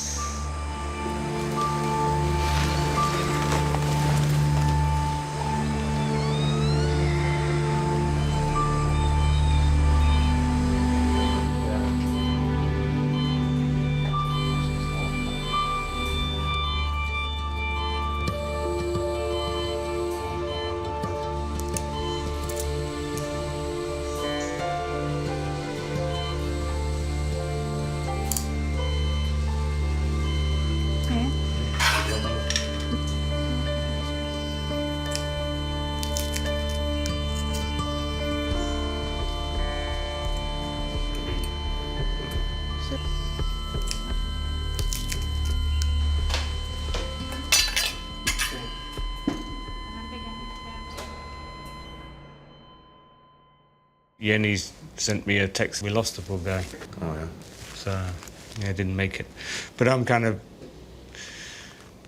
disappointed because I was a bit optimistic. I thought when we had a good look at him the other day, it looks like he's still pretty strong. He's been enthusiastic about his food, but I think the injuries that he's got inside are much more than what we saw outside. It's really sad because I thought it was a great, rescue story, but he was eating with good appetite and everything, but... This is another orangutan, dead at the hands of humans, farmers, villagers, just crazy people. When they get an opportunity, they just go nuts. Orangutans get killed almost on a daily basis just for nicking a couple of durian fruits or something like that. It's just bizarre. It's completely out of kilter. Crazy. Sad. But we move on, try and save the other ones.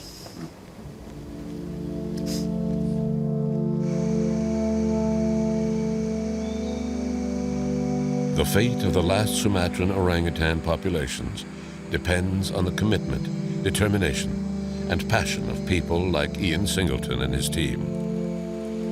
The protection of the last protected forests of Sumatra is of paramount importance to avoid further tragedies such as Ria.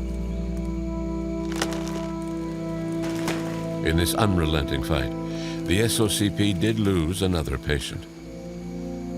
But the struggle has won an important victory, thanks to the support of other local NGOs and the public, who responded to the appeal by environmental groups.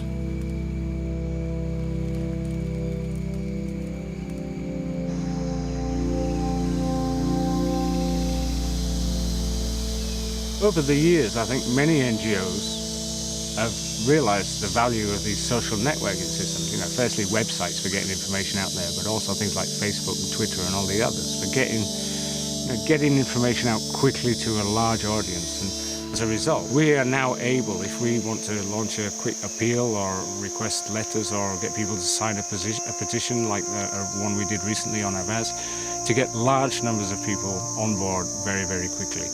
And the Avaz one in particular, we managed to get something, I think, as much as 1.3 million signatories within just a few weeks. Every time you sign one of these petitions, an email goes to the President of Indonesia, it goes to the Governor of Aceh, the head of the forestry, and it goes to all these other... So they hate getting 1.3 million emails. But it also gets picked up by the press. So because of this huge petition, the Guardian, the Independent, the Wall Street Journal, the Sydney Morning Herald, they're all willing to write articles because they know that this is a hot topic. So never underestimate the value of clicking like and share and getting onto these petitions and signing them when a cause really is something close to your heart. In a historic judgment, the producer of the palm oil, PT Kalista Alam, was fined $30 million for fires in Tripa, a valuable peatland area in the Loser ecosystem. This victory is perhaps a consolation prize, however, since a new development plan in the forests in the province of Aceh has been adopted by politicians. Envisioned are more companies, more plantations, and inevitably, more innocent victims.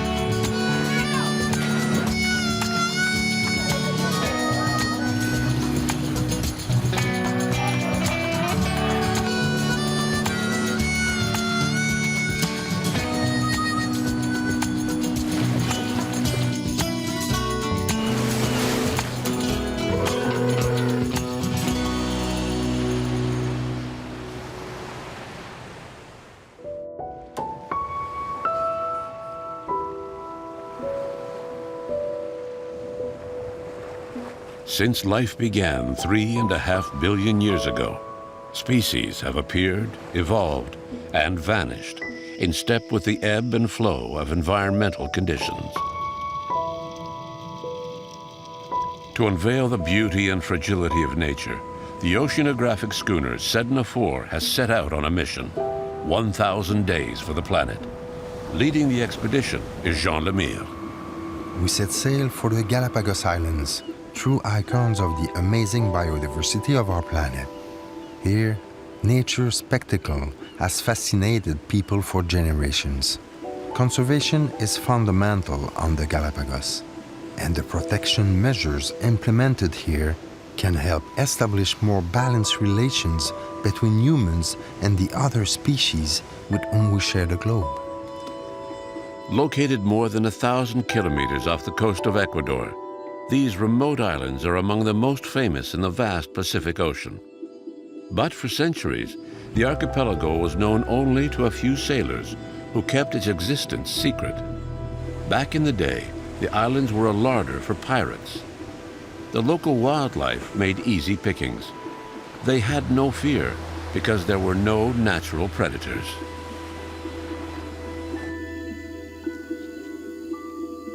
Passing sailors introduced a number of animals, and these have multiplied. Goats, rats, and other invasive species still threaten the unique flora and fauna of these remote islands. But a new threat is looming, more insidious than tourism or even the introduction of exotic invasive species: climate change. The island's extraordinary richness is due in large part to the interplay of the great ocean currents that help regulate the climate of our planet. In this region, the Humboldt Current flows north from the Antarctic, skirting the coasts of Chile and Peru. This deep water stream, 7 or 8 degrees colder than the surrounding ocean at these latitudes, comes to the surface bringing nutrients that stimulate the growth of plant and animal plankton on which many species of fish feed. This abundance of food is a boon for many animals, like the Galapagos penguin, the most northerly species of penguin on the planet. The geographic location of the Galapagos Islands isn't an ideal habitat for penguins, but they've been able to adapt to the tropical climate thanks to the cold ocean currents that bathe the archipelago. To escape the heat, Galapagos penguins spend most of their time in the water and only return to land at sundown. But an increasingly frequent climatic anomaly is threatening the survival of these penguins endemic to the Galapagos: El Niño.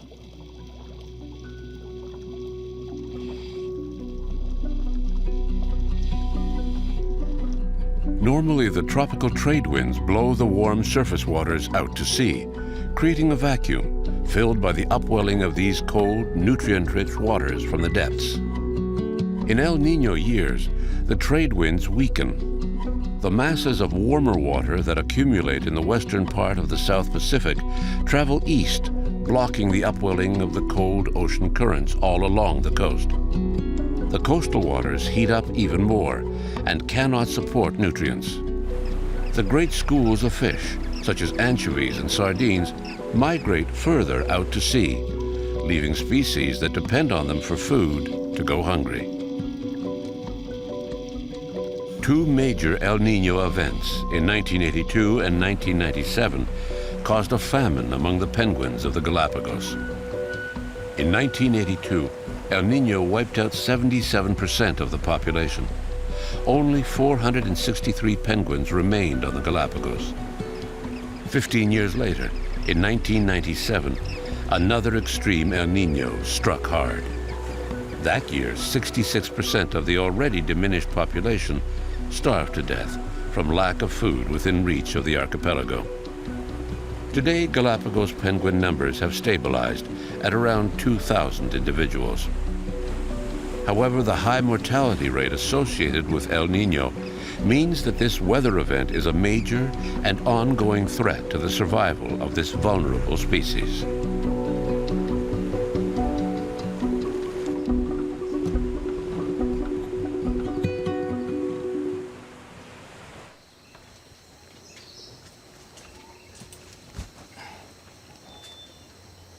Scientists in Galapagos Islands National Park who monitor these climate phenomena have already noted important changes within different ecosystems. En esta época del año, las iguanas marinas empiezan a hacer su territorio, ¿no? This is the time of year when marine iguanas start to establish their territory. Agarrando su territorio. Normalmente, and these guys are doing that right now.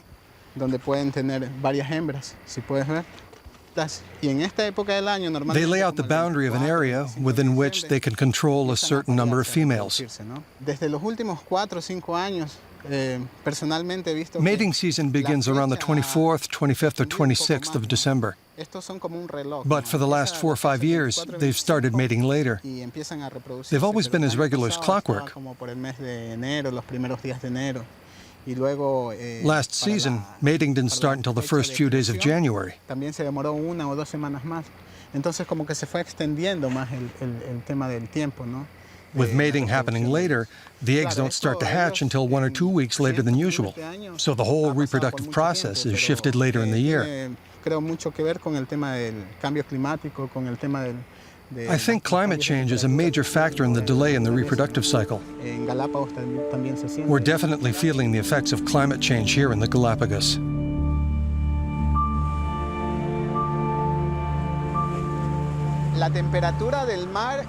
We've been keeping track of ocean temperatures going back 70 years. Now that climate disruptions are a big concern, our records are proving very useful in identifying temperature spikes during El Niño events.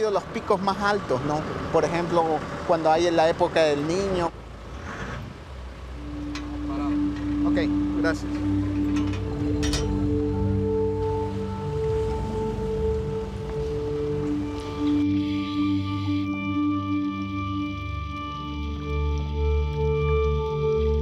This data is vital over the long term.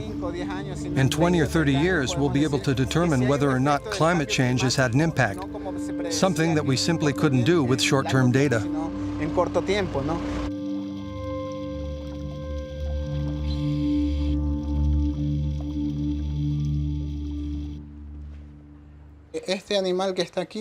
This animal here is a type of sea crab that originated far away from the Galapagos archipelago. They traveled on a warm current during an El Niño event. We found lots of them here in 1997 and 1998. We had never seen them before. Their arrival allows us to deduce that ecosystems are affected by changes to the climate. And this is proof that species change, ecosystems change, but also that the habitat where the animals live also undergoes profound changes. El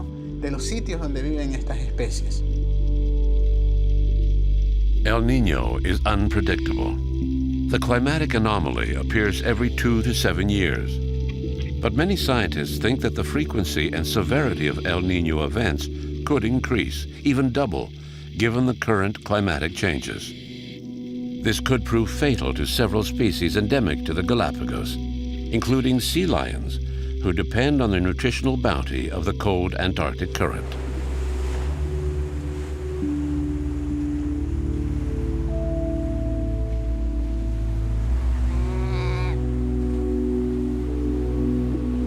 Scientists have noted much higher mortality rates in El Niño years. During the last extreme event, numbers dropped by half.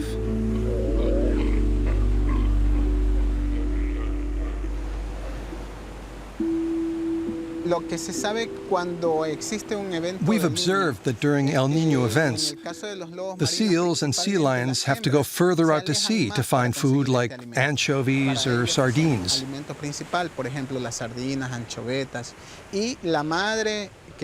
Nursing mothers have to leave their pups alone on shore for longer periods of time.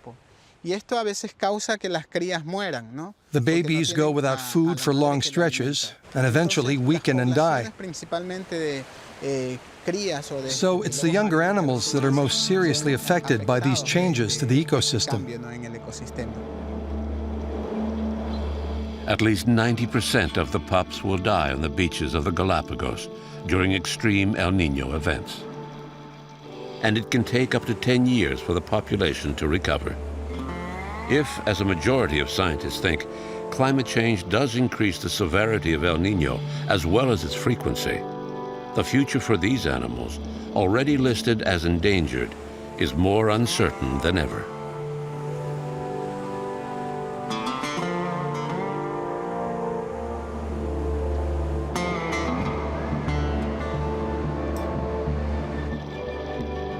Climate disruptions have no borders and can have dire consequences spread over time and great distances. At the sub-Antarctic Bird Island in the southern Atlantic Ocean, scientists of the British Antarctic Survey noted major die-offs among young fur seals. And these events repeated over time. Years of research have shown that El Niño also takes a toll on wildlife in the Atlantic Ocean, but 2.5 years after the event begins in the Pacific.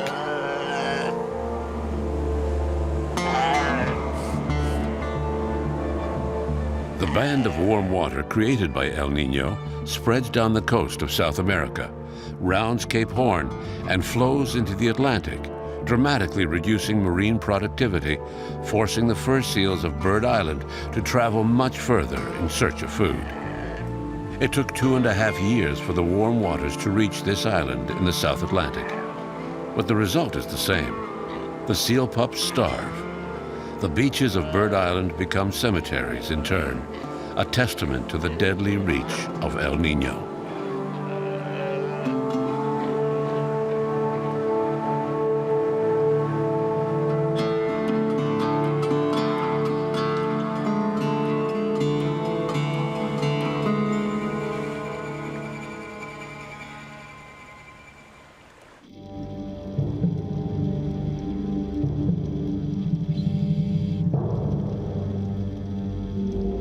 In the Galapagos, despite the most stringent conservation practices in the world, many species are under threat. The culprit? The climate crisis, which knows no borders and sneers at conservation measures. A rise in ocean temperature could also have irreparable consequences for the survival of these unique creatures. They have become true symbols of conservation. Marine iguanas, too, are affected by warming seas. Iguanas eat sea algae, which become indigestible as a result of a buildup of a toxin that grows in warm, humid weather. When there's nothing but poor quality algae to eat, and not even much of that, the iguanas are in grave danger. As well, erosion and floods destroy their nests, and the warmer air affects their ability to control their internal body temperature. In one of the most recent extreme El Niño events, almost 90% of marine iguanas died.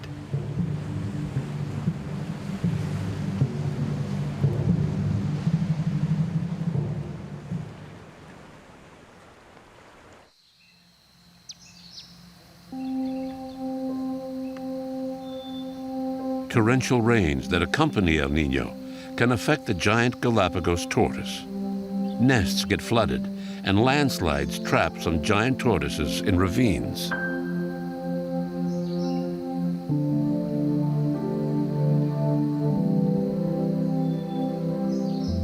Estimates are that over 250,000 giant tortoises once lived on different islands before the Galapagos were discovered in the 16th century. Caught and kept alive on sailing ships as a source of fresh meat, their numbers plummeted. The introduction of invasive animals like goats and rats also contributed to the decline of giant tortoises throughout the archipelago. In 1974, there were only 3,000 individuals left.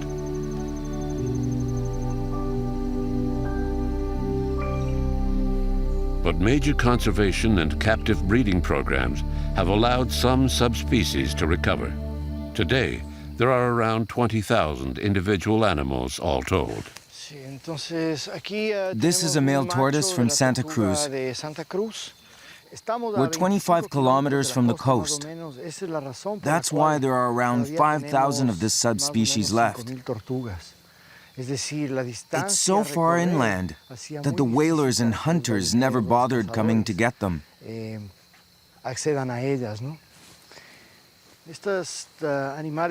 These animals are an integral part of our ecosystem. The plants on the Galapagos have evolved in concert with this link of the chain.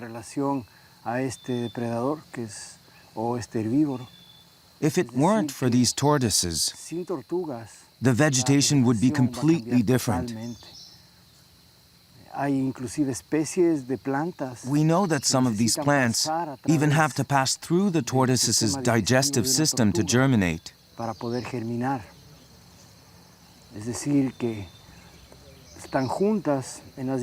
evolution of the island is so intertwined with the tortoises that it's hard to imagine what the islands would look like if there were no tortoises.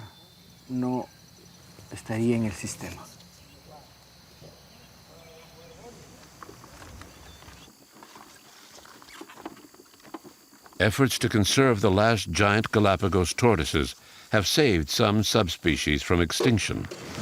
But it was 1 minute to midnight when the reintroduction team arrived on the islands.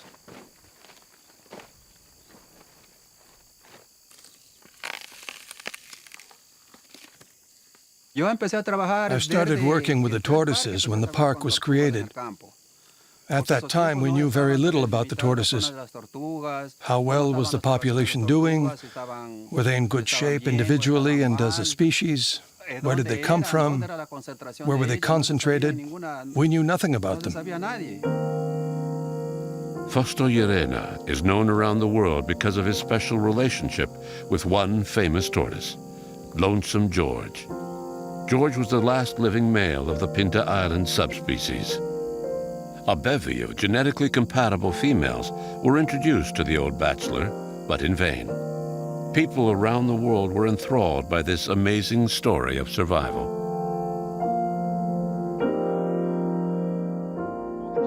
Today, Fusto Llerena and his team focus on protecting young tortoises for eventual reintroduction on the different islands of the archipelago. The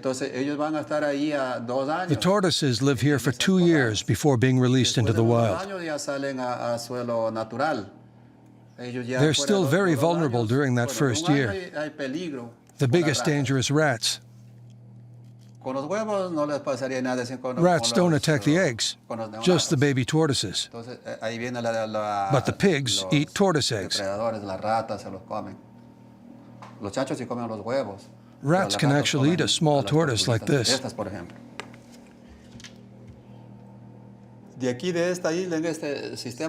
reintegrated 1,800 tortoises from our incubators on Hispaniola Island. At that time, only 15 adult tortoises were left. We brought them here to mate.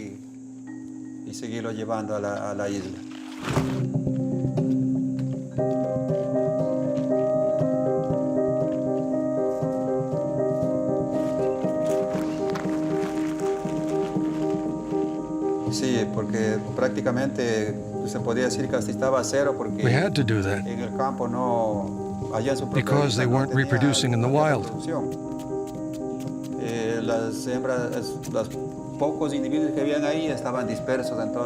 The few who survived were dispersed all over the island. It was almost impossible for males and females to find each other in all that territory. Now we are finding nests of young adult tortoises. There are around 3,000 today.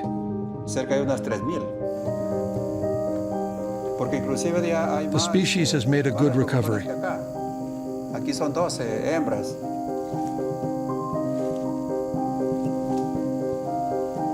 Conservation measures, captive breeding programs, and the giant tortoise's amazing longevity, up to 200 years, have enabled some subspecies to escape extinction. But other subspecies remain in danger, especially with the potential degradation of their habitats caused by climate change.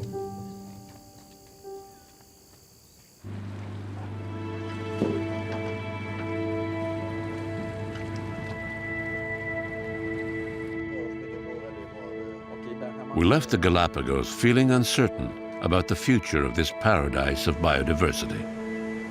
Climate change will affect not only animals and plants over the next century. Scientists foresee that all the islands in the Pacific will face temperature increases on land and sea. Beyond the disasters feared by the predicted rise in sea level, ocean warming could affect our ability to feed the planet. To understand one of the little-known consequences of warming, we set sail for French Polynesia.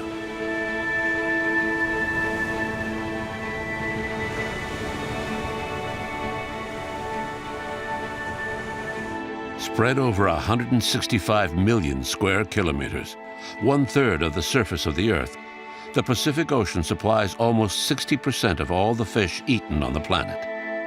This extraordinary abundance is due in large part to its coral reefs, which support a wealth of diverse life forms.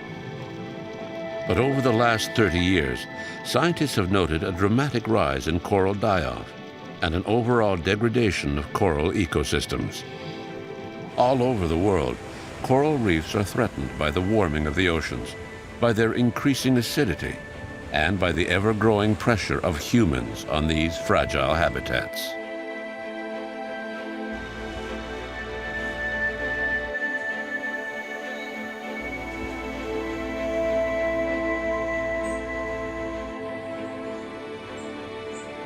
On the island of Moorea, scientists are working to understand the evolution of coral reefs.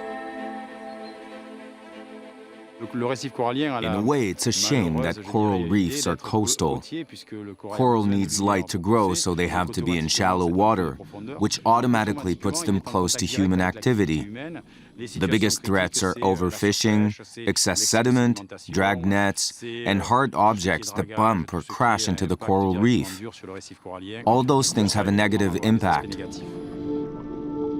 Coral reefs form ecosystems that provide shelter and food to millions of life forms, from bacteria to algae, and from fish to the largest marine predators.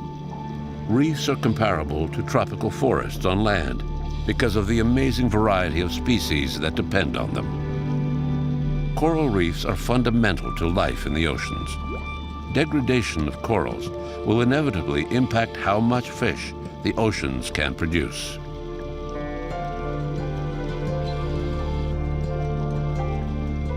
We estimate that more than 85% of fish stocks are overexploited or exploited to the maximum, and the pressure to feed humankind can only increase. Yet, according to the Food and Agriculture Organization of the United Nations, 7 of the 10 most important varieties of fish are on the brink of complete disappearance. Globally, 1 fish species in 3 is threatened with extinction. We've been recording ocean temperatures on Moorea for over 25 years and have noted what may seem like a slight increase of 1/4 degree Celsius. This long-term study indicates a trend, and if we're talking 1/4 degree every 25 years, that's 1 whole degree in a century. We're starting from average temperatures of 28 to 29 degrees, and 1 degree more takes us up to 30 degrees, just about the upper limit of tolerance for a coral reef. That's when bleaching starts to occur, and any additional stress could tip it over the edge. Each stress isn't disastrous in and of itself, but it's the accumulation of stressors that does the damage. Even a small increase in temperature is highly stressful to corals. Corals react by expelling zooxanthellae, single-cell algae that live symbiotically with the coral. Without these essential algae in their tissues, the coral turn white and will eventually die of starvation. Episodes of massive coral bleaching have been observed 7 times since the middle of the 1980s on the Moorea Reef.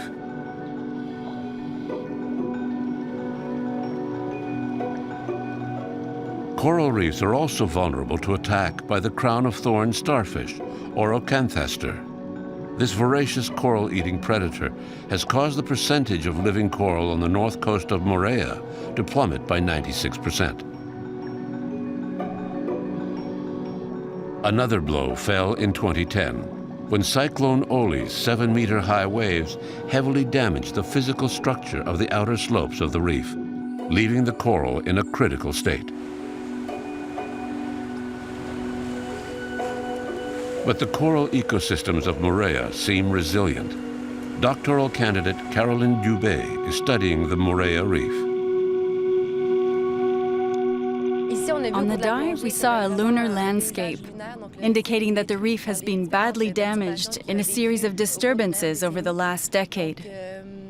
We can't say for sure that the reef is recovering, but some pioneer species are starting to recolonize the substrate. So that's a good sign that things are starting to get back to normal after all the upheaval. And as we continue to observe the reef over the next few years, we should gather more evidence of the reef's chances to make a full recovery from the damage.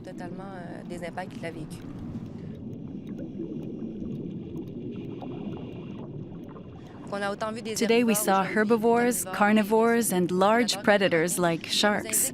That shows that the food chain is intact, despite the fact that the coral isn't in good shape. It proves that the ecosystem is stable and that there's a chance that it will recover over the next few years. While the number and variety of life forms in and around the degraded coral reef has diminished considerably, there is still a wide range of species in the food chain. The arrival of large predators may be a hopeful sign for the future of this recovering ecosystem. So he's a juvenile? How old? He's just under a year old. He's about 60 centimeters long. Now we've got him, and we'll try to be quick, get everything done within 1 to 3 minutes. Let's go.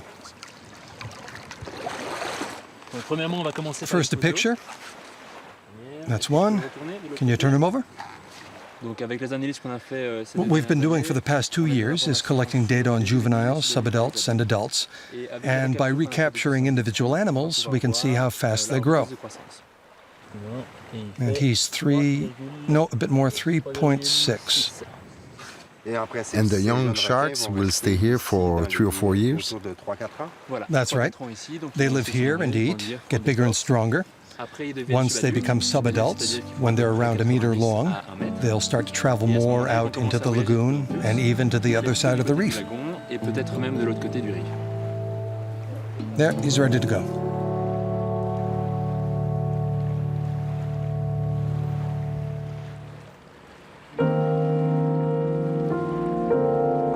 Research is vital if we want to improve our understanding of the complex universe of reefs. Good morning. American scientists from the University of California are studying the recovering corals near Moorea.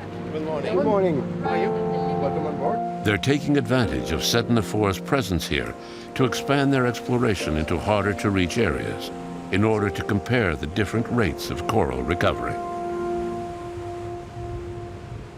Coral reefs are really in a very dire situation. Large amounts of coral have been lost in the last 50 years, and that loss of coral arguably began 300 years ago when European explorers first got to tropical locations. But those losses have really intensified in the last 50 years, and maybe in the 60s and 70s there are many parts of the world that had half of the seafloor covered by live coral, and now it's barely 1/10 of that. It really is very serious. Scientists are investigating the way new coral tries to repopulate these places. What varieties are resilient, and what are the chances that someday we'll see a viable ecosystem established despite the predicted climatic stress? So our main objective is this coral survey, and really the tool is the camera framer. So we're looking at the whole landscape, but we're taking very detailed pictures of just a 1/2 meter by a 1/2 meter. We're repeating that many times, and we'll do that at a series of depths, and from that we can then put together a detailed picture of the community structure of the corals.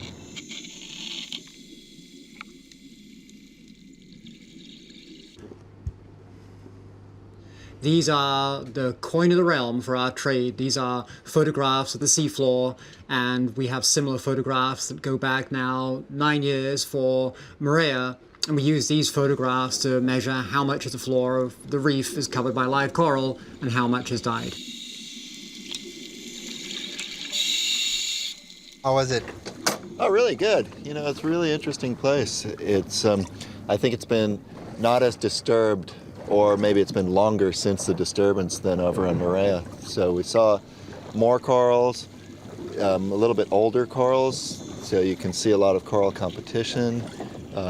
Down deep, it was kind of a lot of rubble, but also a lot of juvenile corals growing in. So it's a sign that there's recruitment of new corals coming here.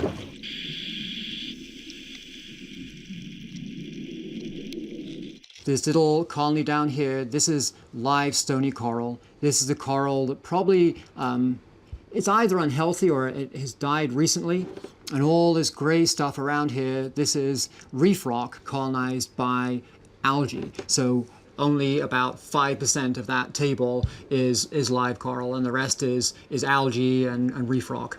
So here is a coral colony that was eaten by crown of thorns probably within 48 hours, and here is another one. And just for the contrast, this is what they should look like when they're healthy, just a beautiful layer of tissue, and that disappears, and we have this whiteness. Even if the result of that is white, it's very different from the bleaching problem. Absolutely. It's a common symptom of two very different conditions. One is where the tissue is removed, and you're seeing the white bones sticking up into the water column. The second one is where the corals typically are stressed physiologically, usually because the seawater is very, very warm. It causes them to lose their symbiotic algae that they feed with, Once those algae have gone, the tissue is a very thin, transparent layer for a short period of time. And it's white. It looks just like this. But the difference is, for that short period of time, they remain alive. However, without the algae, they can't feed off sunlight. So they then slowly starve. And if the water stays hot, they starve and they starve. And usually within about 2 weeks, then the tissue will die. And then we're back to this condition where whiteness is a sign of the bare bones in the water column.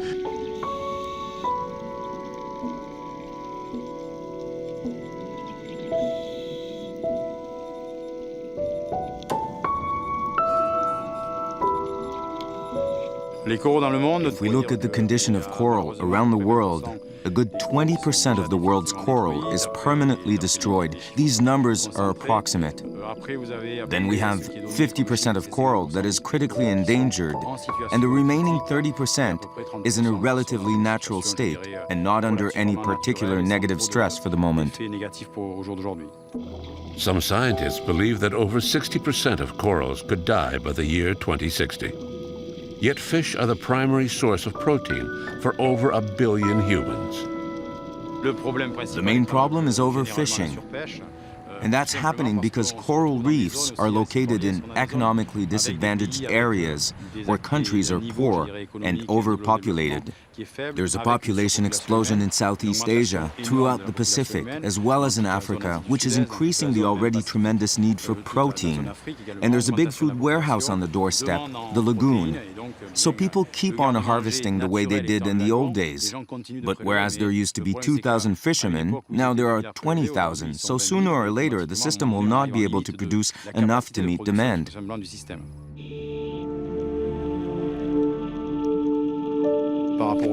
With regard to current climate changes, we know that some corals will be unable to adapt to a rise in temperature or acidity. But there are a great many varieties of coral, and some that are not dominant today could well become dominant in the future. The king will be deposed, and other species of coral will become the main builders of the ecosystem. What we don't know is what that ecosystem will be like. To say there will no longer be any coral ecosystem is going too far, in my opinion. Coral reefs have existed since the dawn of time, so it's a bit much to suggest that they'll disappear. But that they will change, that the balance of the reef system will be modified, of that much I'm sure. Predictions on climate change include an increase in ocean temperatures. So it's crucial to understand how coral reefs will react in these new circumstances. What types of coral will best survive climate change? And how will higher levels of acidity of the oceans affect the planet's coral? Trying to paint a picture of the future is a major challenge for scientists. This is where we've been working long hours for 6 weeks now. My graduate students and I investigating ocean acidification and climate change on corals and algae. So what do we have here? We have a set of tanks. They hold about 150 liters, and some of these tanks are basically showing us what the future might look like. We're trying to create a world that will happen in about 100 years in these tanks with high carbon dioxide levels. And then we're trying to grow corals in those conditions for 6 weeks, 4 weeks to 6 weeks to see how they respond to those conditions. We've been working on that now for about 2 years, and we have a pretty good idea how much the growth rates will be reduced. The outlook isn't promising. In very conservative simulations of the kind of warmer, more acidic ocean conditions predicted for the future, there's a marked decrease in coral growth and productivity. For fish and other organisms that depend on corals, it's not good news.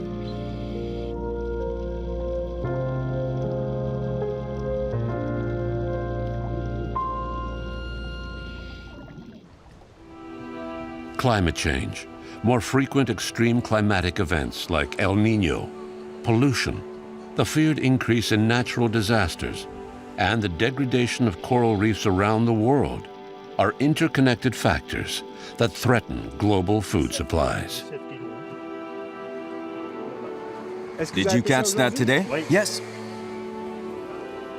Will communities that depend on fish for survival be able to adapt to the expected drop in the productivity of our oceans.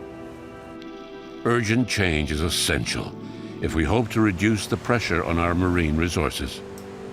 Estimates are that more than 85% of fish stocks are currently being overfished or exploited to the limit. In other words, we're now harvesting more fish than the ocean can provide. If the trend continues, commercial fish stocks are likely to collapse by 2050.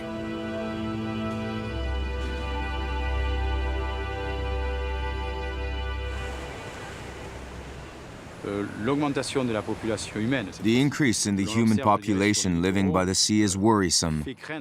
As things stand today, coral reefs simply cannot produce enough to meet the protein requirements of an ever-growing number of people, so overfishing is inevitable.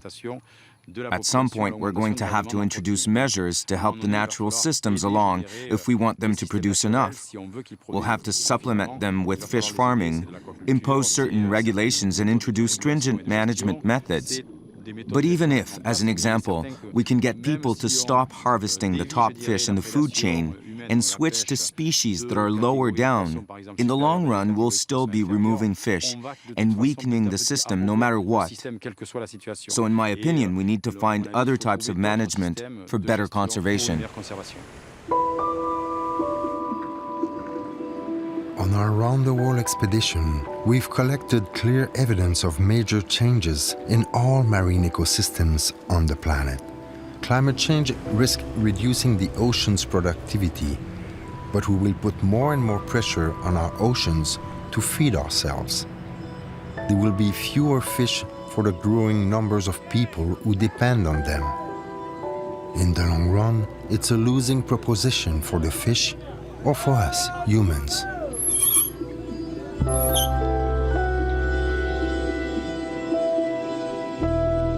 Back when pirates stopped at the Galapagos to catch giant tortoises, the idea of depleting resources never crossed anyone's mind. Why would it? At the time, there were only a few 100 million people on the planet. But in 35 years, we'll be up to 9.7 billion, and probably 11 billion by the end of the century. The pressure on global resources will continue to grow, crippling the planet's ecosystems and endangering all those who live in them. There's one species we won't have to worry about anymore. The Pinta Island tortoise is extinct. Lonesome George, the last living male of his subspecies, has died, wiping out millions of years of evolution in one stroke. More species are going extinct than ever before as a direct result of our unsustainable exploitation of the planet's resources. But all that could change. The fate of the planet rests in the hands of one species only, ours.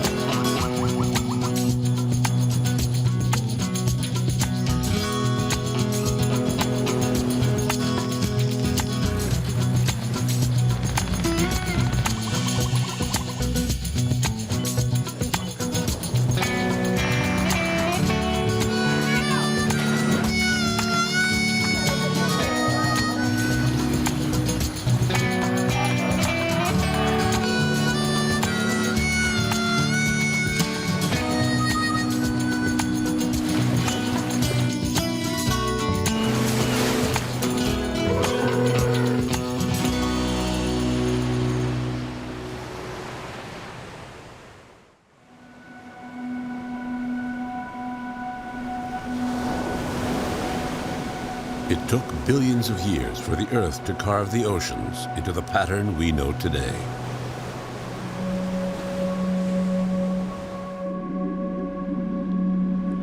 Hundreds of millions of years of evolution and adaptation have resulted in the creation of countless species that interact to form the largest ecosystem on the planet. Deep in the ocean blue, every species has a role, its own specific function, in a delicate balance among all species.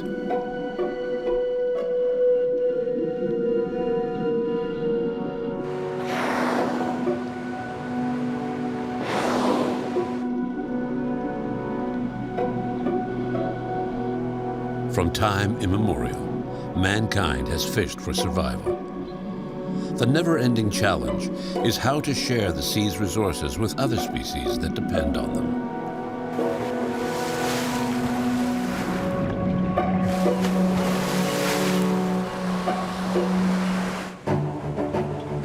Increasingly sophisticated commercial fishing practices using advanced technologies have in the last 50 years dramatically improved marine harvesting. We keep going farther and deeper and catching more and more fish.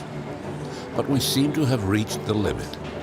The ocean's ability to meet human nutritional needs is being exhausted, a result of decades of overfishing and abuse. Scientists consider that if nothing is done rapidly to correct the situation, we will see the collapse of commercial fishing within the next few decades.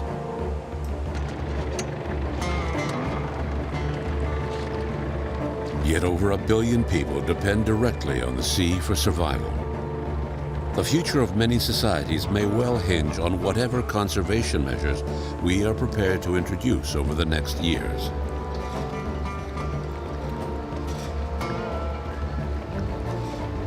As part of its mission, 1,000 Days for the Planet, the oceanographic schooner Sedna 4 set sail for Indonesia, a country of more than 17,000 islands, where many villages depend on fishing for their food and livelihood. Chief of the mission, Jean Lemire. We're heading to Bali, an exotic island surrounded by coral reefs, known for its remarkable marine biodiversity. Located in the heart of what we call the Coral Triangle, the islands of Indonesia harbor 76% of all species of coral. These reefs provide shelter and food to 37% of all the coral-dwelling fish on Earth. This amazing variety of species has led to a thriving commerce in aquarium fish. It's a lucrative business valued at around $1 billion annually, all categories combined. Of the 40 countries that export tropical fish, Indonesia and the Philippines supply at least 85% of ocean fish to the world's aquariums.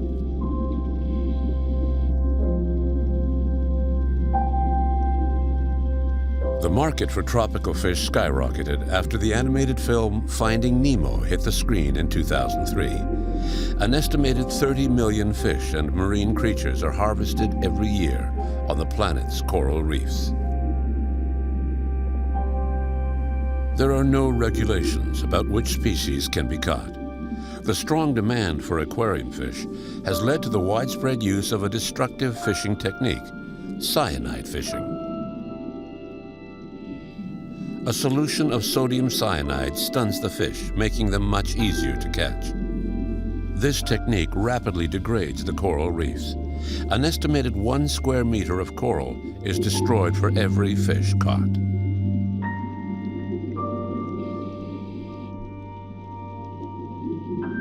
Cyanide blocks photosynthesis in the algae that live symbiotically with the corals, depriving them of their main source of food.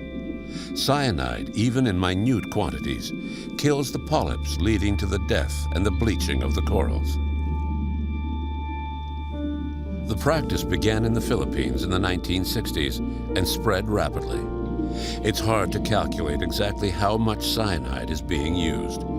Scientists estimate that over 1 million kilograms of sodium cyanide is spread on coral reefs every year. Cyanide fishing is against the law in a number of countries. but enforcement is haphazard at best.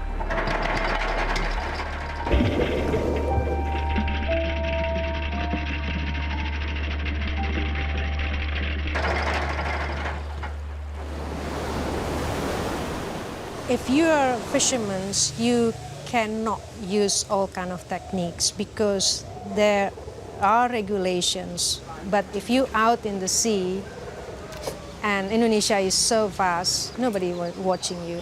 So in practice, they do what they like with the techniques, yes. The deadly mixture for corals is obtained by simply dissolving sodium cyanide crystals in seawater. A fisherman has agreed to talk to us anonymously.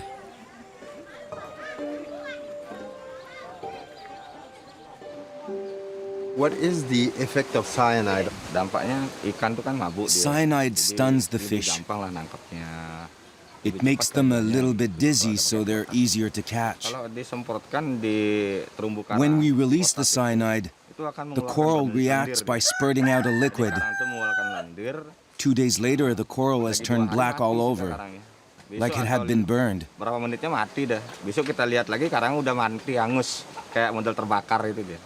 Why do you use this on coral reef?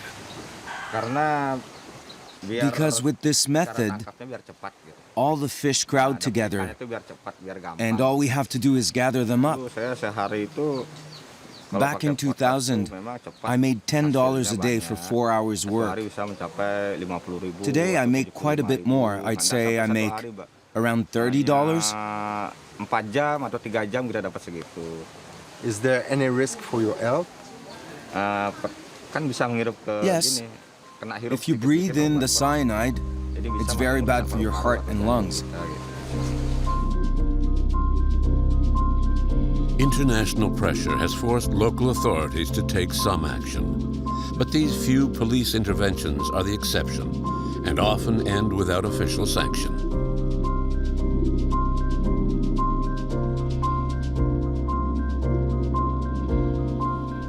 Illegal fishermen have to receive 3 official warnings before being arrested. Arrests are rare and do nothing to discourage the practice. Did you get caught before? I got caught once. I was convicted of illegal fishing. I went to jail for 6 months, and I had to pay a fine of $50.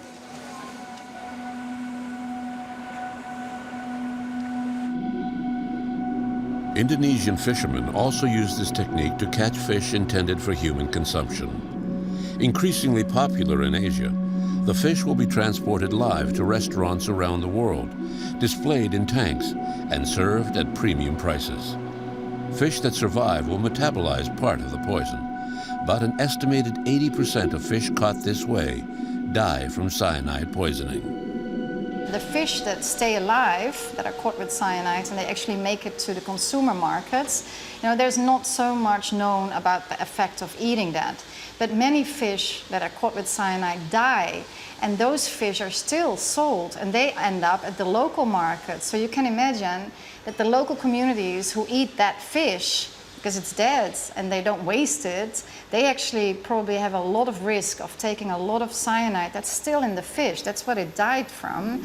And they build that up in their body, but it can't be good for people.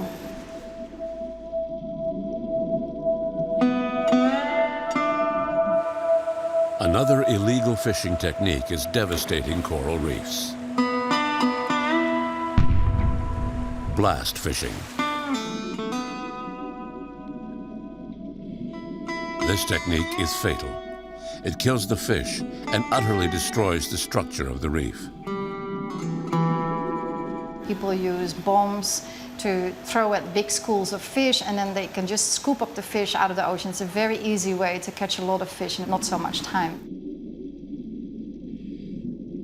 You just explode a small bottle. They usually use, soft drink bottles. And if it's very close to the coral reef, you have a crater of about 1 meter. It's devastating. This fish, when it gets to the market, is damaged. So this goes to the domestic market. This is eaten locally.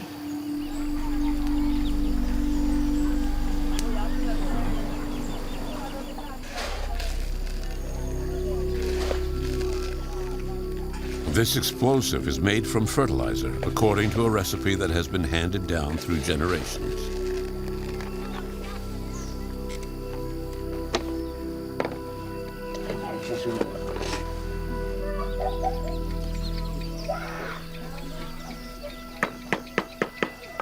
Is there lots of people around here who use the blast fishing?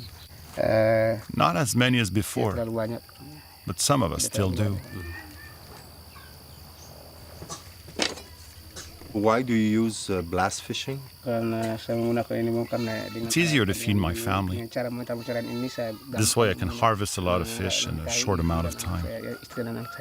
But now you understand all the damages that it will make to the coral reef. Yes, I know. It destroys everything. The reef and the fish. It's hard for the resource to recover. There are laws on the books banning all forms of illegal fishing. But in a huge country like Indonesia, enforcement is often sorely lacking.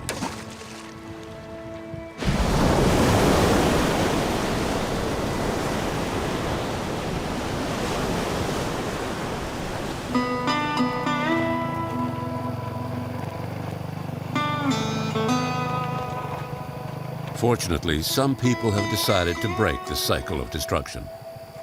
In the small village of Les on Bali, Made Partiana catches aquarium fish. Like the other fishermen in the village, Made used cyanide fishing for many years.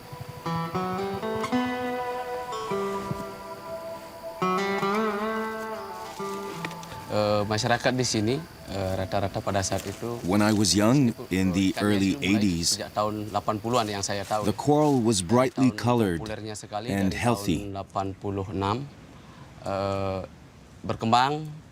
But in the early 90s, the reef started to die.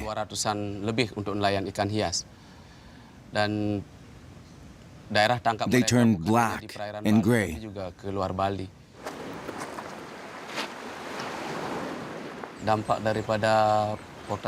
Money-wise, it was a true disaster.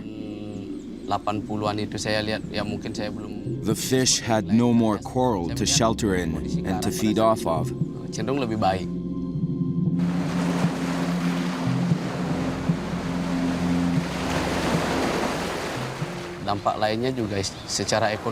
We'd catch fish for 2 months and then have to wait another 10 months before the stock recovered enough for us to catch any more. All the fishermen were worried.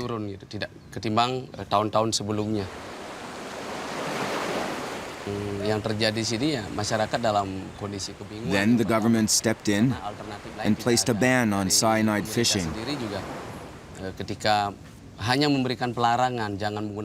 None of us had any other way to make a living, but we still had to look after our families.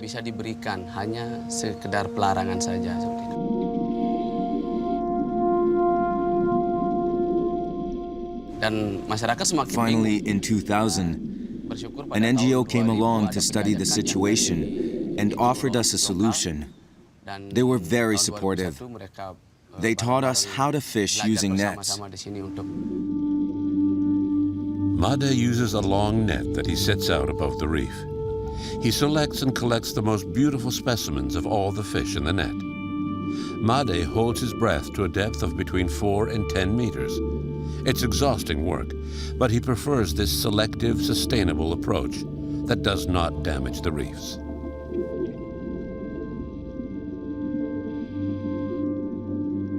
What we are told that they already fish for ornamental fish since 80s. Now, in that years, the early years, they're using the net, the mosquito nets. And then their exporter came to us, and they're the one who introduced cyanide. Cyanide was brought to Indonesia by the Philippine fishers, yeah, to collect the high-value fish. So from, say, mid-80s until late, like 90s, in almost 2000s, cyanide is being used.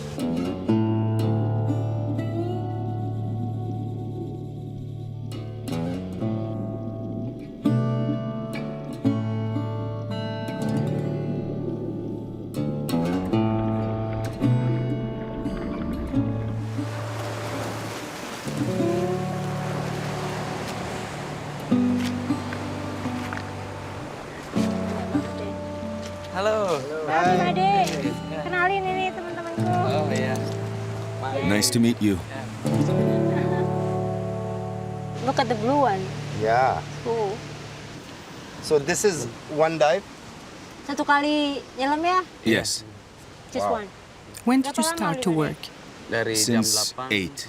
It's 2 o'clock, so now I've been working for 6 hours. What's the next step now? Langkah selanjutnya apa, Made? I will sort them out and put them in plastic bags with a little added oxygen. Then I take them to my buyer. You want to go with him to the middleman, Jim? Sure. Boleh ikut ke pengepul? Iya. Okay, I'll get it all ready and we'll go. Nanti kita bisa bersama-sama. Oke, pakai apa packingnya? Oke, plastik.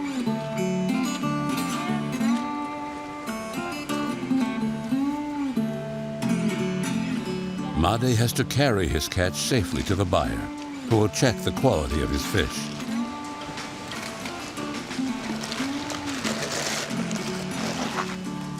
Ini udaranya dari ban ya. Oxygen stored in the inner tube is transferred to plastic bags to keep the fish healthy during transport. Over time, this exceptional fisherman has been able to create a real demand for his high-quality fish caught in a net.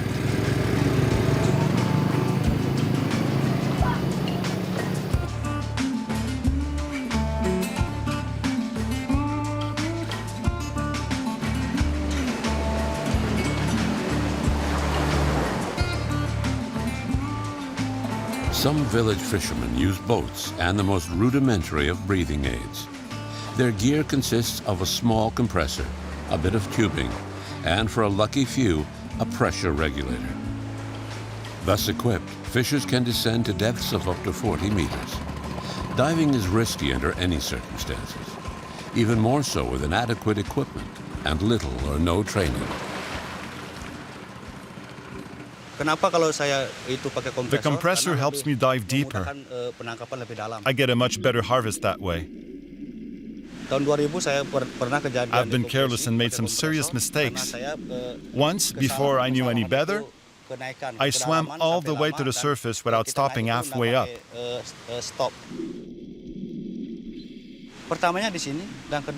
I had to be rushed to Denpasar and put in an hyperbaric chamber.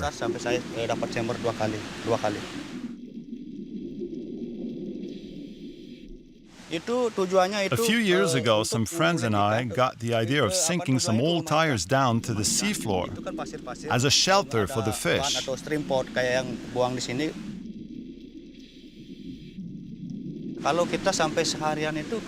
I've only got one site today, but if I set up 2 sites, I could earn $40. I catch different types of fish depending on demand. The idea of making structures to replace the damaged coral is spreading. With the help of an NGO, the fishermen of Les have begun making concrete structures to replace the coral reefs destroyed by years of cyanide fishing. They have also started a program to reintroduce coral by transplant. Under this flourishing initiative, the coral ecosystem is gradually being reborn. The efforts of these reformed fishermen are being rewarded by a slow buildup of reef fish populations. Today, the whole community of the fishermen of Les has agreed to a complete ban on cyanide fishing in the region. The village is once again living from the fish harvest, but now it's all legal.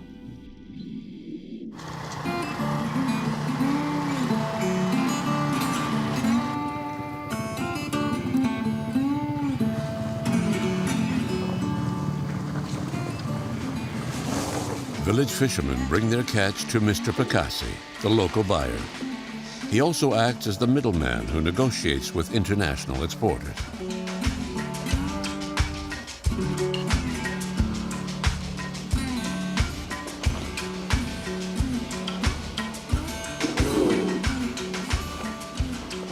Every fish is inspected and evaluated to guarantee quality.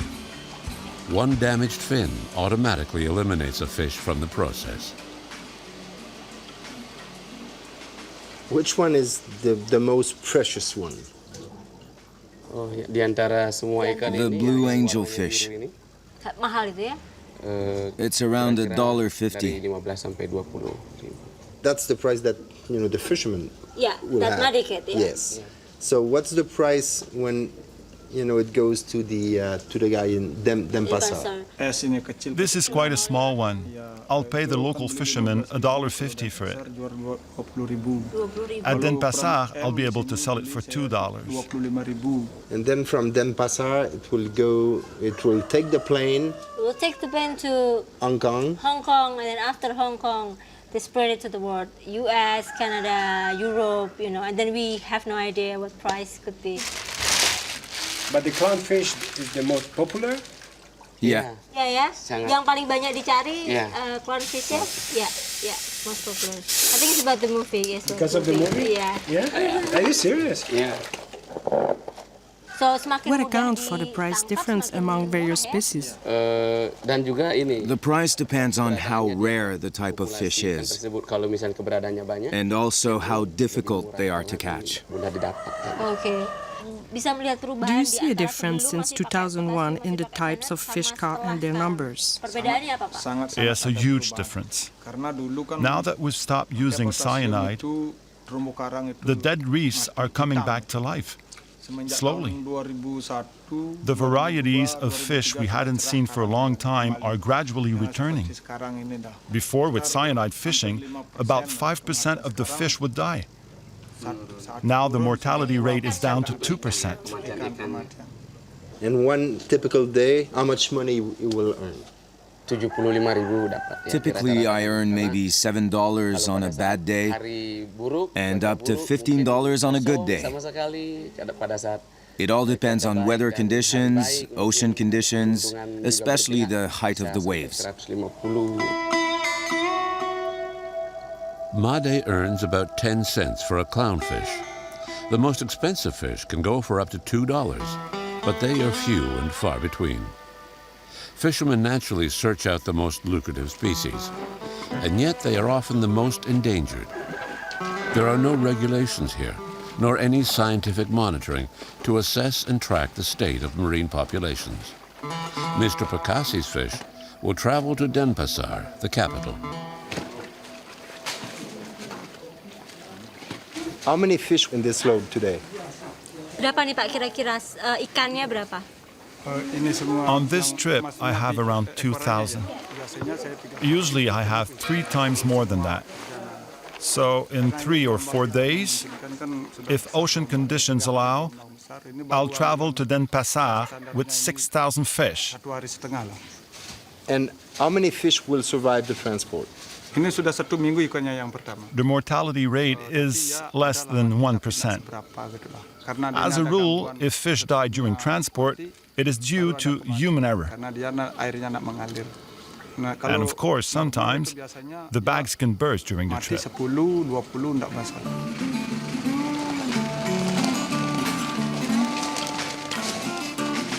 Middlemen who buy the fish are in a position to turn things around dramatically. By refusing to buy fish caught using cyanide, they will encourage the kind of sustainable fishing methods needed to ensure the future of coral reef ecosystems.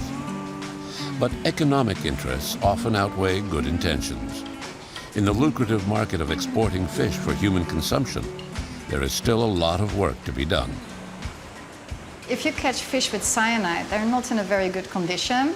You can imagine that if you have to ship them out for so many hours before they reach the market, many of them die.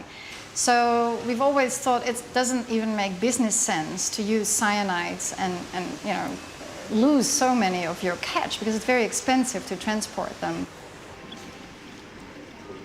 If you look at the percentage of fish that is exported now from Indonesia, where you could say it's probably coming from cyanides, it's still around 40%. That is much less than years ago, when I was just saying 5 years ago, I think the majority, maybe 80 to 90% came from cyanide fisheries, but it's still a lot. It's impossible to tell with the naked eye whether these live fish were caught using cyanide.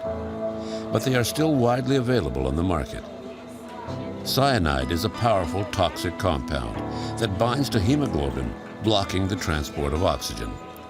Though it may be difficult to assess its long-term impact on human health, the risk is real. Restaurants are not regulated, and patrons seldom have any idea of how the fish on their plate was caught.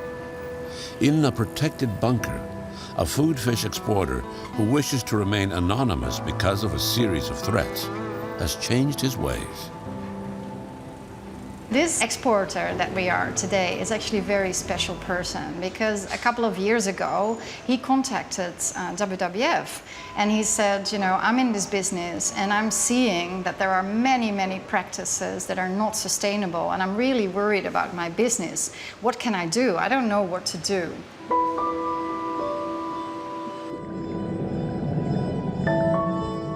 The exporter set up a network of fishermen who are restricted to net fishing. Their catch is destined for big city restaurants. Using cyanide is strictly forbidden on pain of expulsion, and participating fishermen get better prices for their fish. The fish, especially groupers, are handled with great care by a team trained to the highest standards.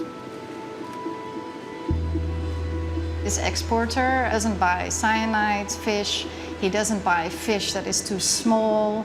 He doesn't buy fish that, you know, has the eggs that's ready to spawn. So he does everything that he can do. I think he is the best example of, you know, a future where you can have a sustainable business and make money and support all these fishermen in these remote places. However, he's the only one, and he's just by himself. And there's not enough support by the government to work on the other exporters that actually still have very unsustainable practices. The exporter has also designed oxygenated transport boxes so the fish can breathe better during long international trips. He has managed to convince some airline companies to accept these transport boxes equipped with an oxygen cylinder for shipping on cargo planes. This exporter's pioneering initiative doesn't please everyone. He has to operate under high security. Other exporters who use cyanide do not appreciate competition that breaks the mold. But the demand for clean fish is gaining ground, and some restaurants are ready to pay a premium for a product that meets the highest standards.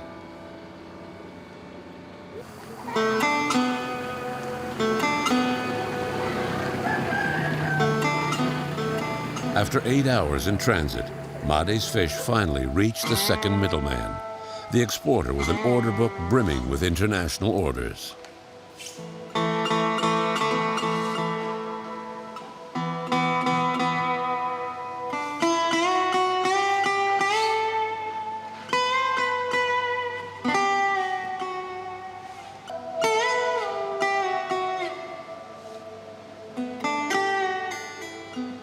When the fish come in, usually they come in the morning.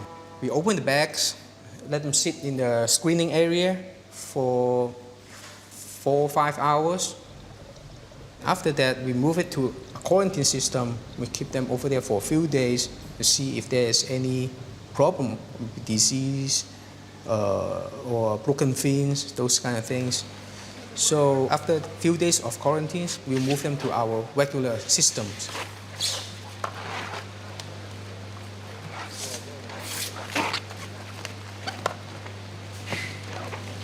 So this is the place where we do the packing. Okay, now they are doing oxygen, the fish. After that, they will move over there for putting in the box. I suppose that because it's cargo by plane, it's very expensive. So the quantity of water is important. Oh, exactly. Because depends on where they are going and how long the flight going to take. We pack differently. The farther they go, we put more water, more oxygens. Okay, if this is going to Asia, it's probably just a few hours flight, then it's less water. Smaller bags, of course, smaller bags, less water, less oxygens. So different place, different way of packing. Yeah, because of course, more water, more kilo, more money. Yeah, right? more expensive. Yeah.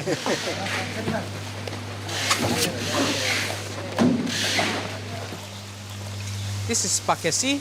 He's my good supplier. And every week he brings fish to us. Okay, so his fish is all net caught. No any cyanide or any medicines. So we really like his fish, and we can see the difference from him and then the other supplier. Oh, yeah. And is there a way that you can see if a fisherman use cyanide? It's very difficult when the fish just come in and to tell the difference between cyanide caught or net caught. So what we need to do is have a really, really good relationship with our supplier, and we know the history of the fish, and we can trust this supplier. And this, of course, needs years to build this trust. This is Nemo, right? Yes. And this is the new star when Disney will release a new film, Dory, which is a blue tang, right? Right, that's true. What was the impact of the film Finding Nemo on the business? Oh, that was huge. It was a big help for the business, because everyone was looking for Nemos, for this clownfish. We think there would be a huge demand for this fish, and we already prepared for it. Hopefully in 2 years they are ready. You know, we have a lot of stock for the customer.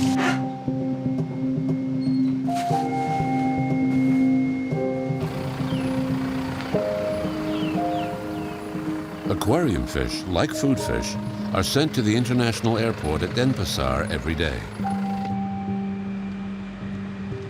They then begin their long journey to international importers, who will ship them to wholesalers around the world, who, in turn, will sell them to retail shops or restaurants. So everything we see here are fish that are leaving. This is going to Munich, this is to Charles de Gaulle in Paris, and the crates that just went by are for London. Tens of thousands of fish leave every day, going just about everywhere, with different suppliers. It's clear that Bali is one of the major exporters of tropical fish to the world.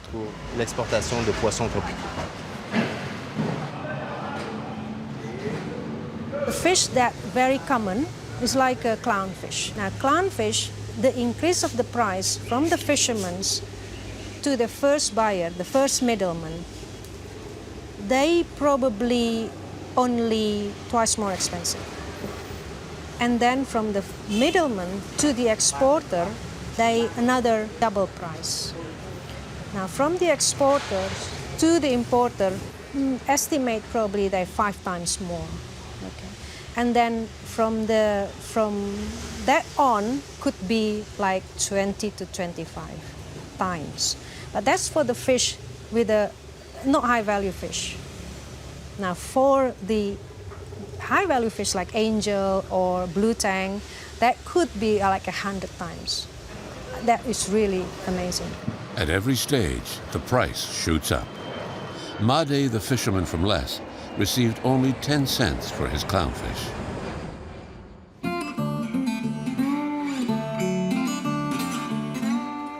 The market is expanding exponentially, putting more and more pressure on fish populations. Fish farming could help to meet the skyrocketing demand for both aquarium fish and food fish. Balinese entrepreneur Mr. Chu has an extensive operation. This reproductive center for exotic fish is one of the few to successfully breed some species of fish in tanks.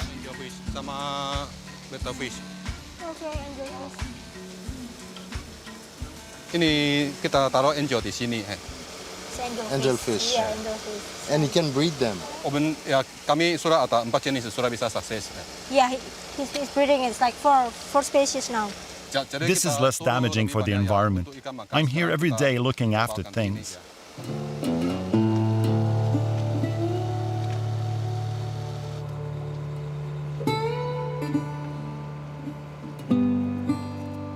Mr. Chu has even been able to create his own variety of clownfish. Their distinctive markings make them even more valuable on the market. How many clownfish did he send around the world in the last year? Around 1 million. So what will happen when they're going to release the new Disney film, Dory? These fish are very difficult to reproduce. So if I succeed, I'll be a millionaire for sure. Okay, yeah. I hope we'll be able to meet the demand with farm fish and leave the rest in the ocean. He really emphasized that if it happened, I mean, like, just took it from the breeding, not from the ocean. You know, it's more healthy, more beautiful. So good for nature and good for business. Thank you.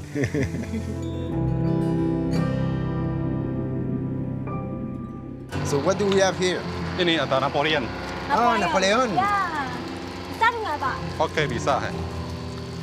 Napoleon fish numbers have dropped by 50% over the last 30 years because of strong demand on the food fish market. Despite an export ban, Napoleon fish are still on the menu in fine restaurants in China and Hong Kong. Unconcerned by their protected status, your chef will prepare a Napoleon the way you like it for the tidy sum of $250 to $300 a kilo.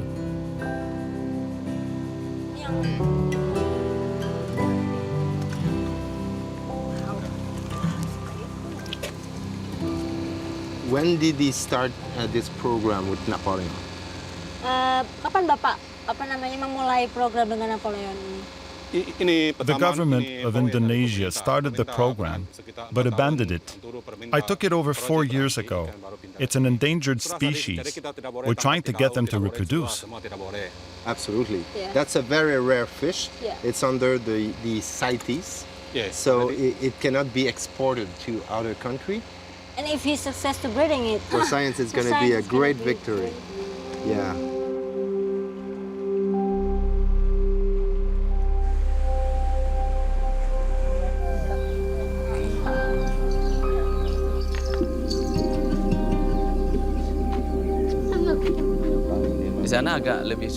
Convincing other fishermen to use sustainable techniques is always complicated. We meet with them and explain things, and they'll agree to start fishing with a net. But after a few days, they go back to their old ways. So now what we do is link up with one local fisherman who then becomes our ambassador to the other fishermen in the area. But it takes time. Educating people, getting them to really understand, is a long process. So far, we've been able to set up teams in several areas, in different parts of Indonesia.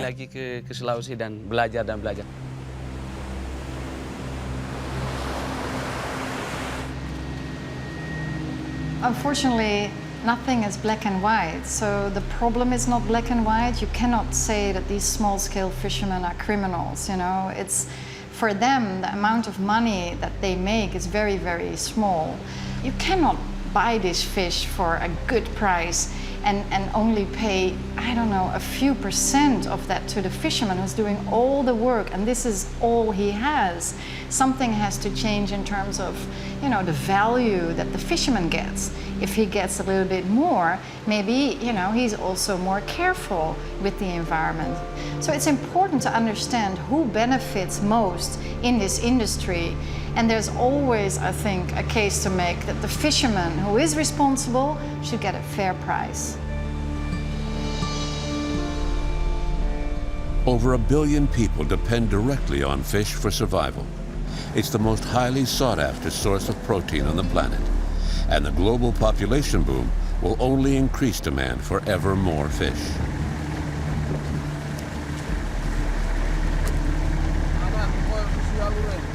To meet this ever-growing demand, we need to take a cold, hard look at the ways fish are caught to ensure renewal of the resource. Blast fishing and cyanide fishing, already banned by law, must be subject to heightened monitoring in order to halt the disaster now in progress.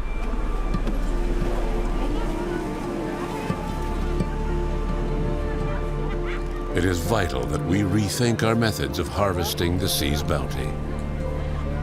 Sustainable fishing practices that conserve the fish and their environment must urgently be established if we have any hope of ensuring our food security for the future.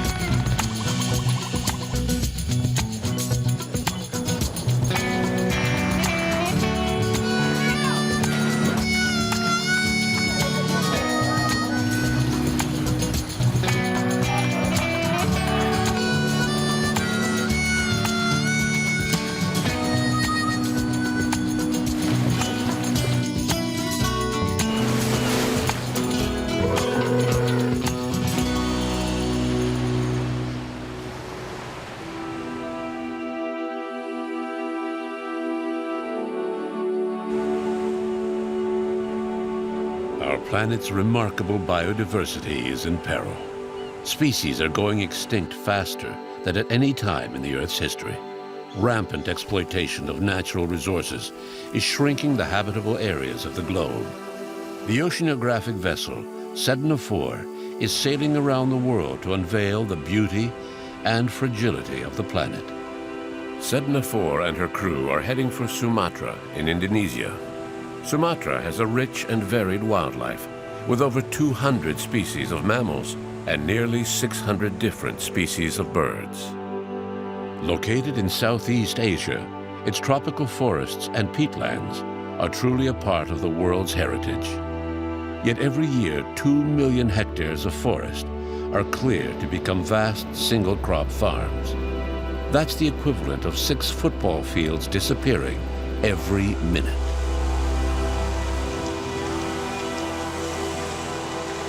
The Indonesian government grants concessions to large corporations who turn these precious forests into plantations.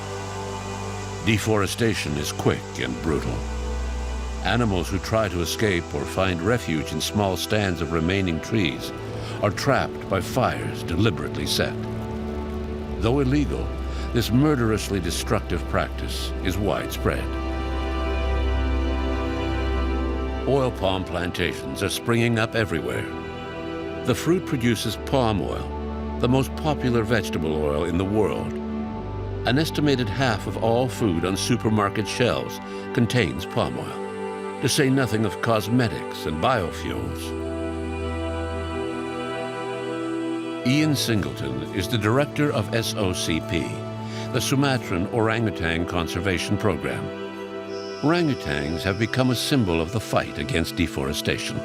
They are on the sad list of critically endangered species. The best estimates that we have today of orangutan population in Sumatra is around the 6,000, 7,000 mark. Maybe slightly more, maybe slightly less. But the important thing is it's going down. Now, in the last sort of 10 years, it's been going down slowly. And what we're looking at now is a potential situation where it's going to start going down rapidly. New concessions have just been granted to palm oil companies in an area that was formerly protected, threatening the survival of the last wild populations. The trees are all cleared, everything is scorched, and 99.999% of everything that lived there dies. You can go into these areas and look for a grasshopper or a lizard, and you can't find one. They're not there. Nothing survives this conversion process. Because when they're chopping down these forests in the first instance, they don't sort of get every tree on day one. So you end up with a few trees here and a few trees there. And sometimes you find there's an orangutan mother up there. In the first phase of deforestation, some animals find refuge in what's left of the forest. Poachers look for infant orangutans, much to the distress of the females who try to protect their young. So they will chop the tree down and then they will jump on this animal and beat it and club it with machetes and wood and sharpened bamboo sticks and everything, and it'll be killed that way. Most adult orangutans die or are left seriously injured. The young orphans are captured and transported to large centers where they will be sold in secret as pets.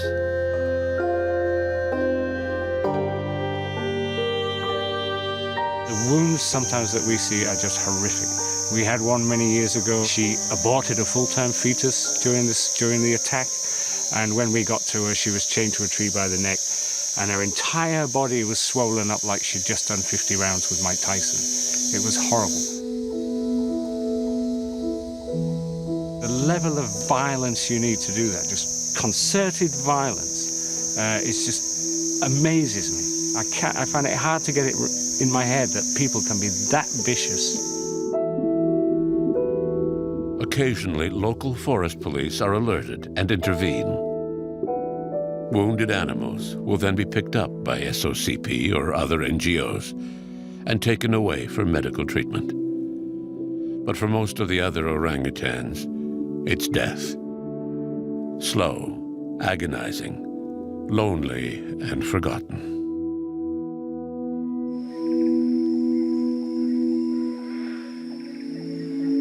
Through its work and research programs, SOCP is trying to save the last wild populations of orangutans in Sumatra.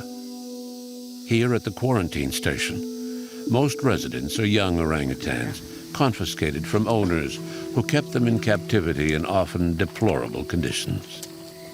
The ultimate aim of SOCP is to release all its charges, young and old, into the wild. But not all the animals will be so lucky. Losa was shot 62 times with an air rifle. We've managed to take 14 pellets out of him, but he's still got 48 inside. And he's got the problem, his biggest problem, he's got 2 in this eye and 1 in this eye, so he's completely blind. You can see his eyes, look, there's just nothing there at all. And we'll never be able to fix that. So he's going to spend the rest of his life as a captive orangutan, which could be more than, it could be 40, 50 years.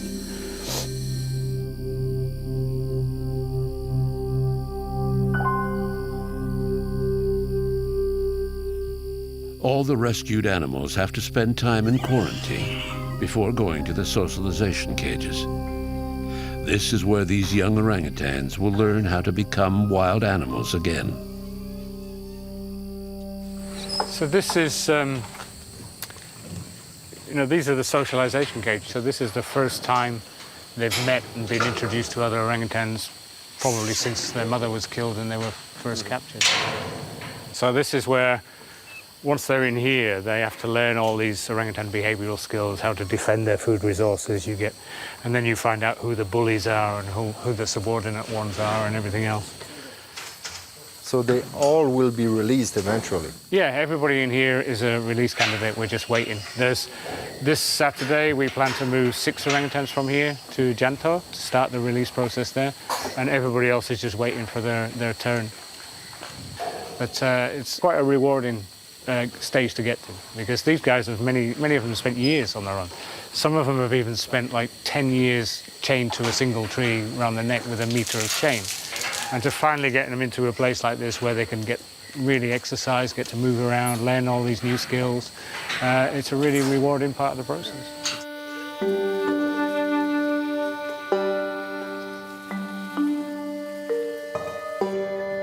Once again, SOCP comes to the rescue. A wounded orangutan has been found on a plantation. The team must get him to the quarantine station as quickly as possible.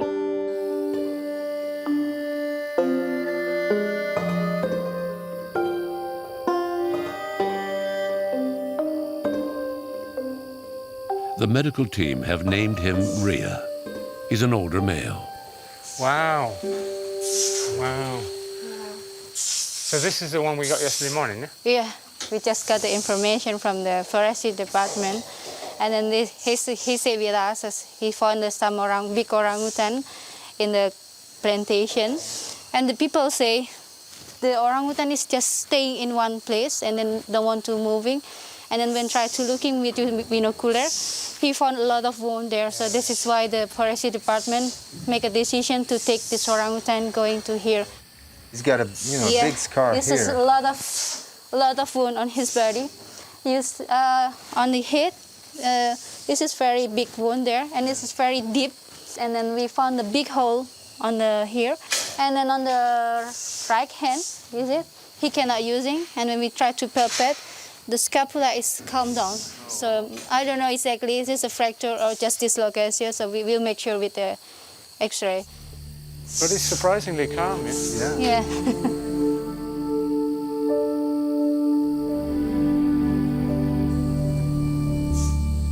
The first step is to anesthetize the animal. He'll then be taken to an examining room and X-ray to determine the extent of his injuries.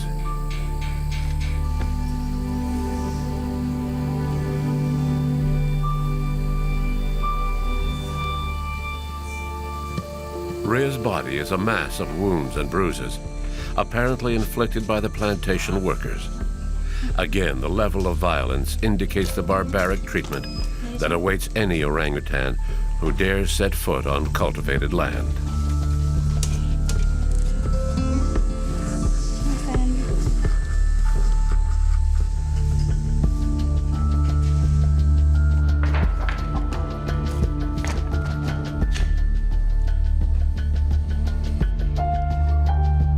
The first X-rays confirm that he's been shot.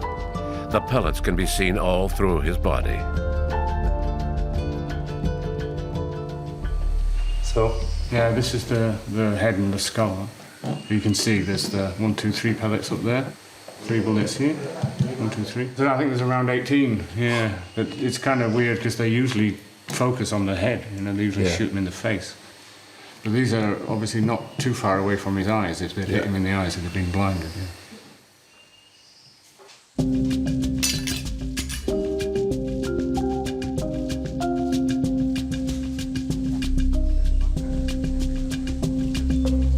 A thorough examination confirms that Rhea has major internal injuries.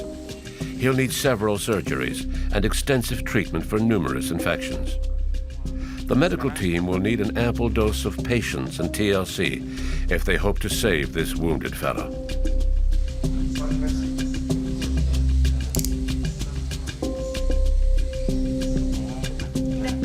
So after 6 hours under surgery, what's the verdict? It looks from the X-rays there's no sign of any sort of bone damage, and so his problem is all these cuts and holes, and especially his right hand. It's completely shot to pieces. The tendons inside the hand is all rotten. You can actually put a finger almost all the way in, just about every direction, and the tendons seem to be already rotten. So you can pull the ends and make the fingers move. So there's a good chance we may have to amputate that, but we'll review that over the next few days. So if you have to cut his right arm, is there less chance to be released, or? It depends on him, but he's lived in the forest, wild, and as long as he's sensible, missing a hand probably wouldn't be a major problem. We've already released one big male orangutan with an amputated arm here, and it doesn't bother him at all. Yeah. We'll see. Yeah. It depends very much on him now, I think. Rhea will be under 24-hour observation for the next few days. Veterinarians are especially concerned about some of the internal injuries caused by the violent blows he received. He must be carefully monitored throughout his recovery.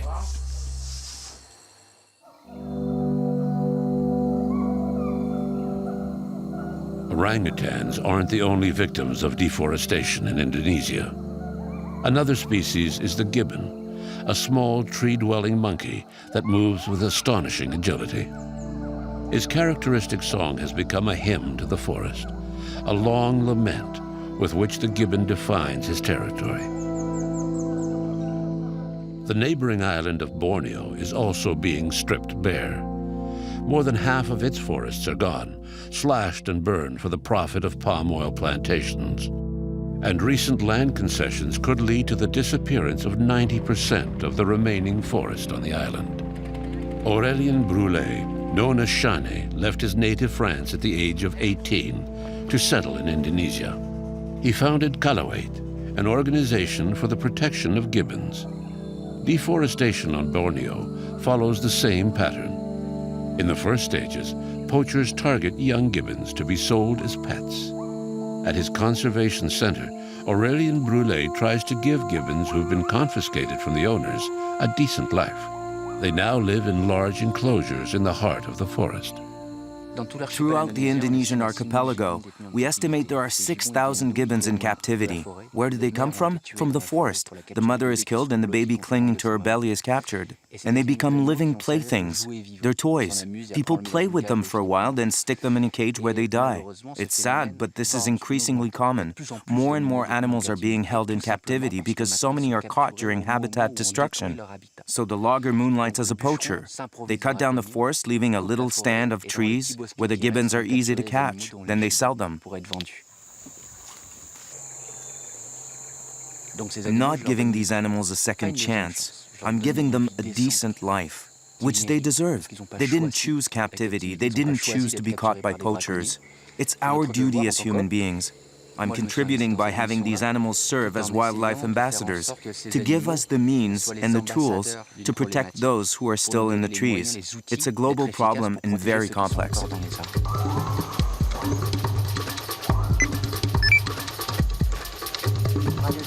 To protect the last wild gibbon populations, Shani makes regular flights over the great Indonesian forests to track deforestation. He's often able to flush out poachers who go about their business deep in the forest, out of sight. One of your essential tools is your paraglider. Yes, it's extremely effective because it takes so little effort. In a single half-hour flight, I can evaluate the situation in a reserve of over 1,000 hectares. It would take days on foot to ensure that there was nothing to worry about. I can also keep an eye on areas that are being cleared. This shows a path that was made in the interior. It's the first step before clear cutting. It's an access to the forest. And there they've started clearing and you can see what's going on.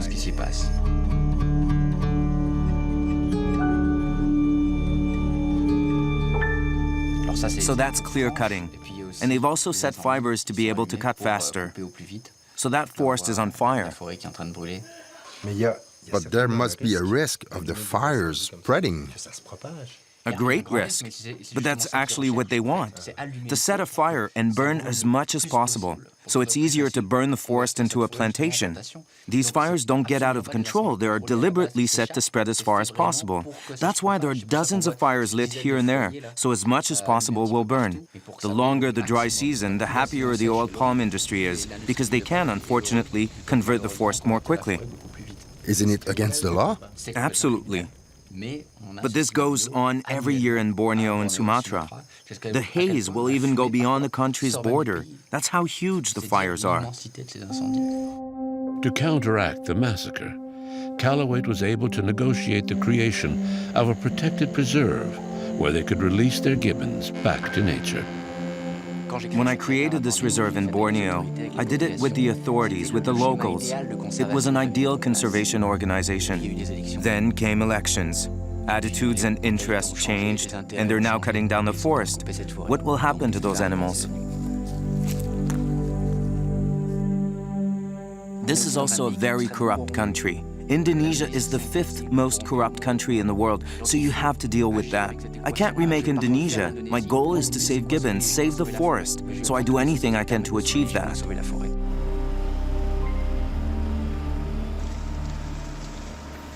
I've devoted 11 years of my life to a reserve in Borneo, 11 years of work, money, and patrols. Today, as we speak, this forest is being clear-cut.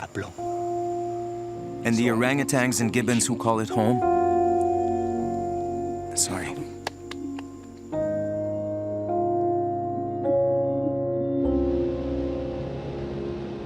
International pressure from many countries forced the hand of the Indonesian government, which did eventually set up national parks for the conservation of threatened species.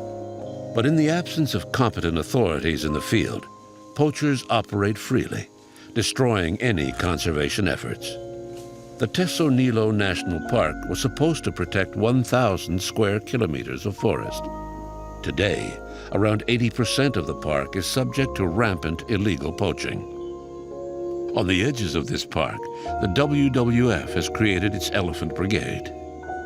When the park was established, the park was already in a very bad condition at that time. So basically almost like land of nobody, and that's why these encroachers started to come.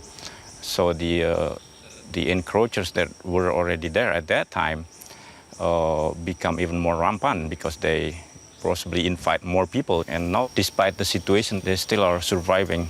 It's now gone and turned into oil palm mainly. It's tough being elephant here in central Sumatra, but despite the situation, they still are surviving. In the heart of this supposedly protected park is more evidence of illegal activity. This is quite amazing. Yes. Who did this? This area, what I heard is done by the local people here, not far from this area, that they still believe that this area is still part of their customary land. People who are in the field are basically, generally, are just poor people that happen to need some money or just to sustain their life.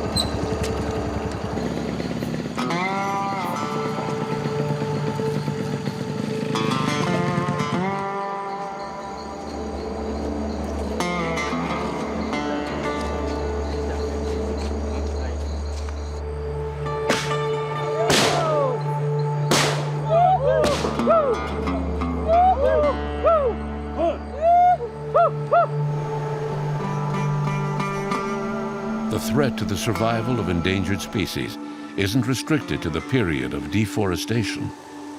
Mature plantations pose their own dangers to survivors of deforestation.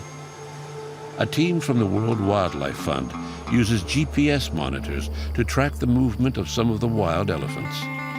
This morning, a herd entered a large oil palm plantation alongside another national park. These migratory animals simply don't have enough protected forest left, since the parks and reserves are under siege by the poachers. The team needs to intervene quickly to try to settle this new conflict between the wild elephants and the plantation owners. We are just at the limit of Palaraja National Park, and we hear farmers who are attempting to hunt elephants off the plantations.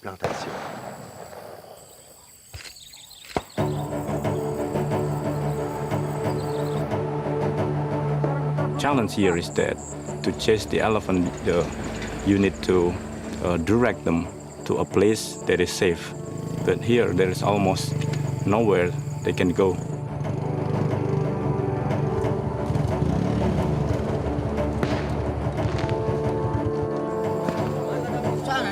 The oil palm company owners have sent a group of workers to chase the elephants out of the plantation.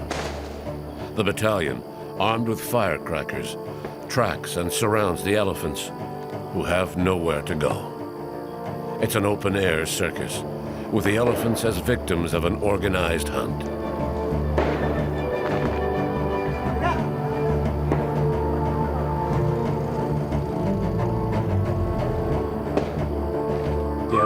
trying to go here, but there's somebody there again. Yeah. Yeah. Again, there's so many noise here. Yeah.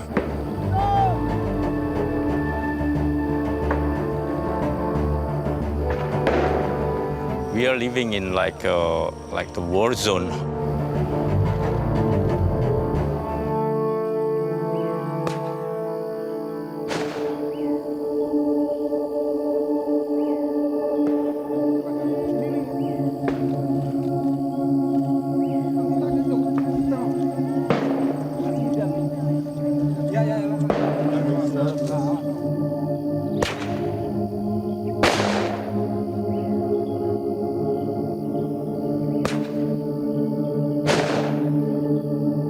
They keep on trying to survive despite this kind of situation.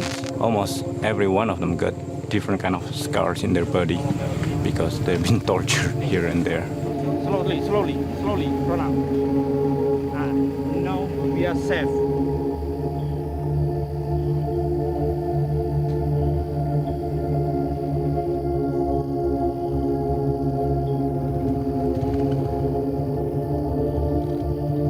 The elephants were able to get away from the first plantation, but are now being subjected to repeated attacks by workers at the next plantation over.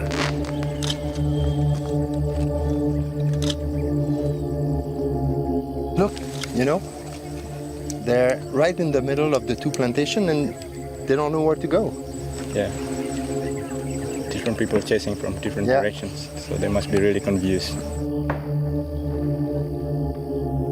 The plantations have become war zones where owners can do as they please. The elephants simply no longer have enough protected habitat to survive.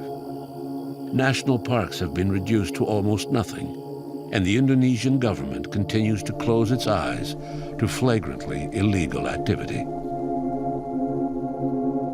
Many elephants die every year, poisoned for having breached the borders of plantations. There are only a few hundred Sumatran elephants left in this part of the island.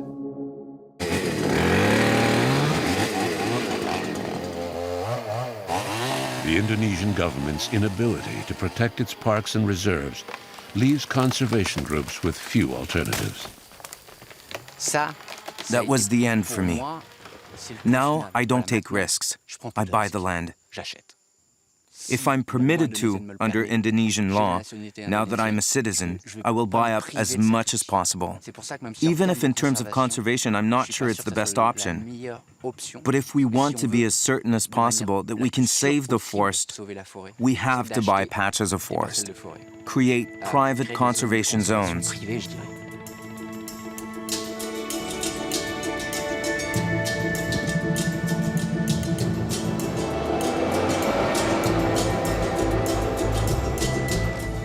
With €1,000, we can save 1 hectare. A family of gibbons needs 15 hectares.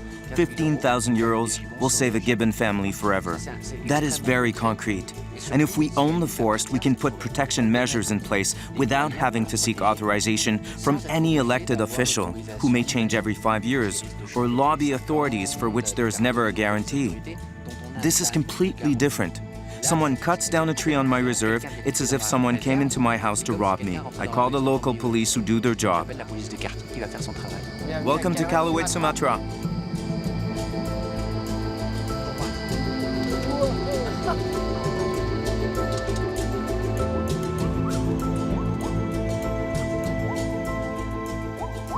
From the high point of his reserve, we observe the morning spectacle of a family of wild gibbons. Free on land rich in a variety of species, in the heart of a parcel of forest protected by Calauit. It's wonderful because looking down, you can see wild animals, which is almost impossible when you walk through the forest. Yes, it's one of the few places where you can observe wild gibbons at eye level. This is a family of 5. And it's great because the male has light-colored fur and the female is black, so you can see patches of color moving through the forest. That young one seems pretty lively. Yes, that's typical of gibbons. He's almost 2, still close to his mother, but he moves around on his own, jumping around to the annoyance of his parents. What's amazing is to see that the work you do with the cages, with conservation, now allows you to buy sections of forest to protect it. Yes. Thanks to the animals you hear in the background singing in their cages, I can protect the wild ones.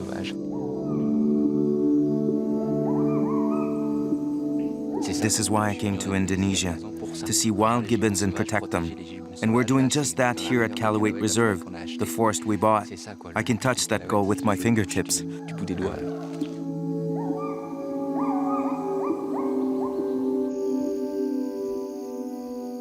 Saving gibbons means saving trees, which saves all the animals. We have no time to lose, and the best way to proceed is to buy up the forest. In Indonesia, the first big victory, and we have the necessary tools to win it, is to ensure that zones protected under Indonesian law, all the existing national parks, all the existing reserves, are well and truly protected on the ground. We have the tools we need, the laws on our side. National parks and reserves have already been created. But it's clear to see that in Indonesia, the way the law is enforced is not what people are used to in developed countries.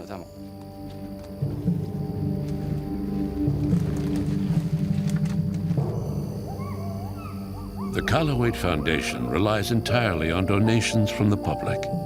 Will Shani's plea reach into our homes, where we consumers of palm oil can make a difference? Bowing to international pressure, a group of growers teamed up to produce certified sustainable palm oil. But it's a fraction of the world's supply, and some NGOs doubt the honesty of certain producers. Yet respect for habitat and biodiversity ought to be a basic condition of earning the right to exploit the forest anywhere on the planet.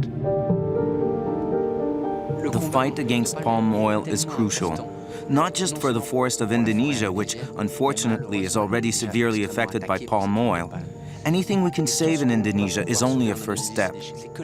But if we don't organize a defense, an offense against palm oil, then the industry will start the same process of destruction in Central Africa, in Gabon, especially, which is renowned for its lush forest. The oil palm corporations are already there, and in Latin America.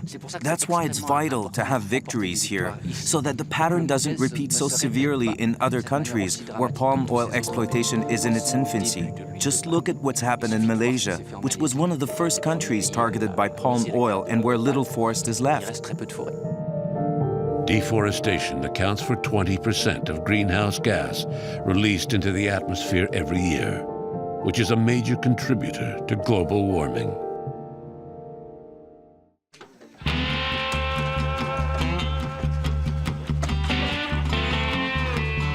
The big day has arrived for some residents of the quarantine station. Today they set out on the long journey to the Janto reintroduction site in Aceh province. They're now ready to be set free in a protected area where the SOCP places survivors of deforestation gathered from all over Sumatra. The fact that the release site is so hard to reach offers some protection to this fragile area, mostly made up of peatland.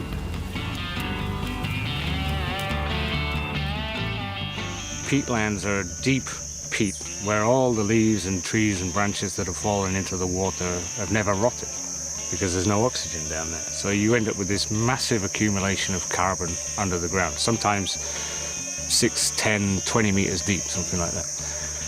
Now, if you actually look at Indonesia, I think Indonesia has something like 56% of all the world's tropical peatland.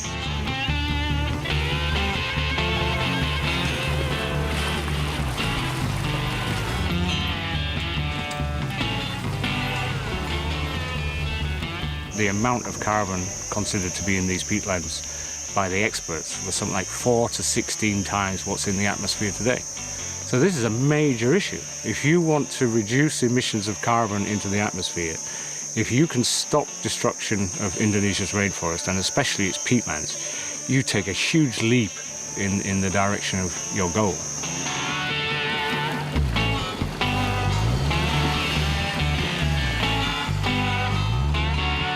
If we fail to protect these, it has major, major consequences for all of us, not just the people here, but everybody on the planet.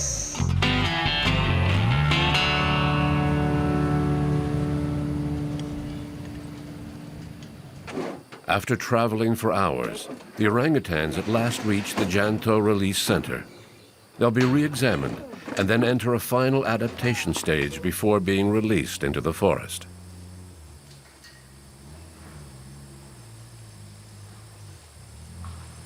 Mission accomplished. Yeah.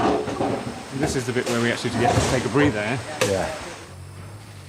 It's always stressful when you've got the orangutans on the road because anything can happen, like bridges breaking down or getting stuck with a broken axle or something. But once you get them here, they're healthy, they're in the cages, you can relax a bit. Orangutans tend to just sort of grasp it. You know, okay, I'm in a box, let's see where I go. Yeah.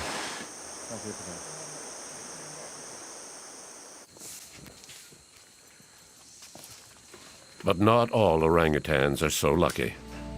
At the quarantine station, Rhea, the big male, badly beaten by plantation workers, is in trouble. He stopped responding to treatment, and his condition is deteriorating. The medical team needs to perform more surgery if there's any hope of saving his life.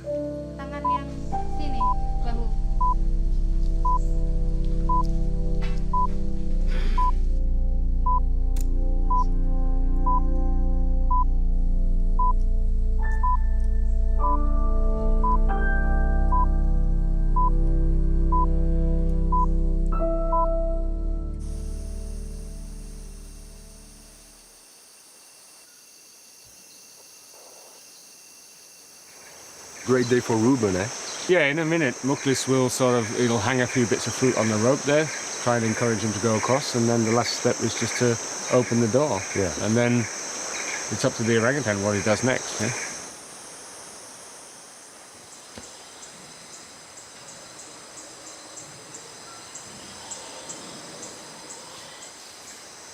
This is what it's all about, yeah? I mean, ever since the orangutans first confiscated and in the medical quarantine and patched up and everything else, it's all about this day where the door is finally opened and they have that chance of a second life in the wild, which could be another 40, 50 years or so. Yeah. It's fantastic.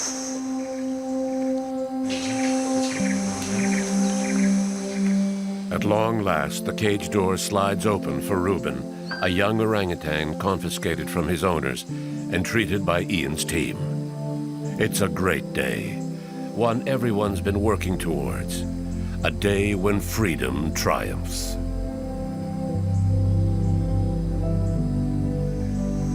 Obviously a little bit unsure about what he's doing, taking a look around. A lot of them do that. They the surprise of having the door open is like, ooh, what's going on here? So they don't just immediately run into the trees, but they just consolidate themselves for a few minutes and see what's around, see what's where, and then they make a plan. Okay, look, he's off. Oh, yeah. Oh, yeah.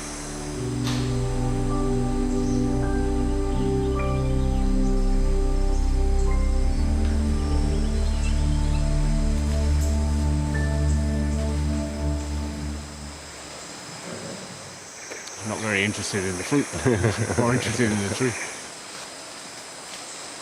We're very much hands-off from the very start. When they come out of the cages, they're not looking for a human contact. They're looking at the trees and seeing other orangutans there, and they're going there, and they're staying there. There's no difference between these orangutans right now and those orangutans I followed for 2 years in the swamps. They're up there all the time, feeding very much on the stuff they should be feeding on, and at the end of the day, they made these beautiful nests and went to sleep.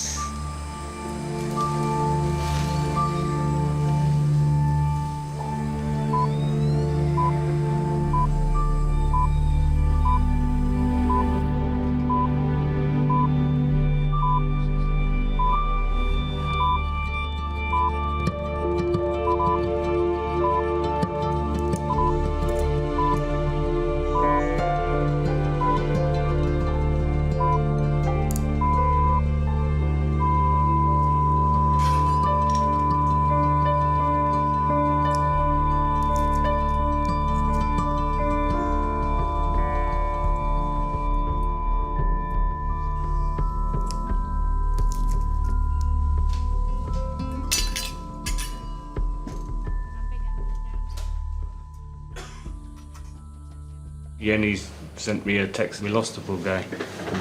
So Yeah, didn't make it. But I'm kind of, yeah, disappointed because I was a bit optimistic. I thought when we had a good look at him the other day, it looked like he's still pretty strong. He's been enthusiastic about his food, but I think the injuries that he's got inside are much more than we saw outside. It's really sad because I thought it was a great, rescue story, but he was eating with good appetite and everything, but... This is another orangutan dead at the hands of humans, farmers, villagers, just crazy people. When they get an opportunity, they just go nuts. Orangutans get killed almost on a daily basis just for nicking a couple of durian fruits or something like that. It's just bizarre. It's completely out of kilter. Sad.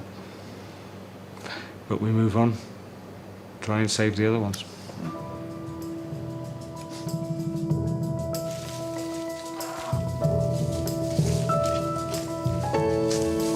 I have the privilege to work with these magnificent species, including elephant, tigers, and rhinos, and they are categorized as critically endangered under IUCN criteria.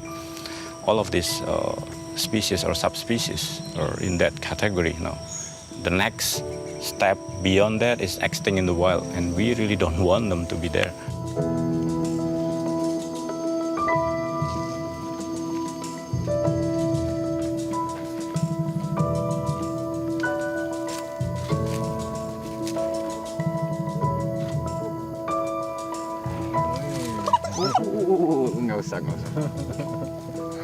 I can't imagine anyone thinking Calawate is a solution. It's often presented as such. Yes, we're doing amazing work, but we won't save the gibbon. Not the gibbon. We're saving some gibbons. And there's a huge difference. We're not saving the forest. We're saving bits of forest. Fragments, pockets. But if we don't do it, we'll lose everything, so we have to do it. Maybe there'll be a study in 30 years in Borneo and we'll have saved 2% of the forest. Yeah, but it's not all gone. We have to focus on that, because if we don't act now, if nothing is done, we'll lose everything.